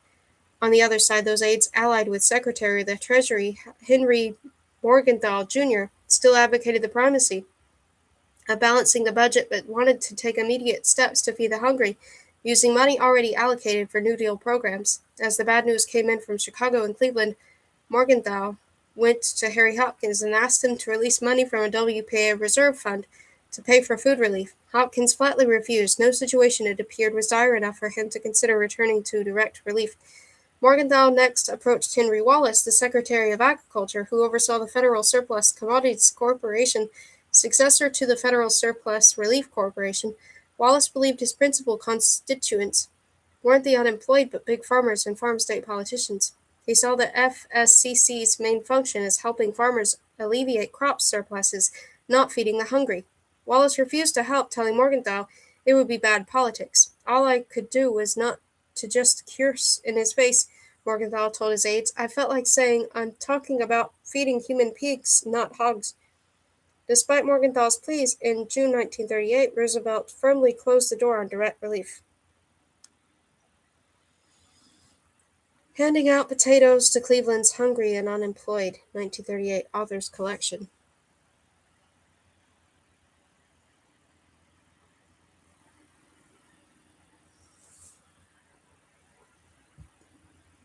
Instead, following Hopkins' recommendations, he asked Congress for emergency appropriations to aid those New Deal programs consistent with his favorite policies of work and farm relief.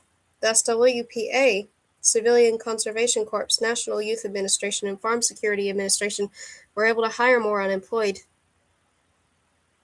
Larger numbers of the WPA jobs helped in some Cleveland and Chicago, but the number of unemployed was always greater than available jobs. The FSCC also increased its distribution of relief food, but only in farmers, not the hungry, were the primary beneficiaries. What Morgenthau had hoped for was enough food to give the unemployed something approaching the holy grail of an adequate diet. They had received close to that in the early Pharaoh days, when the relief boxes contained canned beef, salt pork, flour, butter, potatoes, tomatoes, cereal, cheese, and lard. Unfortunately, in 1938, beef, pork, flour, butter, and cheese were not being overproduced, and Wallace refused to purchase any food that was not in surplus. When the FSCC reluctantly released more food to feed Cleveland's hungry, handouts were limited to potatoes, cabbages, and butter. Chicago relief boxes contained dried beans, rice, cabbage, butter, prunes, celery, and oranges. Grapefruit was another common relief commodity. In fact, so much grapefruit that people didn't know what to do with it. Serving suggestions for grapefruit began to appear in newspapers around the country, like this one from the Atlanta Constitution.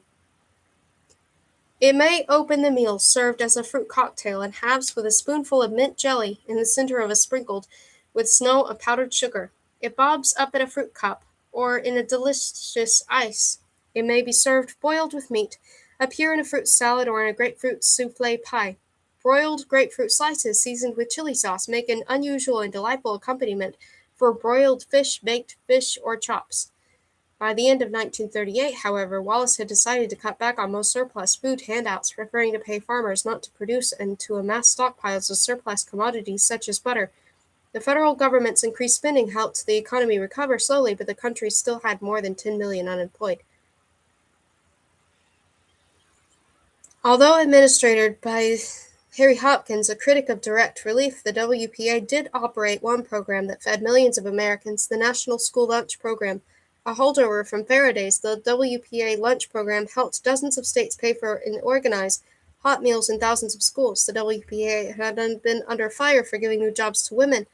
The school program allowed it to hire thousands of women whose only work experience had been as housewives. In the fall of 1937, however, Hopkins cut back on the hot lunch funds along with the rest of the WPA program, leaving the financing up to local communities. This was not always successful, as community leaders in Washington, D.C. discovered after they organized a gala velvet ball to raise money for the school lunches that was so poorly organized that it lost rather than earned money. At the same time, the economy deteriorated, in many cases hitting children harder than their parents. Under pressure from Morgenthau and social work organizations, Harry Hopkins ordered the resumption of school lunch funding as a part of an ambitious program to support students' health so that it included doctor's visits, immunizations, and free eyeglasses. Between 1937 and 1939, the number of schools participating jumped from 3,839 to 14,075, covering almost 900,000 students.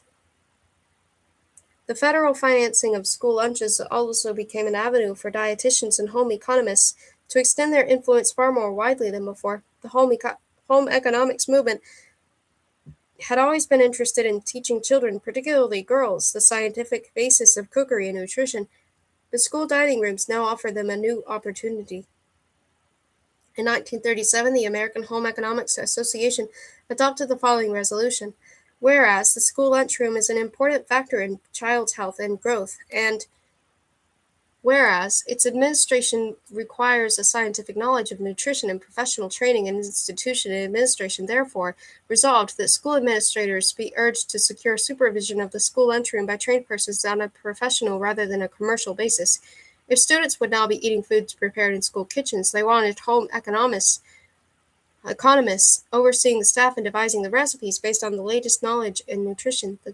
They convinced hundreds of schools across the country to hire their own dietitians, home economists, while many others relied on nutrition and menu advice from home economists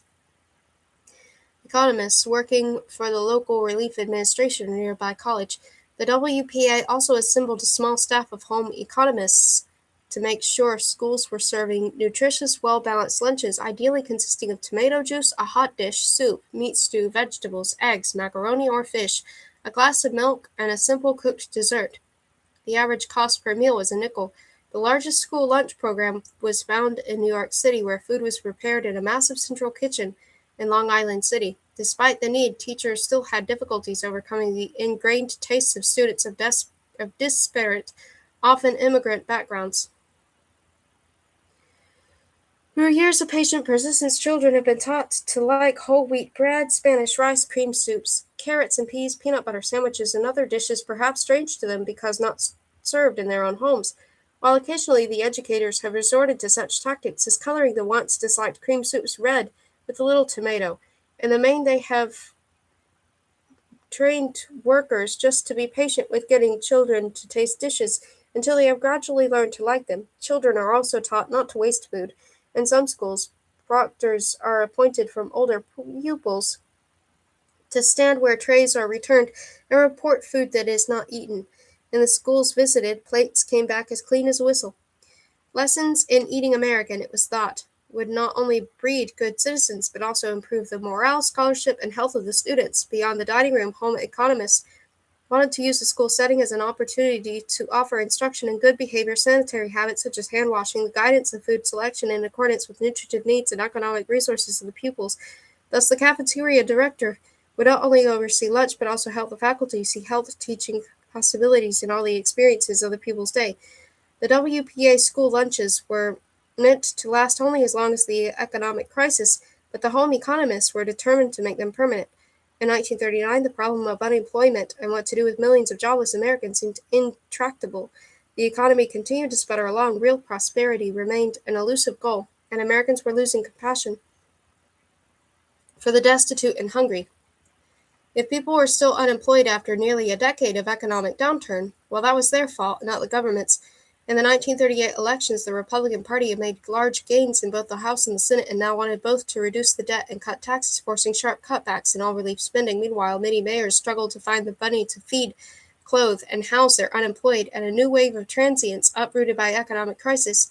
In many areas, the early New Deal benchmarks for adequate relief had been thrown out of the window.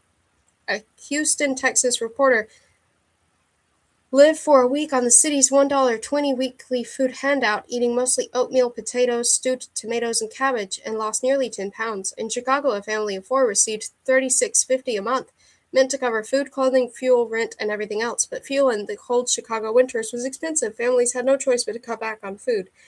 In Ohio, the governor again refused to give aid to Cleveland, which ran out of money for nearly a month, called the Hunger Weeks at the end of 1939.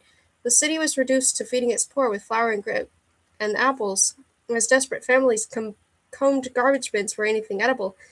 Adults lost as much as 15 pounds while children had to stay home, too weak from hunger to attend school. Doctors saw a jump in cases of pneumonia, influenza, pleurisy, tuberculosis, heart disease, suicide attempts, and mental breakdowns. A city nutritionist said that Cleveland would be paying off years from now for sickness originating during the present relief crisis.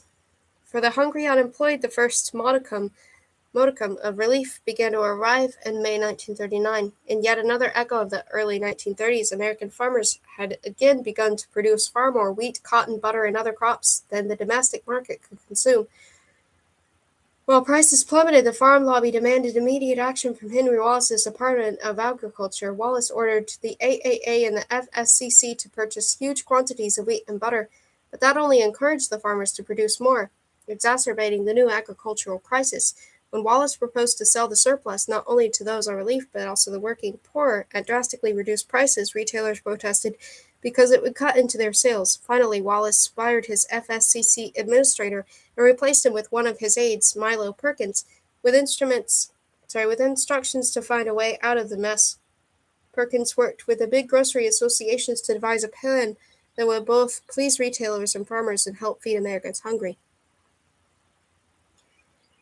On May 16, the FSCC's food stamp plan was inaugurated in Rochester, New York, a representative city with about 14,000 on relief. 1,500 unemployed citizens received their relief payments and then were given the opportunity to use that money to buy the nation's first food stamps, which were adorned with a portrait of Miss Liberty, called by some Surplus Sal.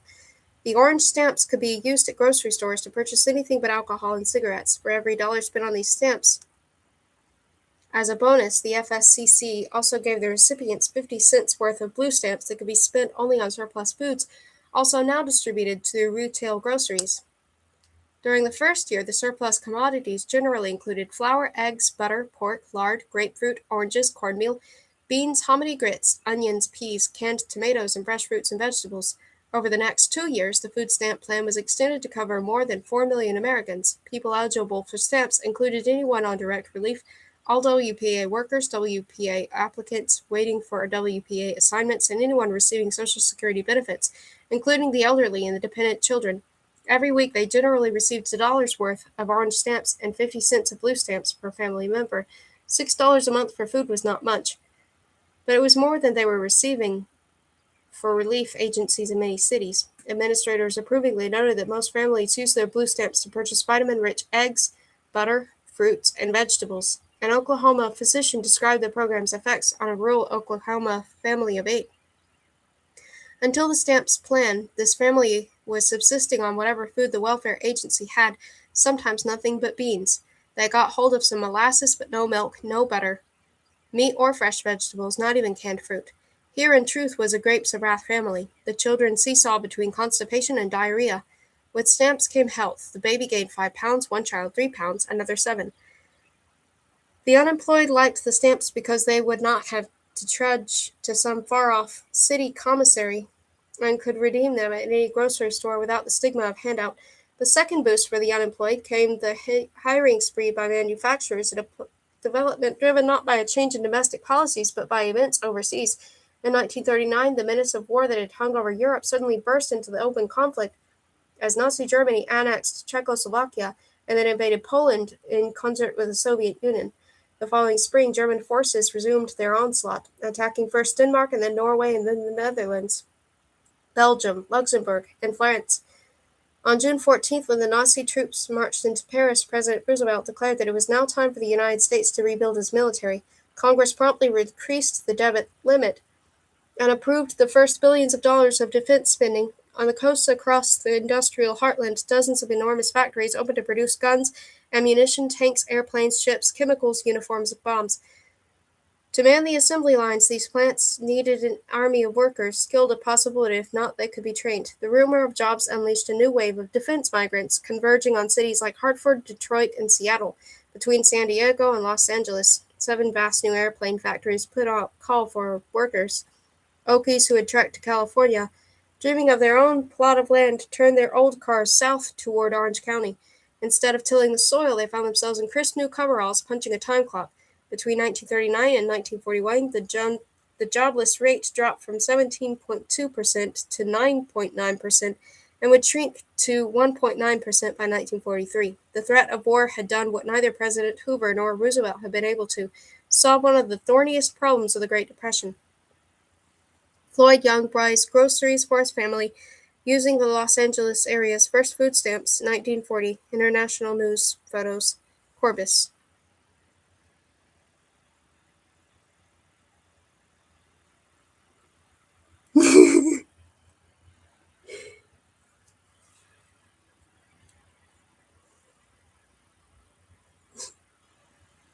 I forgot about that line for a moment. Yeah. Yeah, actually that's a good point. I mean, hmm, that's true. I mean,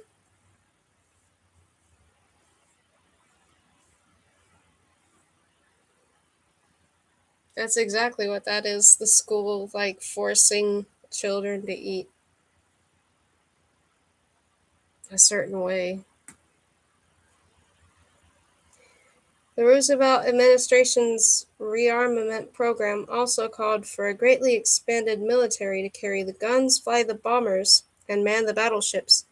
In September 1940, Congress passed the Selective Service Act, the nation's first peacetime draft. 2 months later, the first conscripts lined up at the induction centers, where doctors examined them to see if they were fit enough to become American fighting men. Government health experts remembered the debacle of 1917 when large numbers of draftees had failed their health examinations, but confidently predicted that 1940 would be different. Draftees would be taller and stronger, with good teeth and eyes and clear lungs. They expected perhaps 2% to be found unfit. They were shocked, however, when they tallied the figures. More than 500,000 draftees were examined, and 43% of them had failed. The culprits were poor teeth, bad vision, heart disease, syphilis, tuberculosis, and low body weight.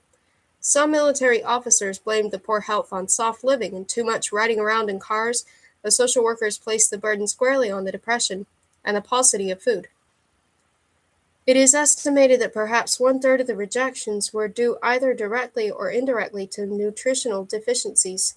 The high rate of selective service rejections for physical disability points not only to widespread undernourishment, but also to other serious gaps in health protection. While exact figures are lacking, it is clear that many of these young men could have passed their physical examinations if their defects had been cared for while they were growing up. Free school lunches for children from underprivileged families, low-cost milk schemes, and the food stamp system for distributing so-called surplus foods have been tried out and have been proved of great practical value, but none of these methods is as yet reaching all the needy people to whom this kind of food would mean added health and strength. In a second flashback to the Great War, reports had begun to arrive from Belgium, Poland, Finland, and other nations that starvation was again widespread across Europe. One country repeatedly untouched by food shortages was Germany. If the German papers were to be believed, the Nazi army was efficient, tireless, and exceptionally well fed. American food experts worried that the Nazis had formulated some nutritional supplement, a magical Buck Rogers pill, to energize their fighting men. Determined not to falter on the nutrition front,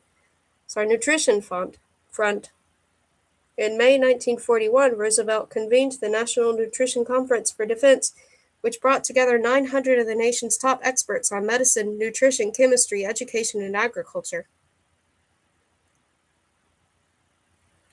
At least a quarter of them were home economists. The president's letter to the delegates, read at the opening of the conference, communicated the urgency of the situation. Fighting men of our armed forces, workers in industry, the families of these workers, every man and woman in America, must have nourishing food. If people are undernourished, they cannot be efficient in producing what we need in our unified drive for dynamic strength. In recent years, scientists have made outstanding discoveries as to the amounts and kinds of foods needed for maximum vigor. Yet every survey of nutrition, by whatever means conducted, showed that here in the United States, undernourishment is widespread and serious. We do not lack and we will not lack the means of producing food in abundance and variety. Our task is to translate this abundance into reality for every American family. Held at a Washington hotel, the 3-day conference included speeches by the Surgeon General, Eleanor Roosevelt, and leading nutrition and home economics experts like Henry Sherman, Elmer McCollum, Lacey Gillette, and Hazel Stibling. All acknowledged that the country was doing a poor job of feeding its people. America's farmers produced more than enough food, but too many people were too poor to buy it in sufficient quantities or lacked the knowledge to choose the healthiest kinds of foods. The result was that one health expert was brash enough to define as starvation. Call it malnutrition, call it undernourishment, call it dietary deficiency, or what you will. When men, women, and children fail to eat the foods that give them full life and vigor, they are in fact starving. Following the conference, delegates presented Roosevelt with a long list of recommendations, including expansion of the school's lunch and food stamp programs. At the heart of their proposal, however, was nutrition education.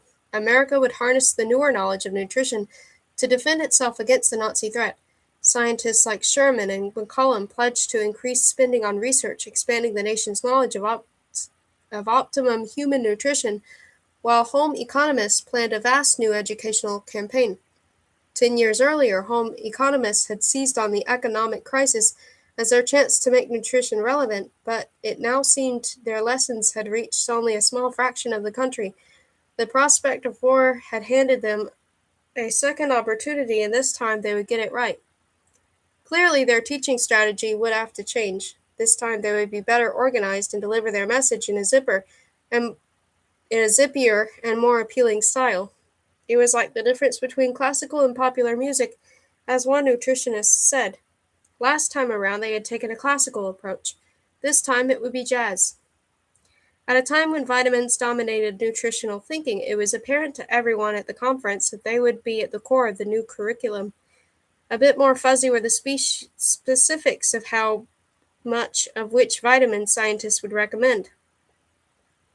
The goal was a nutritional gold standard in the form of a simple vitamin chart that anyone could understand. The night before the conference started, 3 women met in a Washington hotel room: the Bureau of Home Economists, Hazel Stibling, Lydia Roberts, the chairwoman of the University of Chicago Home Economics Department, and Helen Mitchell, a government nutrition scientist. Together they pored over the most current research.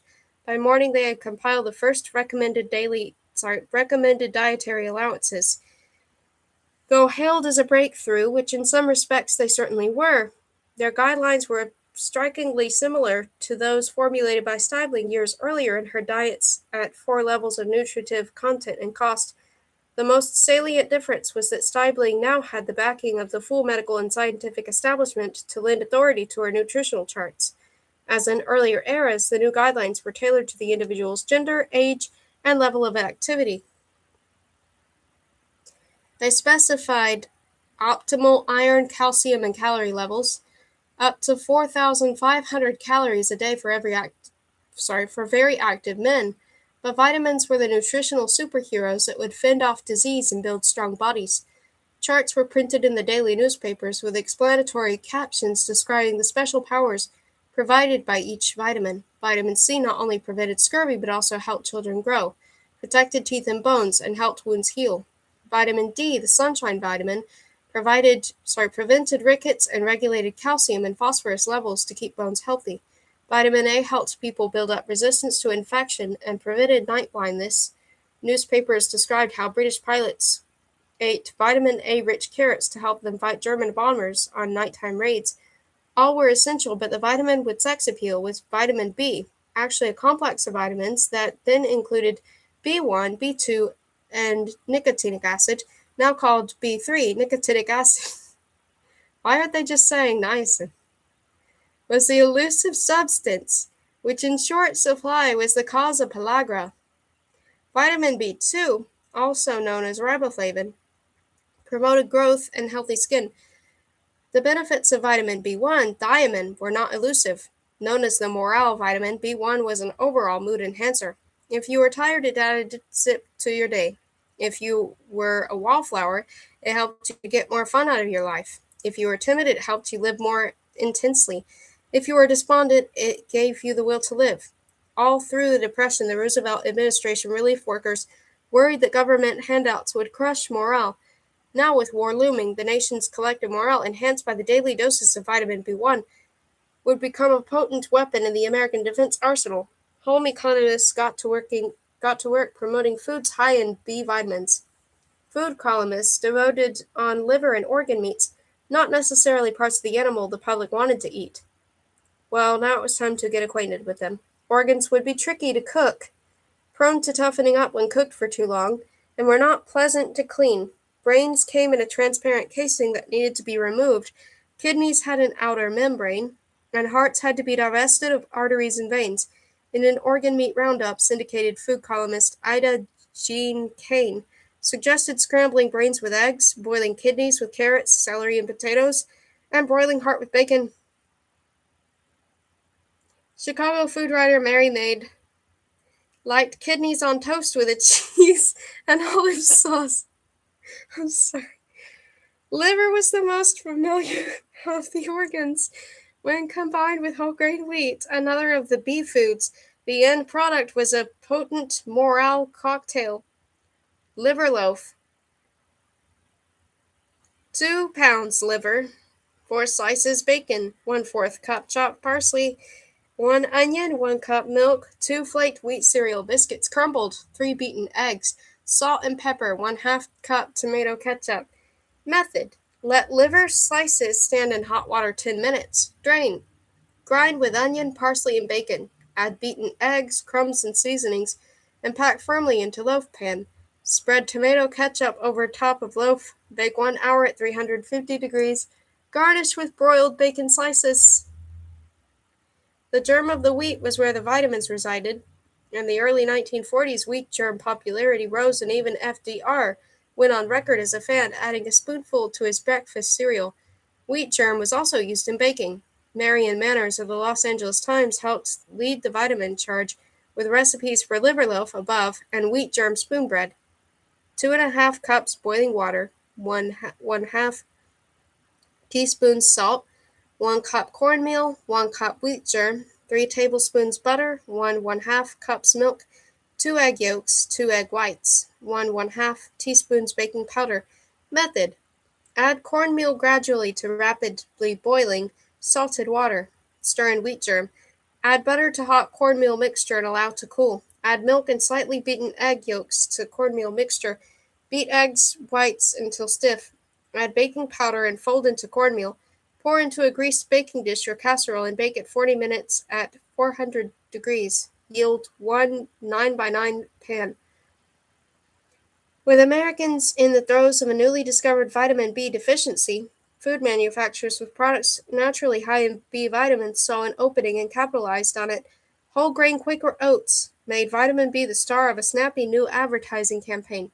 I eat Quaker Oats for that wonderful extra energy spark plug.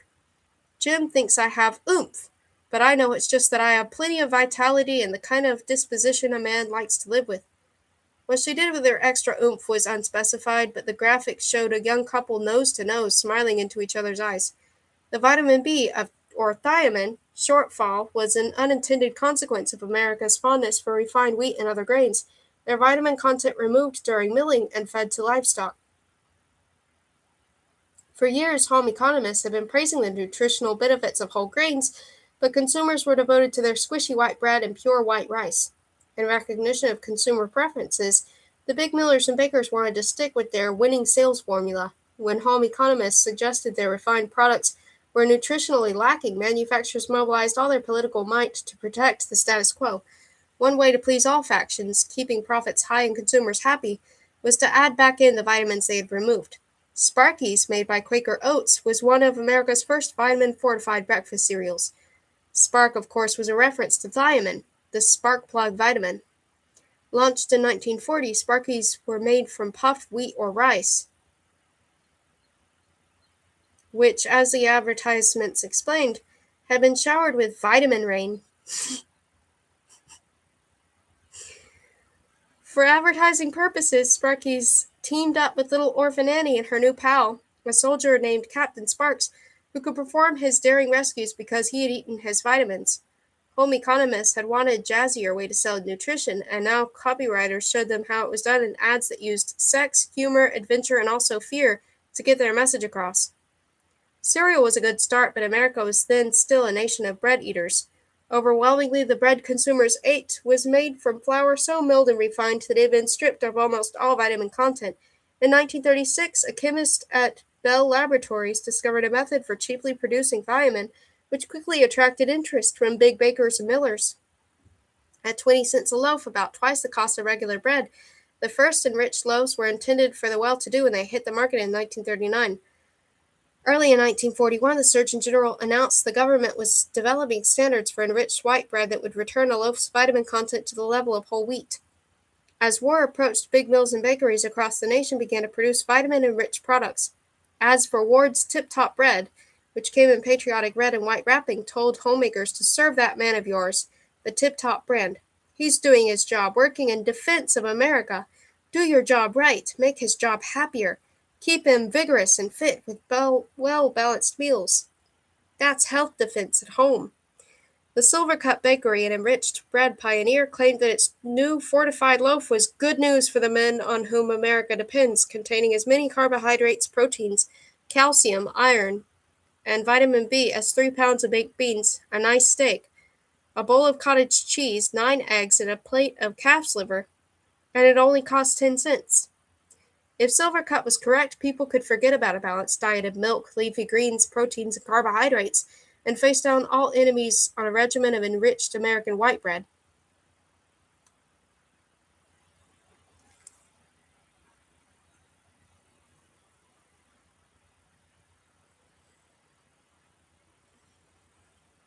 Mm-hmm.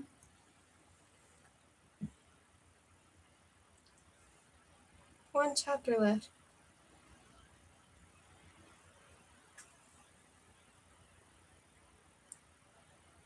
But I might get my breath and just wait a little bit.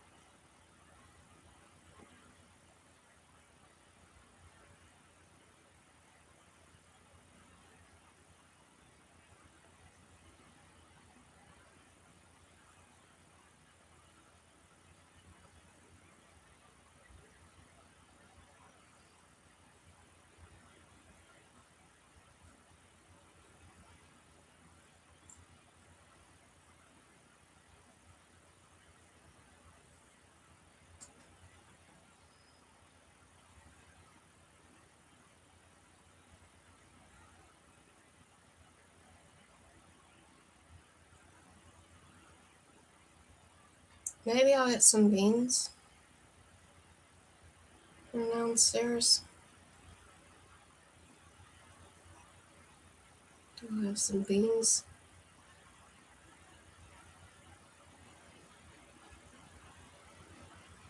That'll be nice.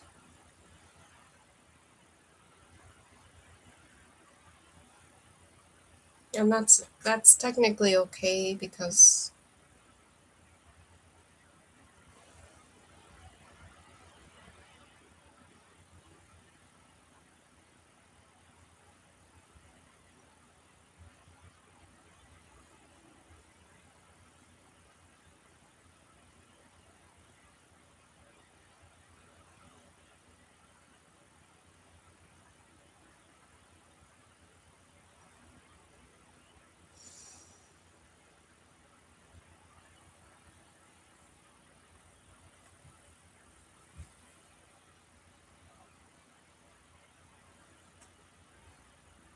I don't know where I was going with that. Anyway, I might get some beans.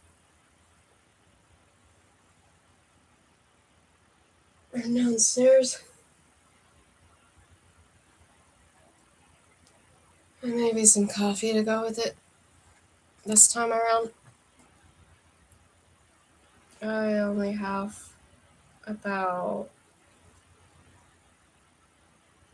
I just have 20 something pages left. Not much. Not much. So I can just get some beans and some coffee. Beans and coffee.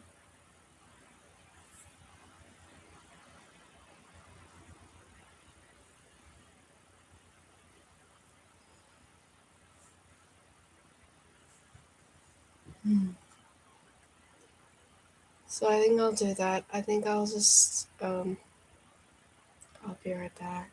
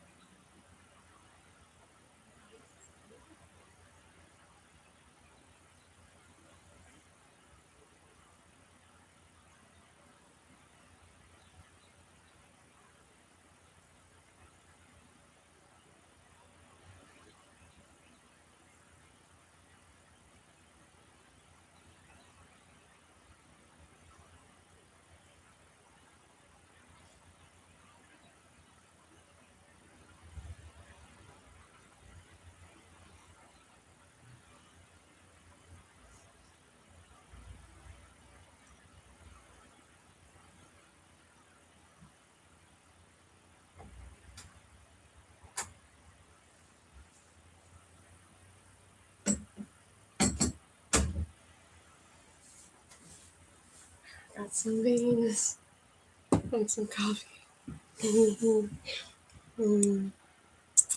Beans. They are from a can. And they are vegetarian refried beans.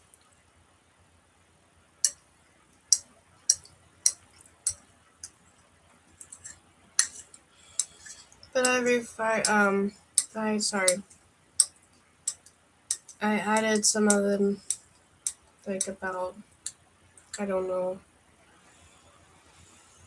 I would say maybe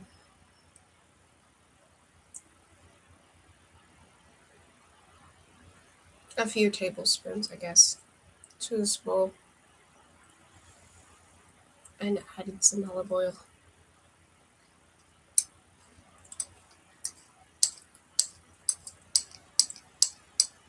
And heated it up in the microwave.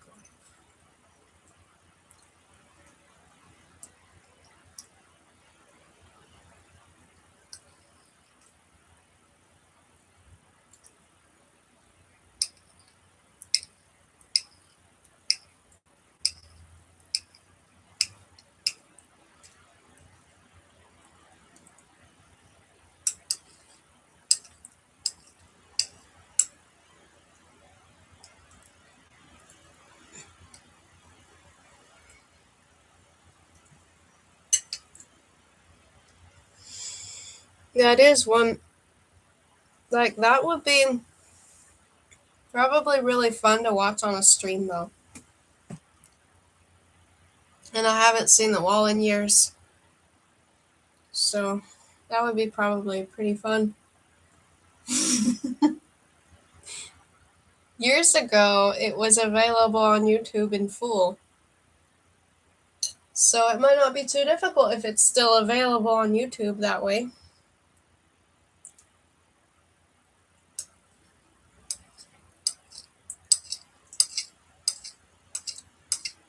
Although technically, what am I even thinking?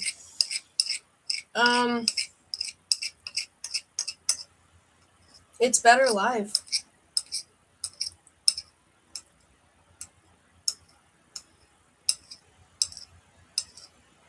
I like those, the YouTube, like, concert recordings people have done where they show it where it's projected onto the, I think they're foam bricks or something. Or maybe fabric wrapped around metal something.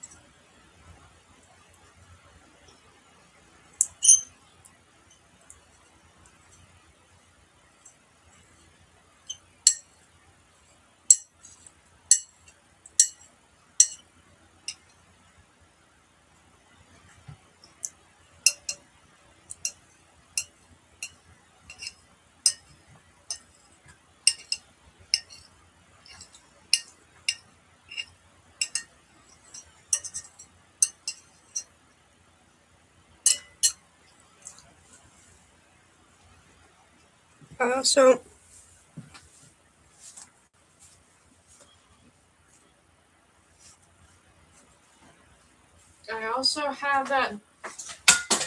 My goodness. That's actually okay. That's just a teeth whitening pin. It's just a teeth whitening pin.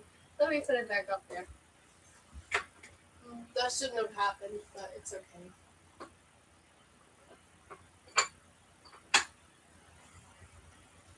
I forget I have this sometimes. So we could just watch that sometime. I don't know why I never mention it. I watched it one time with my mom. Ew,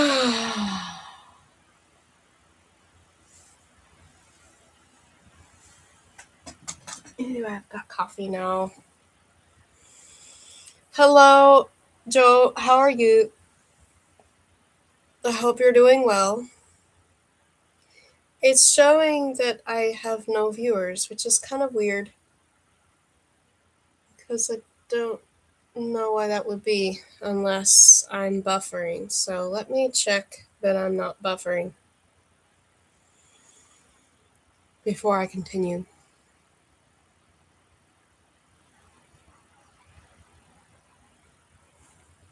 I hope I'm not buffering. Let's find out.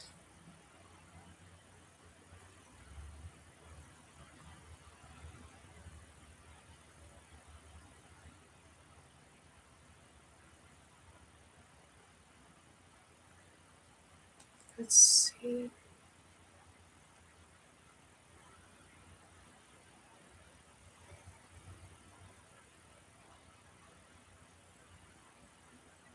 Is this buffering? Let's find out.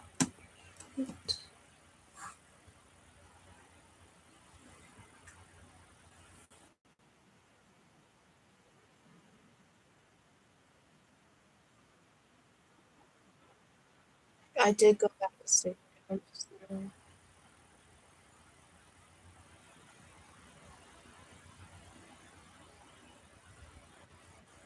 okay, it's not. Well, actually, that's not even live. It's live. Okay, there's a delay, but it's not buffering. That's at least good. Good to see. Good to see it's not buffering. Let me exit out of this. Good. Now I've got my coffee. And there's no smell of coffee. Is it because I was sitting down? I wonder. It probably was. Hmm.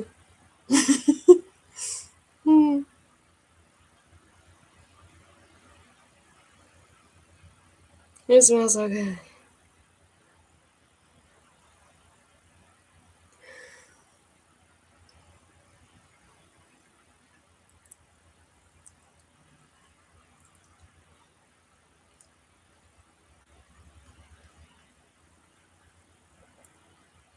I don't usually have 2 cups of coffee in a day. So this is kind of odd. Mm. Usually I stick to 1 cup. But after all these hours of reading, I started to get sleepy, weirdly, so coffee it is. The other stuff I've been having have been um, non caffeinated things, aside from at the beginning. So, about 5 hours ago from now, not from now, 5 hours ago, I had cooled off coffee.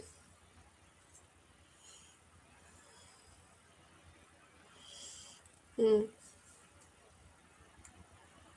mm. And I can use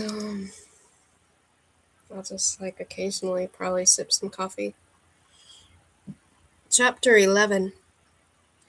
For its roughly 2 million readers, Good Housekeeping offered one escape from the worries of the Great Depression through the Shangri-La of modern domesticity that materialized every month in its pages. Since 1885, Good Housekeeping had been edifying middle-class women with uplifting poetry and prose. In the realm of notification, articles on appropriately feminine subjects such as philanthropy, family, and education likewise cultivated what the publisher referred to as the higher life of the household. For more practical enlightenment, readers could turn to the back of the magazine for lessons on such household arts as sewing, decorating, and meal preparation. Over the decades, culinary instruction and good housekeeping evolved to reflect what was going on in the larger world, whether that meant a story on wheatless muffins during World War I or a 1920s tutorial on salads and decades it food. As the country entered the Depression, however, the clock at good housekeeping seemed to stop. Out of the hundreds of food stories published during the 1930s, only a small fraction were about economizing. In their place, articles with such titles as The Importance of the Centerpiece and How to Prepare Delicious Hors d'oeuvres coached readers on the rigors of hostessing. Satisfying finicky husbands was another frequently visited topic. The magazine's advice: avoid second guessing when feeding one's spouse. It's never bad news for a husband when his wife eagerly interjects as the afternoon bridge players discuss new dishes. Oh, Harry wouldn't like that. Above all, however, the Good Housekeeping mission was appraising female consumers of the latest food products and kitchen appliances, all put through rigorous testing at the Good Housekeeping Institute. The Good Housekeeping Research Station, forerunner to the Institute, was founded in 1900 to help women sort through the growing marketplace of labor-saving devices for home. Women confronted with such novel contraptions as gas ranges and washing machines needed protection against interior goods and false advertising. Good Housekeeping proclaimed itself an impartial judge of the new technology. Before it granted its endorsement, every appliance featured in a magazine was put through its paces, tested not only for sound workmanship, but also to verify that it lived up to the manufacturer's promises. More opportunity for consumer deception waited at the grocery market. As foods that had once been made in the home were increasingly handed over to factories, manufacturers turned to adulteration and misrepresentation to keep prices competitive. Good Housekeeping declared war on dishonest food, rooting out products made with unsafe additives or cheap fillers. In a show of its integrity, only those products that had passed the tester's scrutiny were granted the privilege of becoming advertisers, and all products, national brands only, in keeping with Institute policy, came with a money-back guarantee. A defender of the consuming public, Good Housekeeping was also a friend to the manufacturer. Anointing a product with the Good Housekeeping seal of approval imparted an aura of dependability invaluable to any brand, and products awarded the seal wore it conspicuously on their packaging. More fundamentally, though, the Good Housekeeping philosophy that happiness depended on things stirred a free-floating desire to consume that helped define American culture in the 20th century. Catherine Fisher, director of the Institute during the Depression, was a home economist with a master's degree from Columbia's Teachers College, the same institution attended by Lucy Gillette and other prominent nutrition researchers. The Institute kitchen, located in the New York City headquarters of the Hearst Publishing Empire, measured only 10 by 12 feet, both floors and walls covered in the same blue and gray linoleum. Its size, however, belied its influence. In a decade of accelerated culinary change, the Institute kitchen helped introduce women to a new strain of high-efficiency cooking, built around the packaged and processed foods that advertised the magazine. That included food that came in cans. The first commercially canned foods appeared in the United States around 1820. Canned food really took off, however, during the Civil War, when hand-soldered cans of meat, peas, and condensed milk were supplied to Union soldiers. By the turn of the 20th century, reports of illnesses and even deaths attributed to canned foods have been responsible for nationwide bouts of hysteria. Manufacturers were seen as unscrupulous, condemned for adding harmful preservatives and dyes to their products. In 1906, Pure Food and Drug Act was instrumental in cleaning up the industry and restoring confidence, but consumers still had to contend with a basic lack of product appeal. Canned vegetables were slack and tasteless, while canned meats and seafood were textured and fruits discolored. Finally, canned foods suffered from the popular notion that only lazy housewives would resort to using them. In the 1930s, Good Housekeeping worked hard to reverse that opinion. Housekeepers are sometimes accused of serving meals out of the can, But today this is an outworn accusation, it reassured readers. On the contrary, the housekeeper who served canned foods did right by her family by feeding them the best. Those with doubts needed only to review the modern canning process. Specially bred fruits and vegetables were harvested at the peak of ripeness, this was key, and processed at facilities right on the farms. Thus, foods preserved out of the can, served out of the can, were often fresher and more healthful than so-called fresh products sold by the local greengrocer. Commercial canners were able to assemble the finest ingredients, maintain the highest sanitary standards, and employ master chefs. Really, how could a housewife compete if canned vegetables still fell a wee bit short on flavor, which even good housekeeping had to admit was true?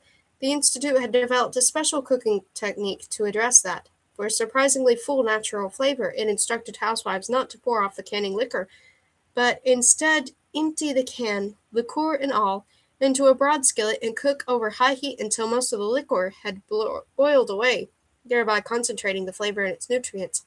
Good housekeeping also dismissed the old-fashioned notion that good cooking required hours at the stove. A Heinz advertisement ran in the magazine both posed and answered the question. Have you believed, as I used to believe, that the measure of a meal's enjoyment is determined by the pains and time involved in its creation? That every extra hour in the kitchen added just so much more gusto to the feast? It is a theory that's somewhat less than cheering.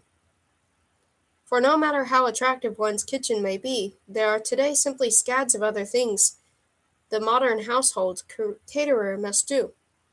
Whether she worked outside the home or was simply busy inside it, the modern woman was by necessity an adept manager of time. In the interest of saving time in the kitchen, she happily availed herself of the convenient foods her mother had never known. The effect was like having one's own team of kitchen assistants. On rushed weeknights, canned foods were indispensable backstage helpers, and the instant cure to that old bugaboo monotony. The grocer's shelves held a multitude of possibilities. Canned fruit juices, grapefruit, pineapple, grape, or tomato, ready in a jiffy for the first course. Delicious canned soups, all ready to heat and serve in so many flavors that you can have a new one each night for several weeks. Canned salmon, tuna fish, sardines, crab meat, or shrimp, all so inspiring in hurried meal moments. As for old-fashioned dishes like corned beef hash, corned beef codfish cakes, beef stew, and spaghetti and tomato sauce, never let your family sigh for them, for we have approved several mighty good brands in cans, to say nothing of tongue, chicken, and ham, all delicious enough to serve the most honored guest. When confronted with the same menu week after week, families were prone to sulk and might even stop eating. Good housekeeping warned its readers. Variety pepped up jaded appetites. Mixing two or more canned foods in a single dish multiplied a woman's quick cooking options, an operation fully supported by the Institute staff. Two different kinds of canned soup, for example, could be combined to make a third. Articles suggested mixing creamed celery in chicken soups, vegetable and bouillon, and tomato consomme into combinations every family will enjoy. By extending the mix and match principle, entire meals could be concocted from cans. Canned chicken was mixed with canned peas and shaped into a loaf. Canned spaghetti was sautéed in canned frankfurters, and canned shrimp were stirred into cream of mushroom soup. Canned, of course, and poured over toast, thus eliminating the laborious and delicate process of making one's own white sauce. Entertaining out of cans was permissible, too. When guests dropped in unannounced, a quick trip to the pantry emergency shelf held the answer to dinner, for ease of both preparation and cleanup. An all-in-one entree was a godsend. Good housekeeping recommended a canned kidney beans and frankfurter salad bowl, the two main ingredients combined with chopped gherkins and alternated with layers of lettuce leaves and sliced Spanish onion. Cold weather guests might expect a warming dish of lima beans deluxe, canned beans bobbling in a pale yellow cheese sauce that was flecked with chopped canned pimento. For more festive gatherings, canned anchovies, olives, and sardines were served on crackers as canapés.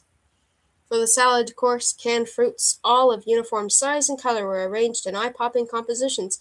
Canned apricots were stuffed with balls of cream cheese and chopped with sweet pickles, served on lettuce leaves, and drizzled with French dressing. Now see, you lost me at French dressing. It's like, oh, canned apricots. At holiday time, slices of canned pears, strips of green peppers, and maraschino cherries were used like mosaic tiles and arranged on the plate to resemble Christmas trees. More decorative still were the Technicolor salads that came to the table encased in flavored gelatin. The following is an example from the Green family. Jellied lime and grapefruit salad. 1 package lime-flavored gelatin dessert. 1 cup hot water. A cup canned grapefruit syrup. 1 cup drained grapefruit sections. 1/2 cup sliced stuffed olives, salad greens. 1 avocado. Mayonnaise and French dressing. Dissolve the gelatin dessert in hot or boiling water depending on the manufacturer's directions. Add the grapefruit syrup drained from the canned grapefruit, then cool until it begins to thicken. Add the drained grapefruit and sliced olives. Turn into 8 small individual molds and chill until set. Unmold on salad greens arranged on a large platter and garnish with slices of avocado. Serve with mayonnaise or French dressing. Serves 8. Good Housekeeping was a faithful advocate for the American food industry, but manufacturers had more direct ways of communicating with the public.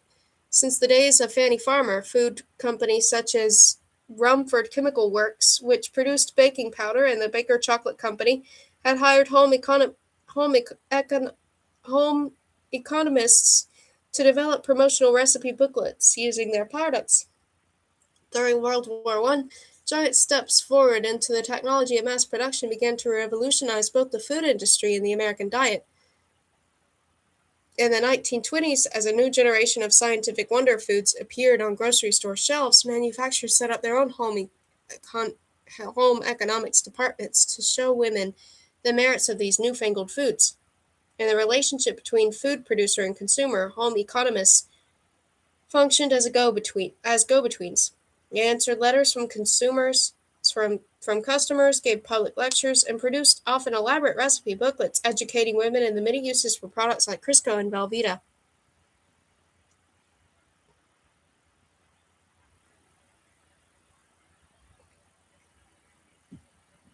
A wave of corporate mergers in the 1920s produced the country's first food conglomerates.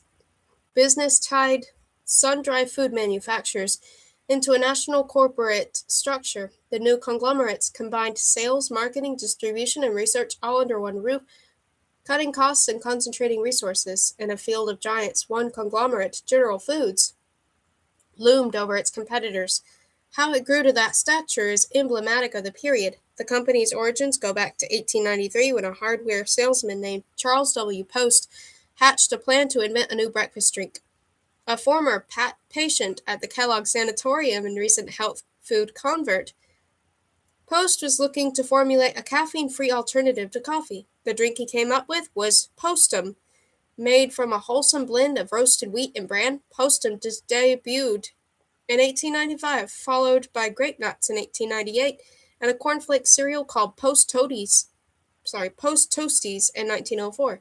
Post's daughter, Marjorie Merriweather Post, was exposed to her father's business from an early age. As a girl, she licked labels for him and went door to door selling his products. At age 10, she was accompanying him to board meetings and tagging after him on factory tours. When he died in 1914, C.W. left the company to Marjorie, the daughter he had groomed in his image. In 1920, in a special kind of merger, Marjorie Merriweather Post married her second of 4 husbands, E.F. Hutton. One outcome of this union was Hutton's departure from Wall Street to help expand the reach of his wife's company.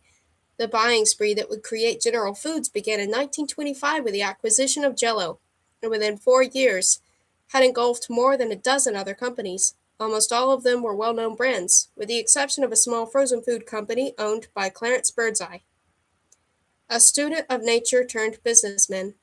Birdseye had stumbled on the magic of quick freezing during a stay in Labrador.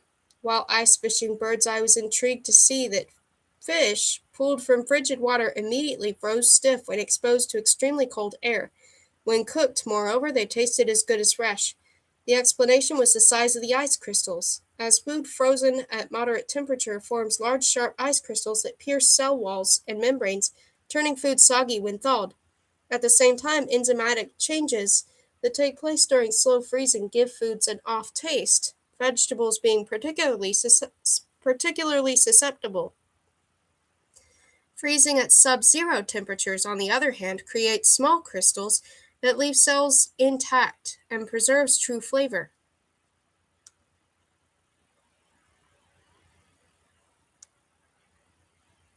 Birdseye carried his discovery back to the United States and set up shop in the fishing town of Gloucester, Massachusetts, first freezing halibut and then expanding his line to include meats, poultry, vegetables, and fruit. Marjorie Post happened on a sample of Birdseye's handiwork, goose, according to corporate legend, during a stopover in Gloucester on one of the Hutton's many yachting expeditions. Struck by the commercial possibilities of frozen foods line, she urged her board of directors to add Birdseye to the growing family of brands. After 3 years of deliberation, Postum finally acquired the patent to Birdseye freezing process in June 1929. Following the deal, the Postum Company was renamed, and General Foods was born. The logistical hurdles of bringing frozen foods to market took years to fully work out. Refrigerated railroad cars had been in use since the 19th century, but the extremely cold temperatures required by frozen foods, 10 degrees Fahrenheit or below, meant that cooling systems had to be re-engineered. Once the frozen cargo arrived at its retail destination, it required special low-temperature display cases, which in the early years few stores could afford. The last link in the continuous chain of cold was a related investment. Early home refrigerators were unwieldy contraptions. The cold compartment where food was stored was physically separate from the compressor, which was generally set up in the attic or basement. One of the first home models to reach the market, the 1918 Kelvinator, made by General Motors, was comparable in price to a new car. Over the next 2 decades, dozens of brands entered the field. The refrigerator wars had commenced. Electric refrigerators competed with those powered by gas and kerosene, each model distinguished by the additional attention-grabbing extras. The Leonard refrigerator, for example, came with a foot pedal latch, so you could open it with your toe. The Frigidaire had a moisture-controlled compartment to keep vegetables crisp.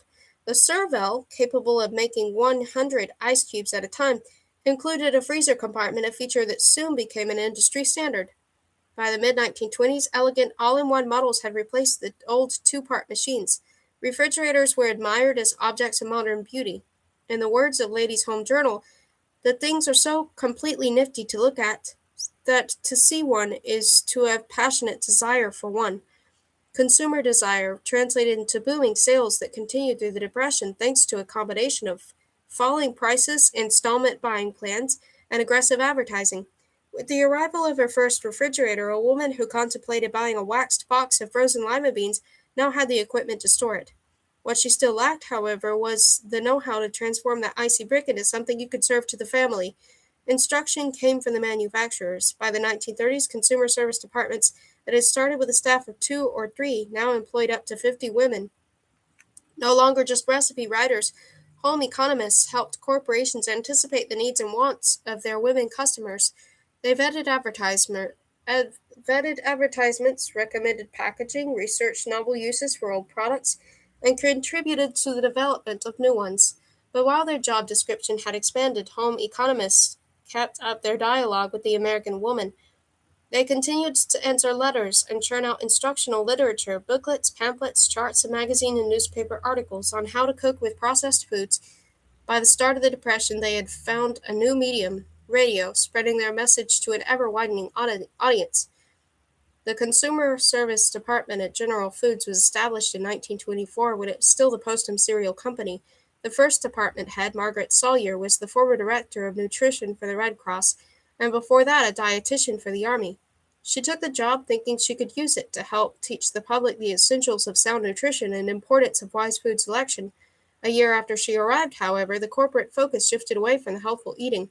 Not all the company's newly acquired lines were especially nutritious, and unlike breakfast cereals, many of them were ingredient products used in cooking. As the company evolved, Sawyer adjusted her lesson plan, talking less about health and more about food preparation.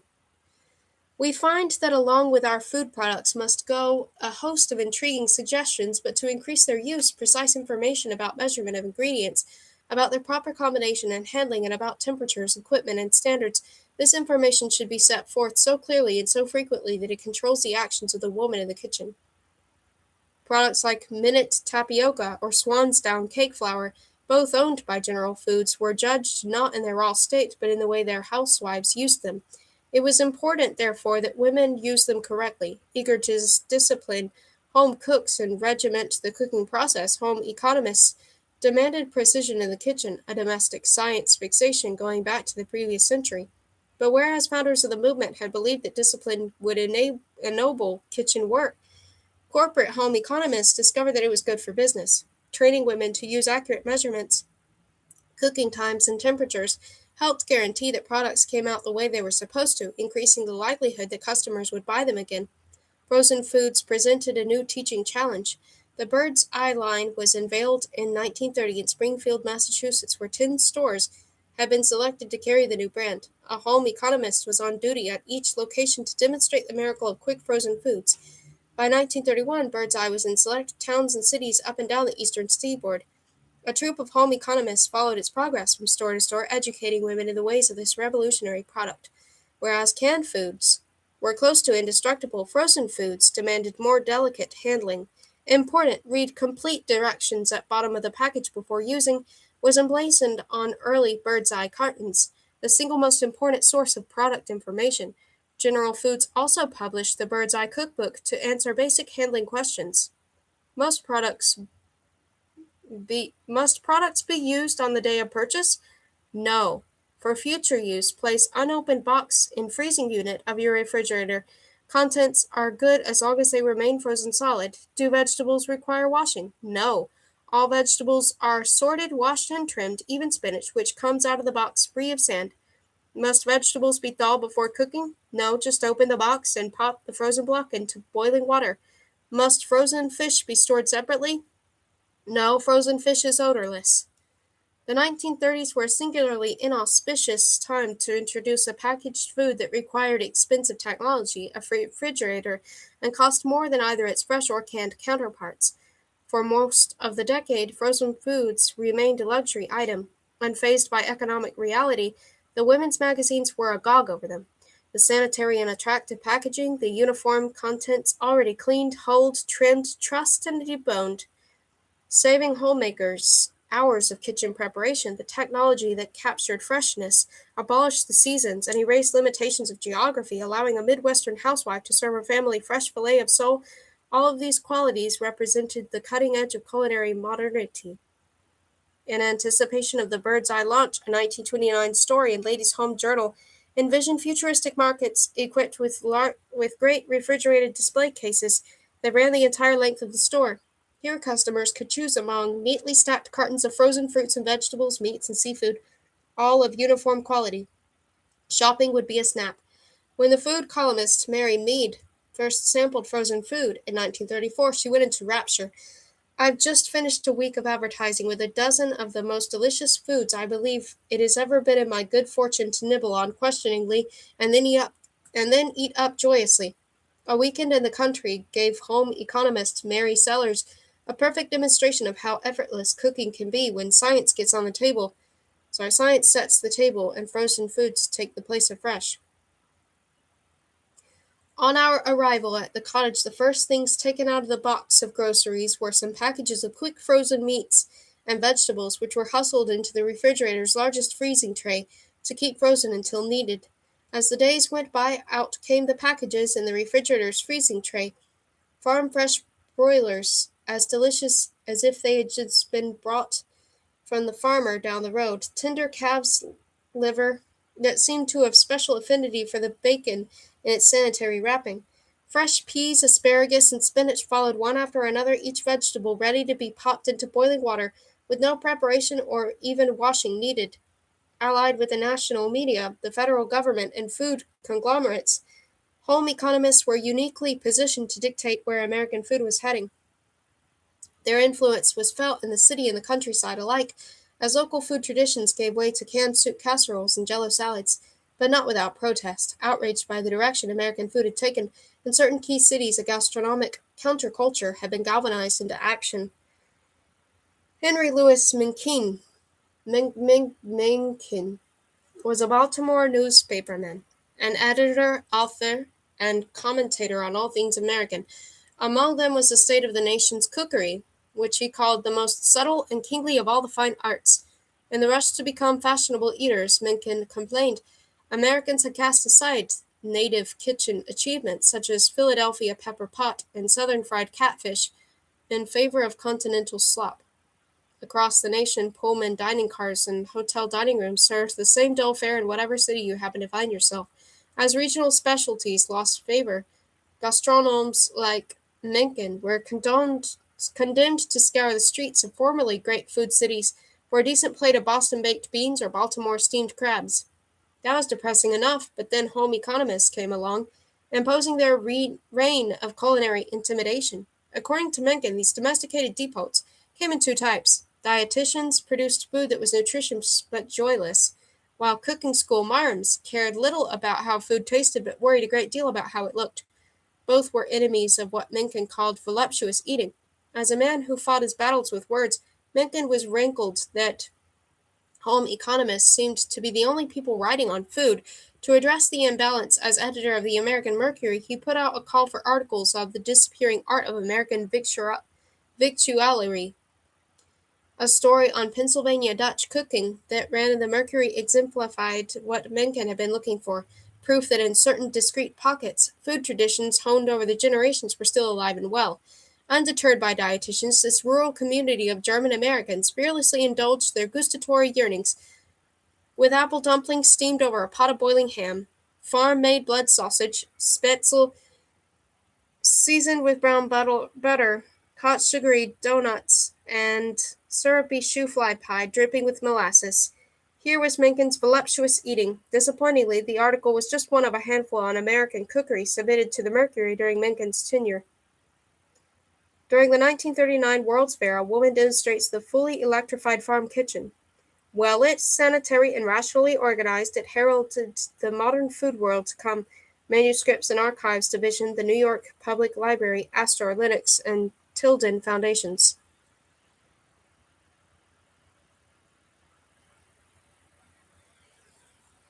In the 1930s, the food counterculture found a new champion in a New York transplant named Sheila Hibben.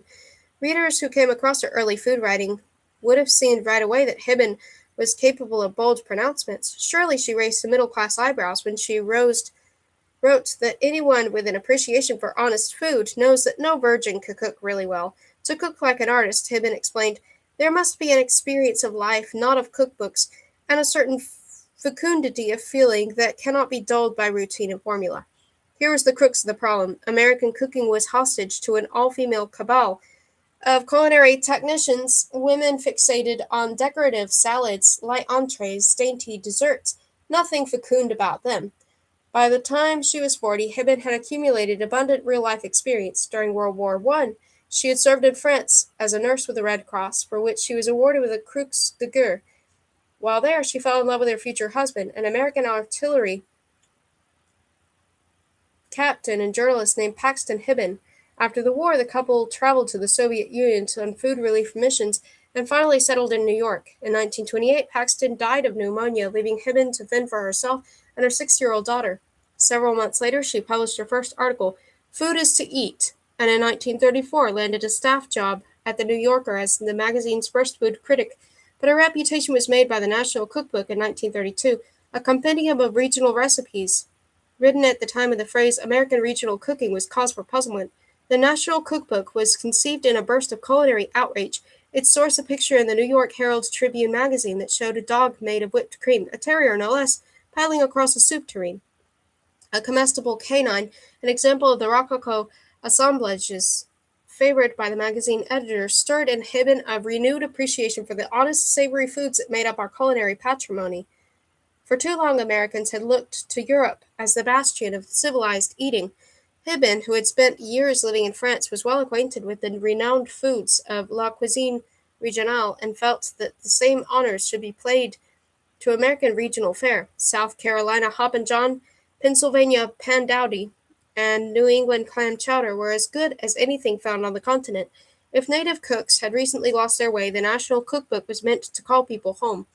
Hibben, like Depression-era nutritionists, saw economic disaster as an opportunity to mend our gastronomic ways. By the time the cook By the time the book came out in 1932, people accustomed to nights out on the town were trading in restaurant dinners for family meals and evening gathered around the radio. As Americans amended their shopping lists and put their soup pots to work, some of the gastronomic freedom they had always taken for granted inevitably was lost. This was not all bad. This depression, taking people back into the home, may have its silver lining, Hibben wrote. Homemakers may begin to appreciate the simple, pleasurable dishes of their own country and serve them to their families. If that really happens, then this depression has not been in vain. To cook simply and well, however, demanded certain adjustments in the way that people thought about food. 50 years before Alice Waters, just as the variety of canned and frozen foods was soaring, Hibben was preaching the gospel of fresh and local ingredients. While magazine editors celebrated the defeat of seasonality, Hibben insisted we respect it. We have been too spoiled, she wrote, by a craze for food out of the season, for peaches from South Africa and strawberries picked green and shipped too far. The price for that all long-distance fruit was insipid pie and indifferent cobblers. Ingredients mattered. At that same time, simple cooking required a more attentive cook. The fundamental problem of the year 1932 is the question of economic adjustment. In Cook's terms, the problem of potatoes for all, Hibben wrote. But although this is fundamental, so also is a balance between what we have and what we make of it. In other words, it was essential that our potatoes should be boiled, baked, and mashed to perfection. With food anxieties rising, there was something fundamentally reassuring in Hibben's message. Food was to be enjoyed, and good food was to be within our reach. Mink coats and period furniture are not always possible, she wrote, but at least we can have omelets that are soft and melting, and soups that are savory, even beans that are succulent and satisfying. While dietitians tended to our vitamin intake, Hibben was interested in the spirit-healing properties of humble food well prepared. The National Cookbook made a splash not only in New York, where some of the city's most august dining establishments, including the Waldorf Astoria, began serving regional menus, but around the country as well.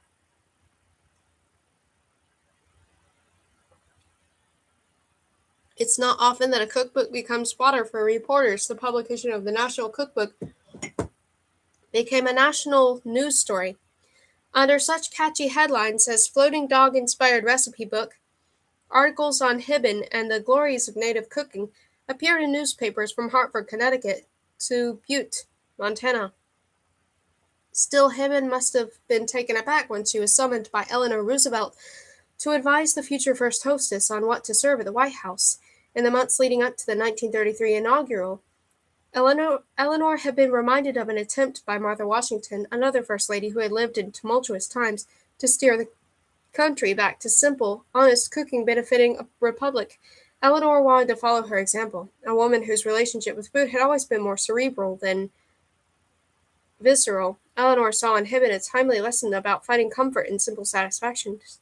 She welcomed, too, the opportunity to engage in some culinary boosterism, proudly showcasing historic American dishes made from American products to a beleaguered nation. A month before inauguration, Hibben sent Eleanor a sampling of historic and regional menus that she thought suitable for the presidential table. For a spring dinner, she suggested a mid-Atlantic menu of calf's head soup, with a second course of planked shad roe and bacon, followed by a fried chicken with cream gravy. Dessert was a strawberry blancmange.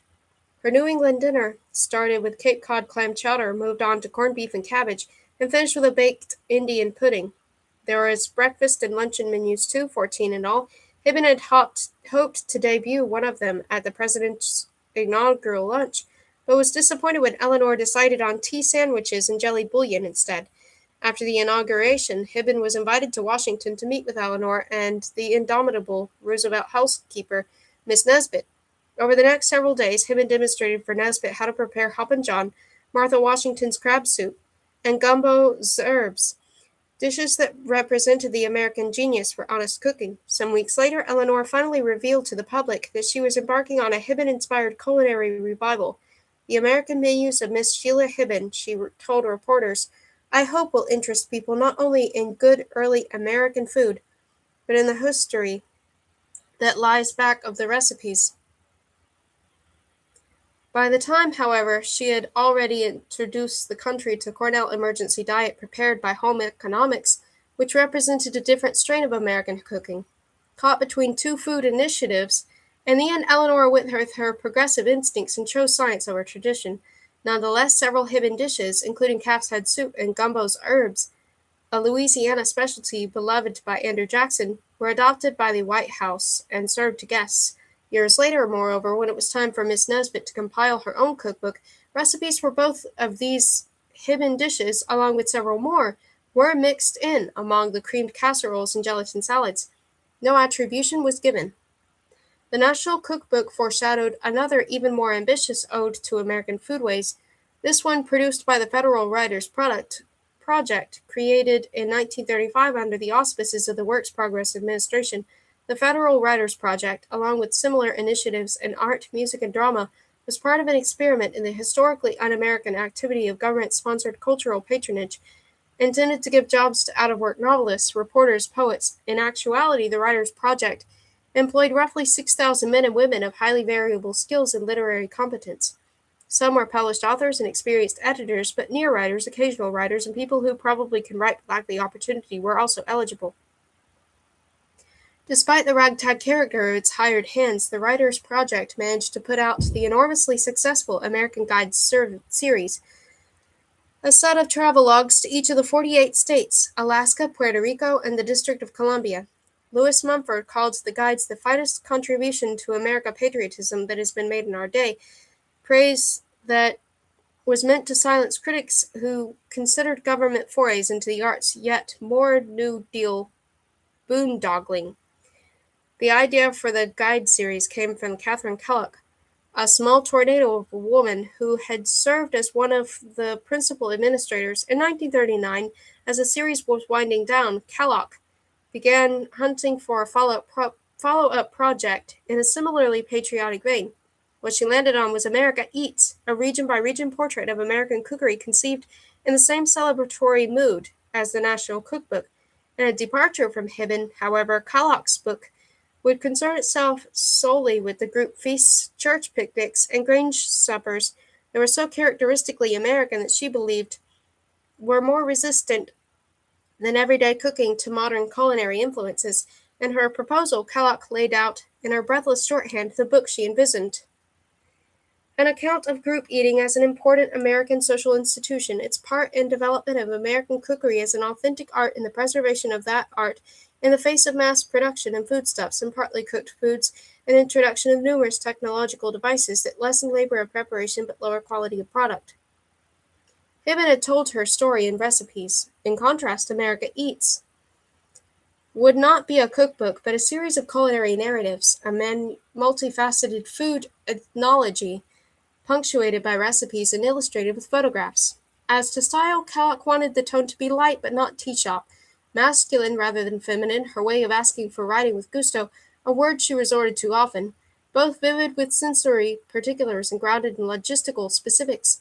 When describing group meals, writers would tell how they were organized and who supplied the food. Examples of regional food disputes were always welcome. Should the clam chowder contain cream or tomatoes? Should fried crabs be dusted with flour or dipped in batter? These were the kinds of questions that food partisans could debate for hours, a sign that regional food customs were matters of ongoing consequence. Hibbin, during her research for the National Cookbook, was similarly encouraged by food partisanship. What Kellogg hoped to avoid was typical frothy food writing. In fact, two groups forbidden as contributors to America Eats were professional food writers and cooking school teachers. It was up to Kellogg to determine what foods were American enough to deserve a place in the book. Sheila Hibbin's definition of American food was expansive enough to encompass dishes that were Dutch, German, French, Spanish, Scandinavian, Italian, Jewish, and Chinese. America Eats took a narrower approach. There were entries on Vermont Italian feeds, Norwegian lutefisk suppers, and the foods served at Bohemian Sokol. On the whole, however, Kellogg's understanding of what constituted American food was both highly selective and arbitrary. Contributions of national groups to the American table will be given attention, though these are relatively few, she wrote in one of her memos. After all, the purpose of her book was to increase appreciation of American traditions and traditions brought to this country and welded into the national life. Welded. That was setting a high bar. The cuisines that qualified were German, Mexican, and Northern European. One Jewish meal, a Passover Seder, found its way into the manuscript, its presence justified by the number of Jews in the United States and the ancient character of the feast. As an example of the kind of immigrant soup meal Kalak wanted to avoid, she cited Chinese christening celebrations. The American food traditions that Kalak instructed her writers to document were largely rural and coastal. Dinners, church suppers, cemetery cleaning picnics, barbecues, oyster roasts, fish fries, clam bakes, and the list goes on. In the South, they encounter the food traditions of the region's African American population, which was already the subject of a massive ongoing writers' project. In 1936, field workers for the FWP began interviewing elderly African Americans who had been born into slavery and published their stories as slave narratives, a folk history of slavery in the United States from interviews with former slaves. The America Eats project extended that work into the realm of the African American food culture, particularly in the South. Food was an occasion for gathering, whether coming together for a Savannah oyster roast or a creekside fish fry. Conversely, just about any gathering was yet another occasion to eat food together, so a neighbor short on cash hosted a chitterling strut. Given yearly on an Alabama plantation, this barbecue was one of the communal meals that the America Eats project set out to document. It also illustrated the profound segregation still prevalent across the South. Library of Congress, LC USZ 62135594.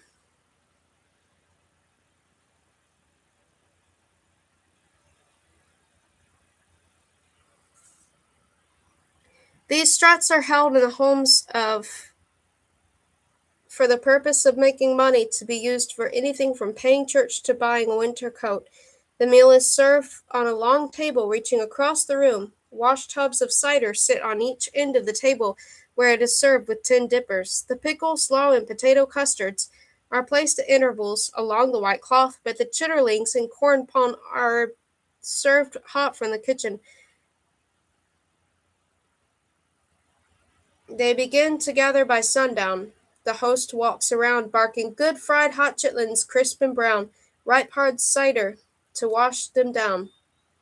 Cold slaw, cold pickle, sweet tater pie, and hot corn pone to slap your eye." By 9 o'clock the feed is over and the shoe-round strut begins. The table is pushed aside. The banjo pickers take their places back under the stair steps out of the way. With the first clear notes of a high brown leaps to the center of the floor and cuts the buck. Couples form, then comes a steady shuffle of the feet as the strut is on. For a host of reasons, America Eats never made it into print. For one, the quality of the material coming in from the field was often disappointing. Memos from Kellogg to regional editors are full of phrases complaining that one writer or another seems to misunderstand the purpose of this book and can't understand that this is not a cookbook. More issues arose from the high turnover in writers' project personnel and steady cutbacks in funding arising from the Republicans' anathema to anything associated with the WPA and the arts. These kinks, however, might have been worked out, and the book might still have seen publication if world events had not intervened. The manuscript was due at the end of December 1941, but on December 7th, the Japanese bombed Pearl Harbor, and on the following day, the United States declared war against Japan, Germany, and Italy. As the FWP's staff was slashed, Kellogg scrambled to cobble together a workable manuscript from whatever material she had at hand.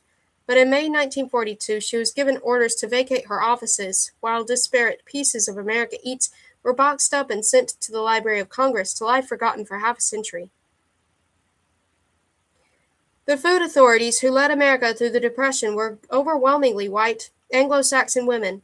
Not unreasonably, their ideas about food reflected where they came from, culturally speaking, but who a WASP could think up a diet based around milky chowders and creamed casseroles? And wasn't milk orno just a version of the same, but with a scientific overlay? Another kind of authority, magazine editors rejected their mother's recipe boxes in favor of camera-ready cooking, food that was ready for its close-up, but as Hibben would say, missed the fundamental point of that food is to eat. The sisters in the home economics departments of appliance manufacturers and food conglomerates peered into their crystal balls and liked what they saw. kitchens that were so efficient that food seemed to cook itself. Science, efficiency, technology, consumerism, this was the future. Point to any moment in American culinary history and you can rightly say, ah, that was a transitional period. We are always coming from some place to someplace else. During the Depression, however, the transition was especially stark. Afraid that our culinary heritage was in jeopardy, Hibben gave us the National Cookbook. The WPA's America Eats project was another kind of gastronomic salvage mission undertaken against the onslaught of modernity, yearning for the past and imagined golden age before you fill in the blank came along and mucked things up, is a perennial occupation. Chances are that our own descendants will look back at the present era and wonder that we had things so good.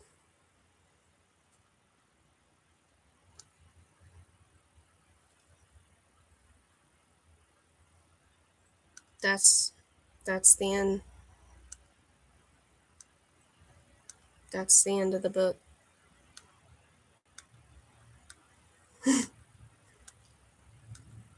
Well, it's sad they didn't get to publish that. That would have probably really been really cool.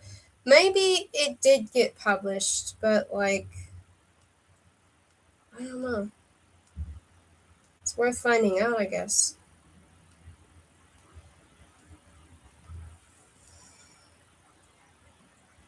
Mm.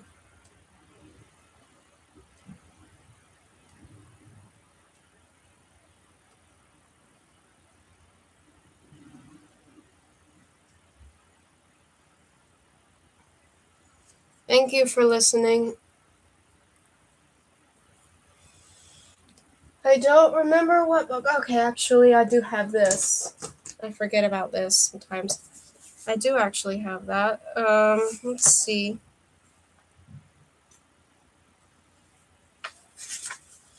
What was the next in books to read?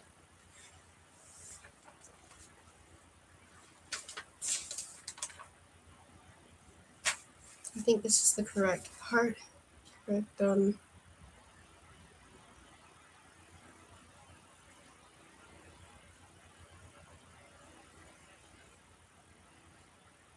oh,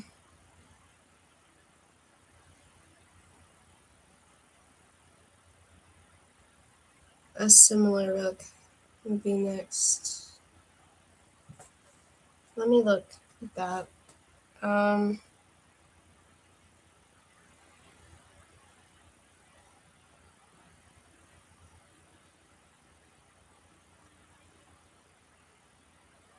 I don't remember who that was that it was written by. Let's see.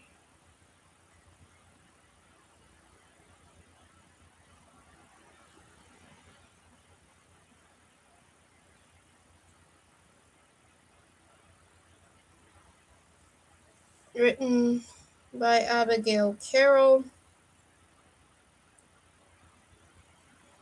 The next book would be Three Squares, The Invention of the American Meal. So that's the next one.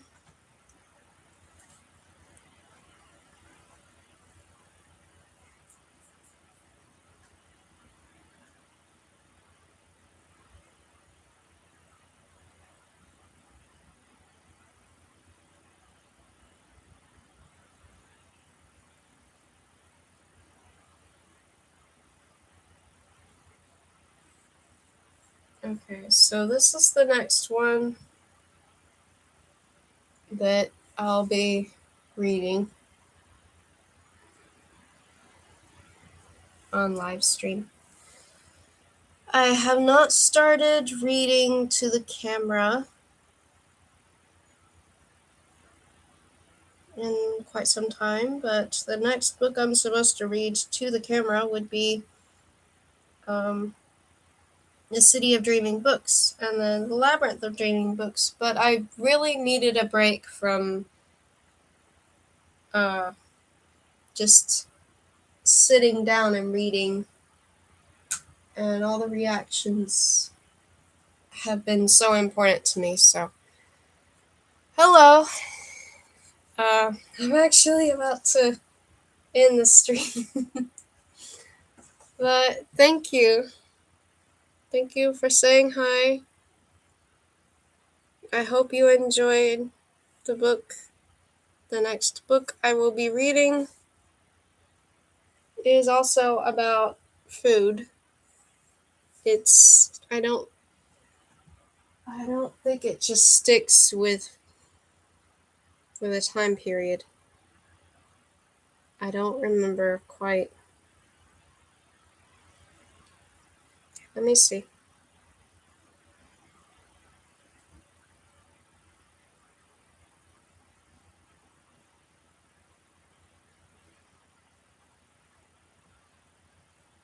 Few details.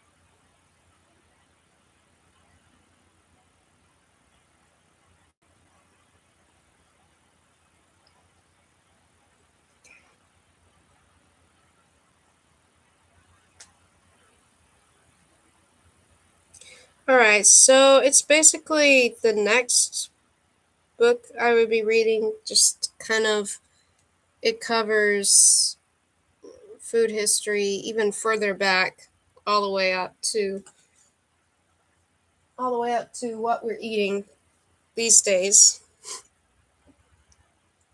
And it's kind of like a look at sort of the origins of many things that have become so normal in like American eating, basically. Very interesting. Thank you. Don't worry, I'm not going to go right into that. I'll allow some time before we start reading that, because I've been reading for almost 6 hours.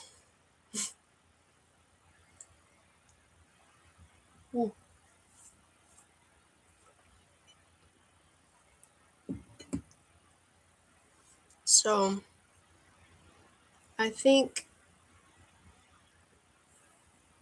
I don't know what I'll do for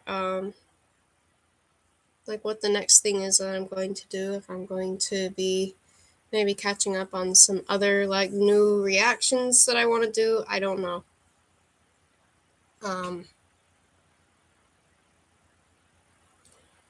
But I'll be happy to take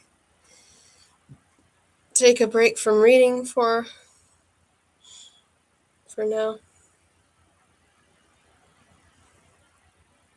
I took breaks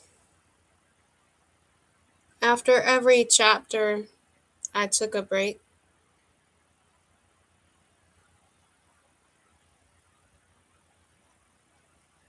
And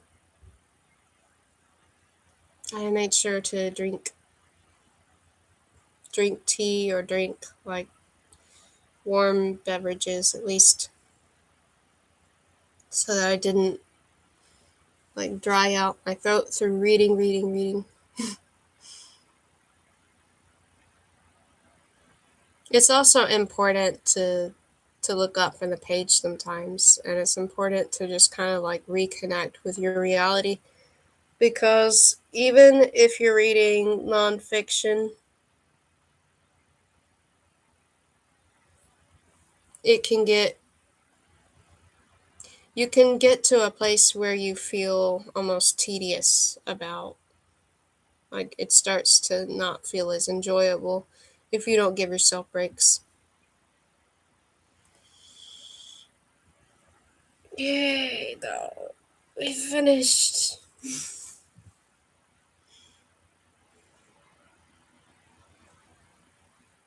Thank you for listening.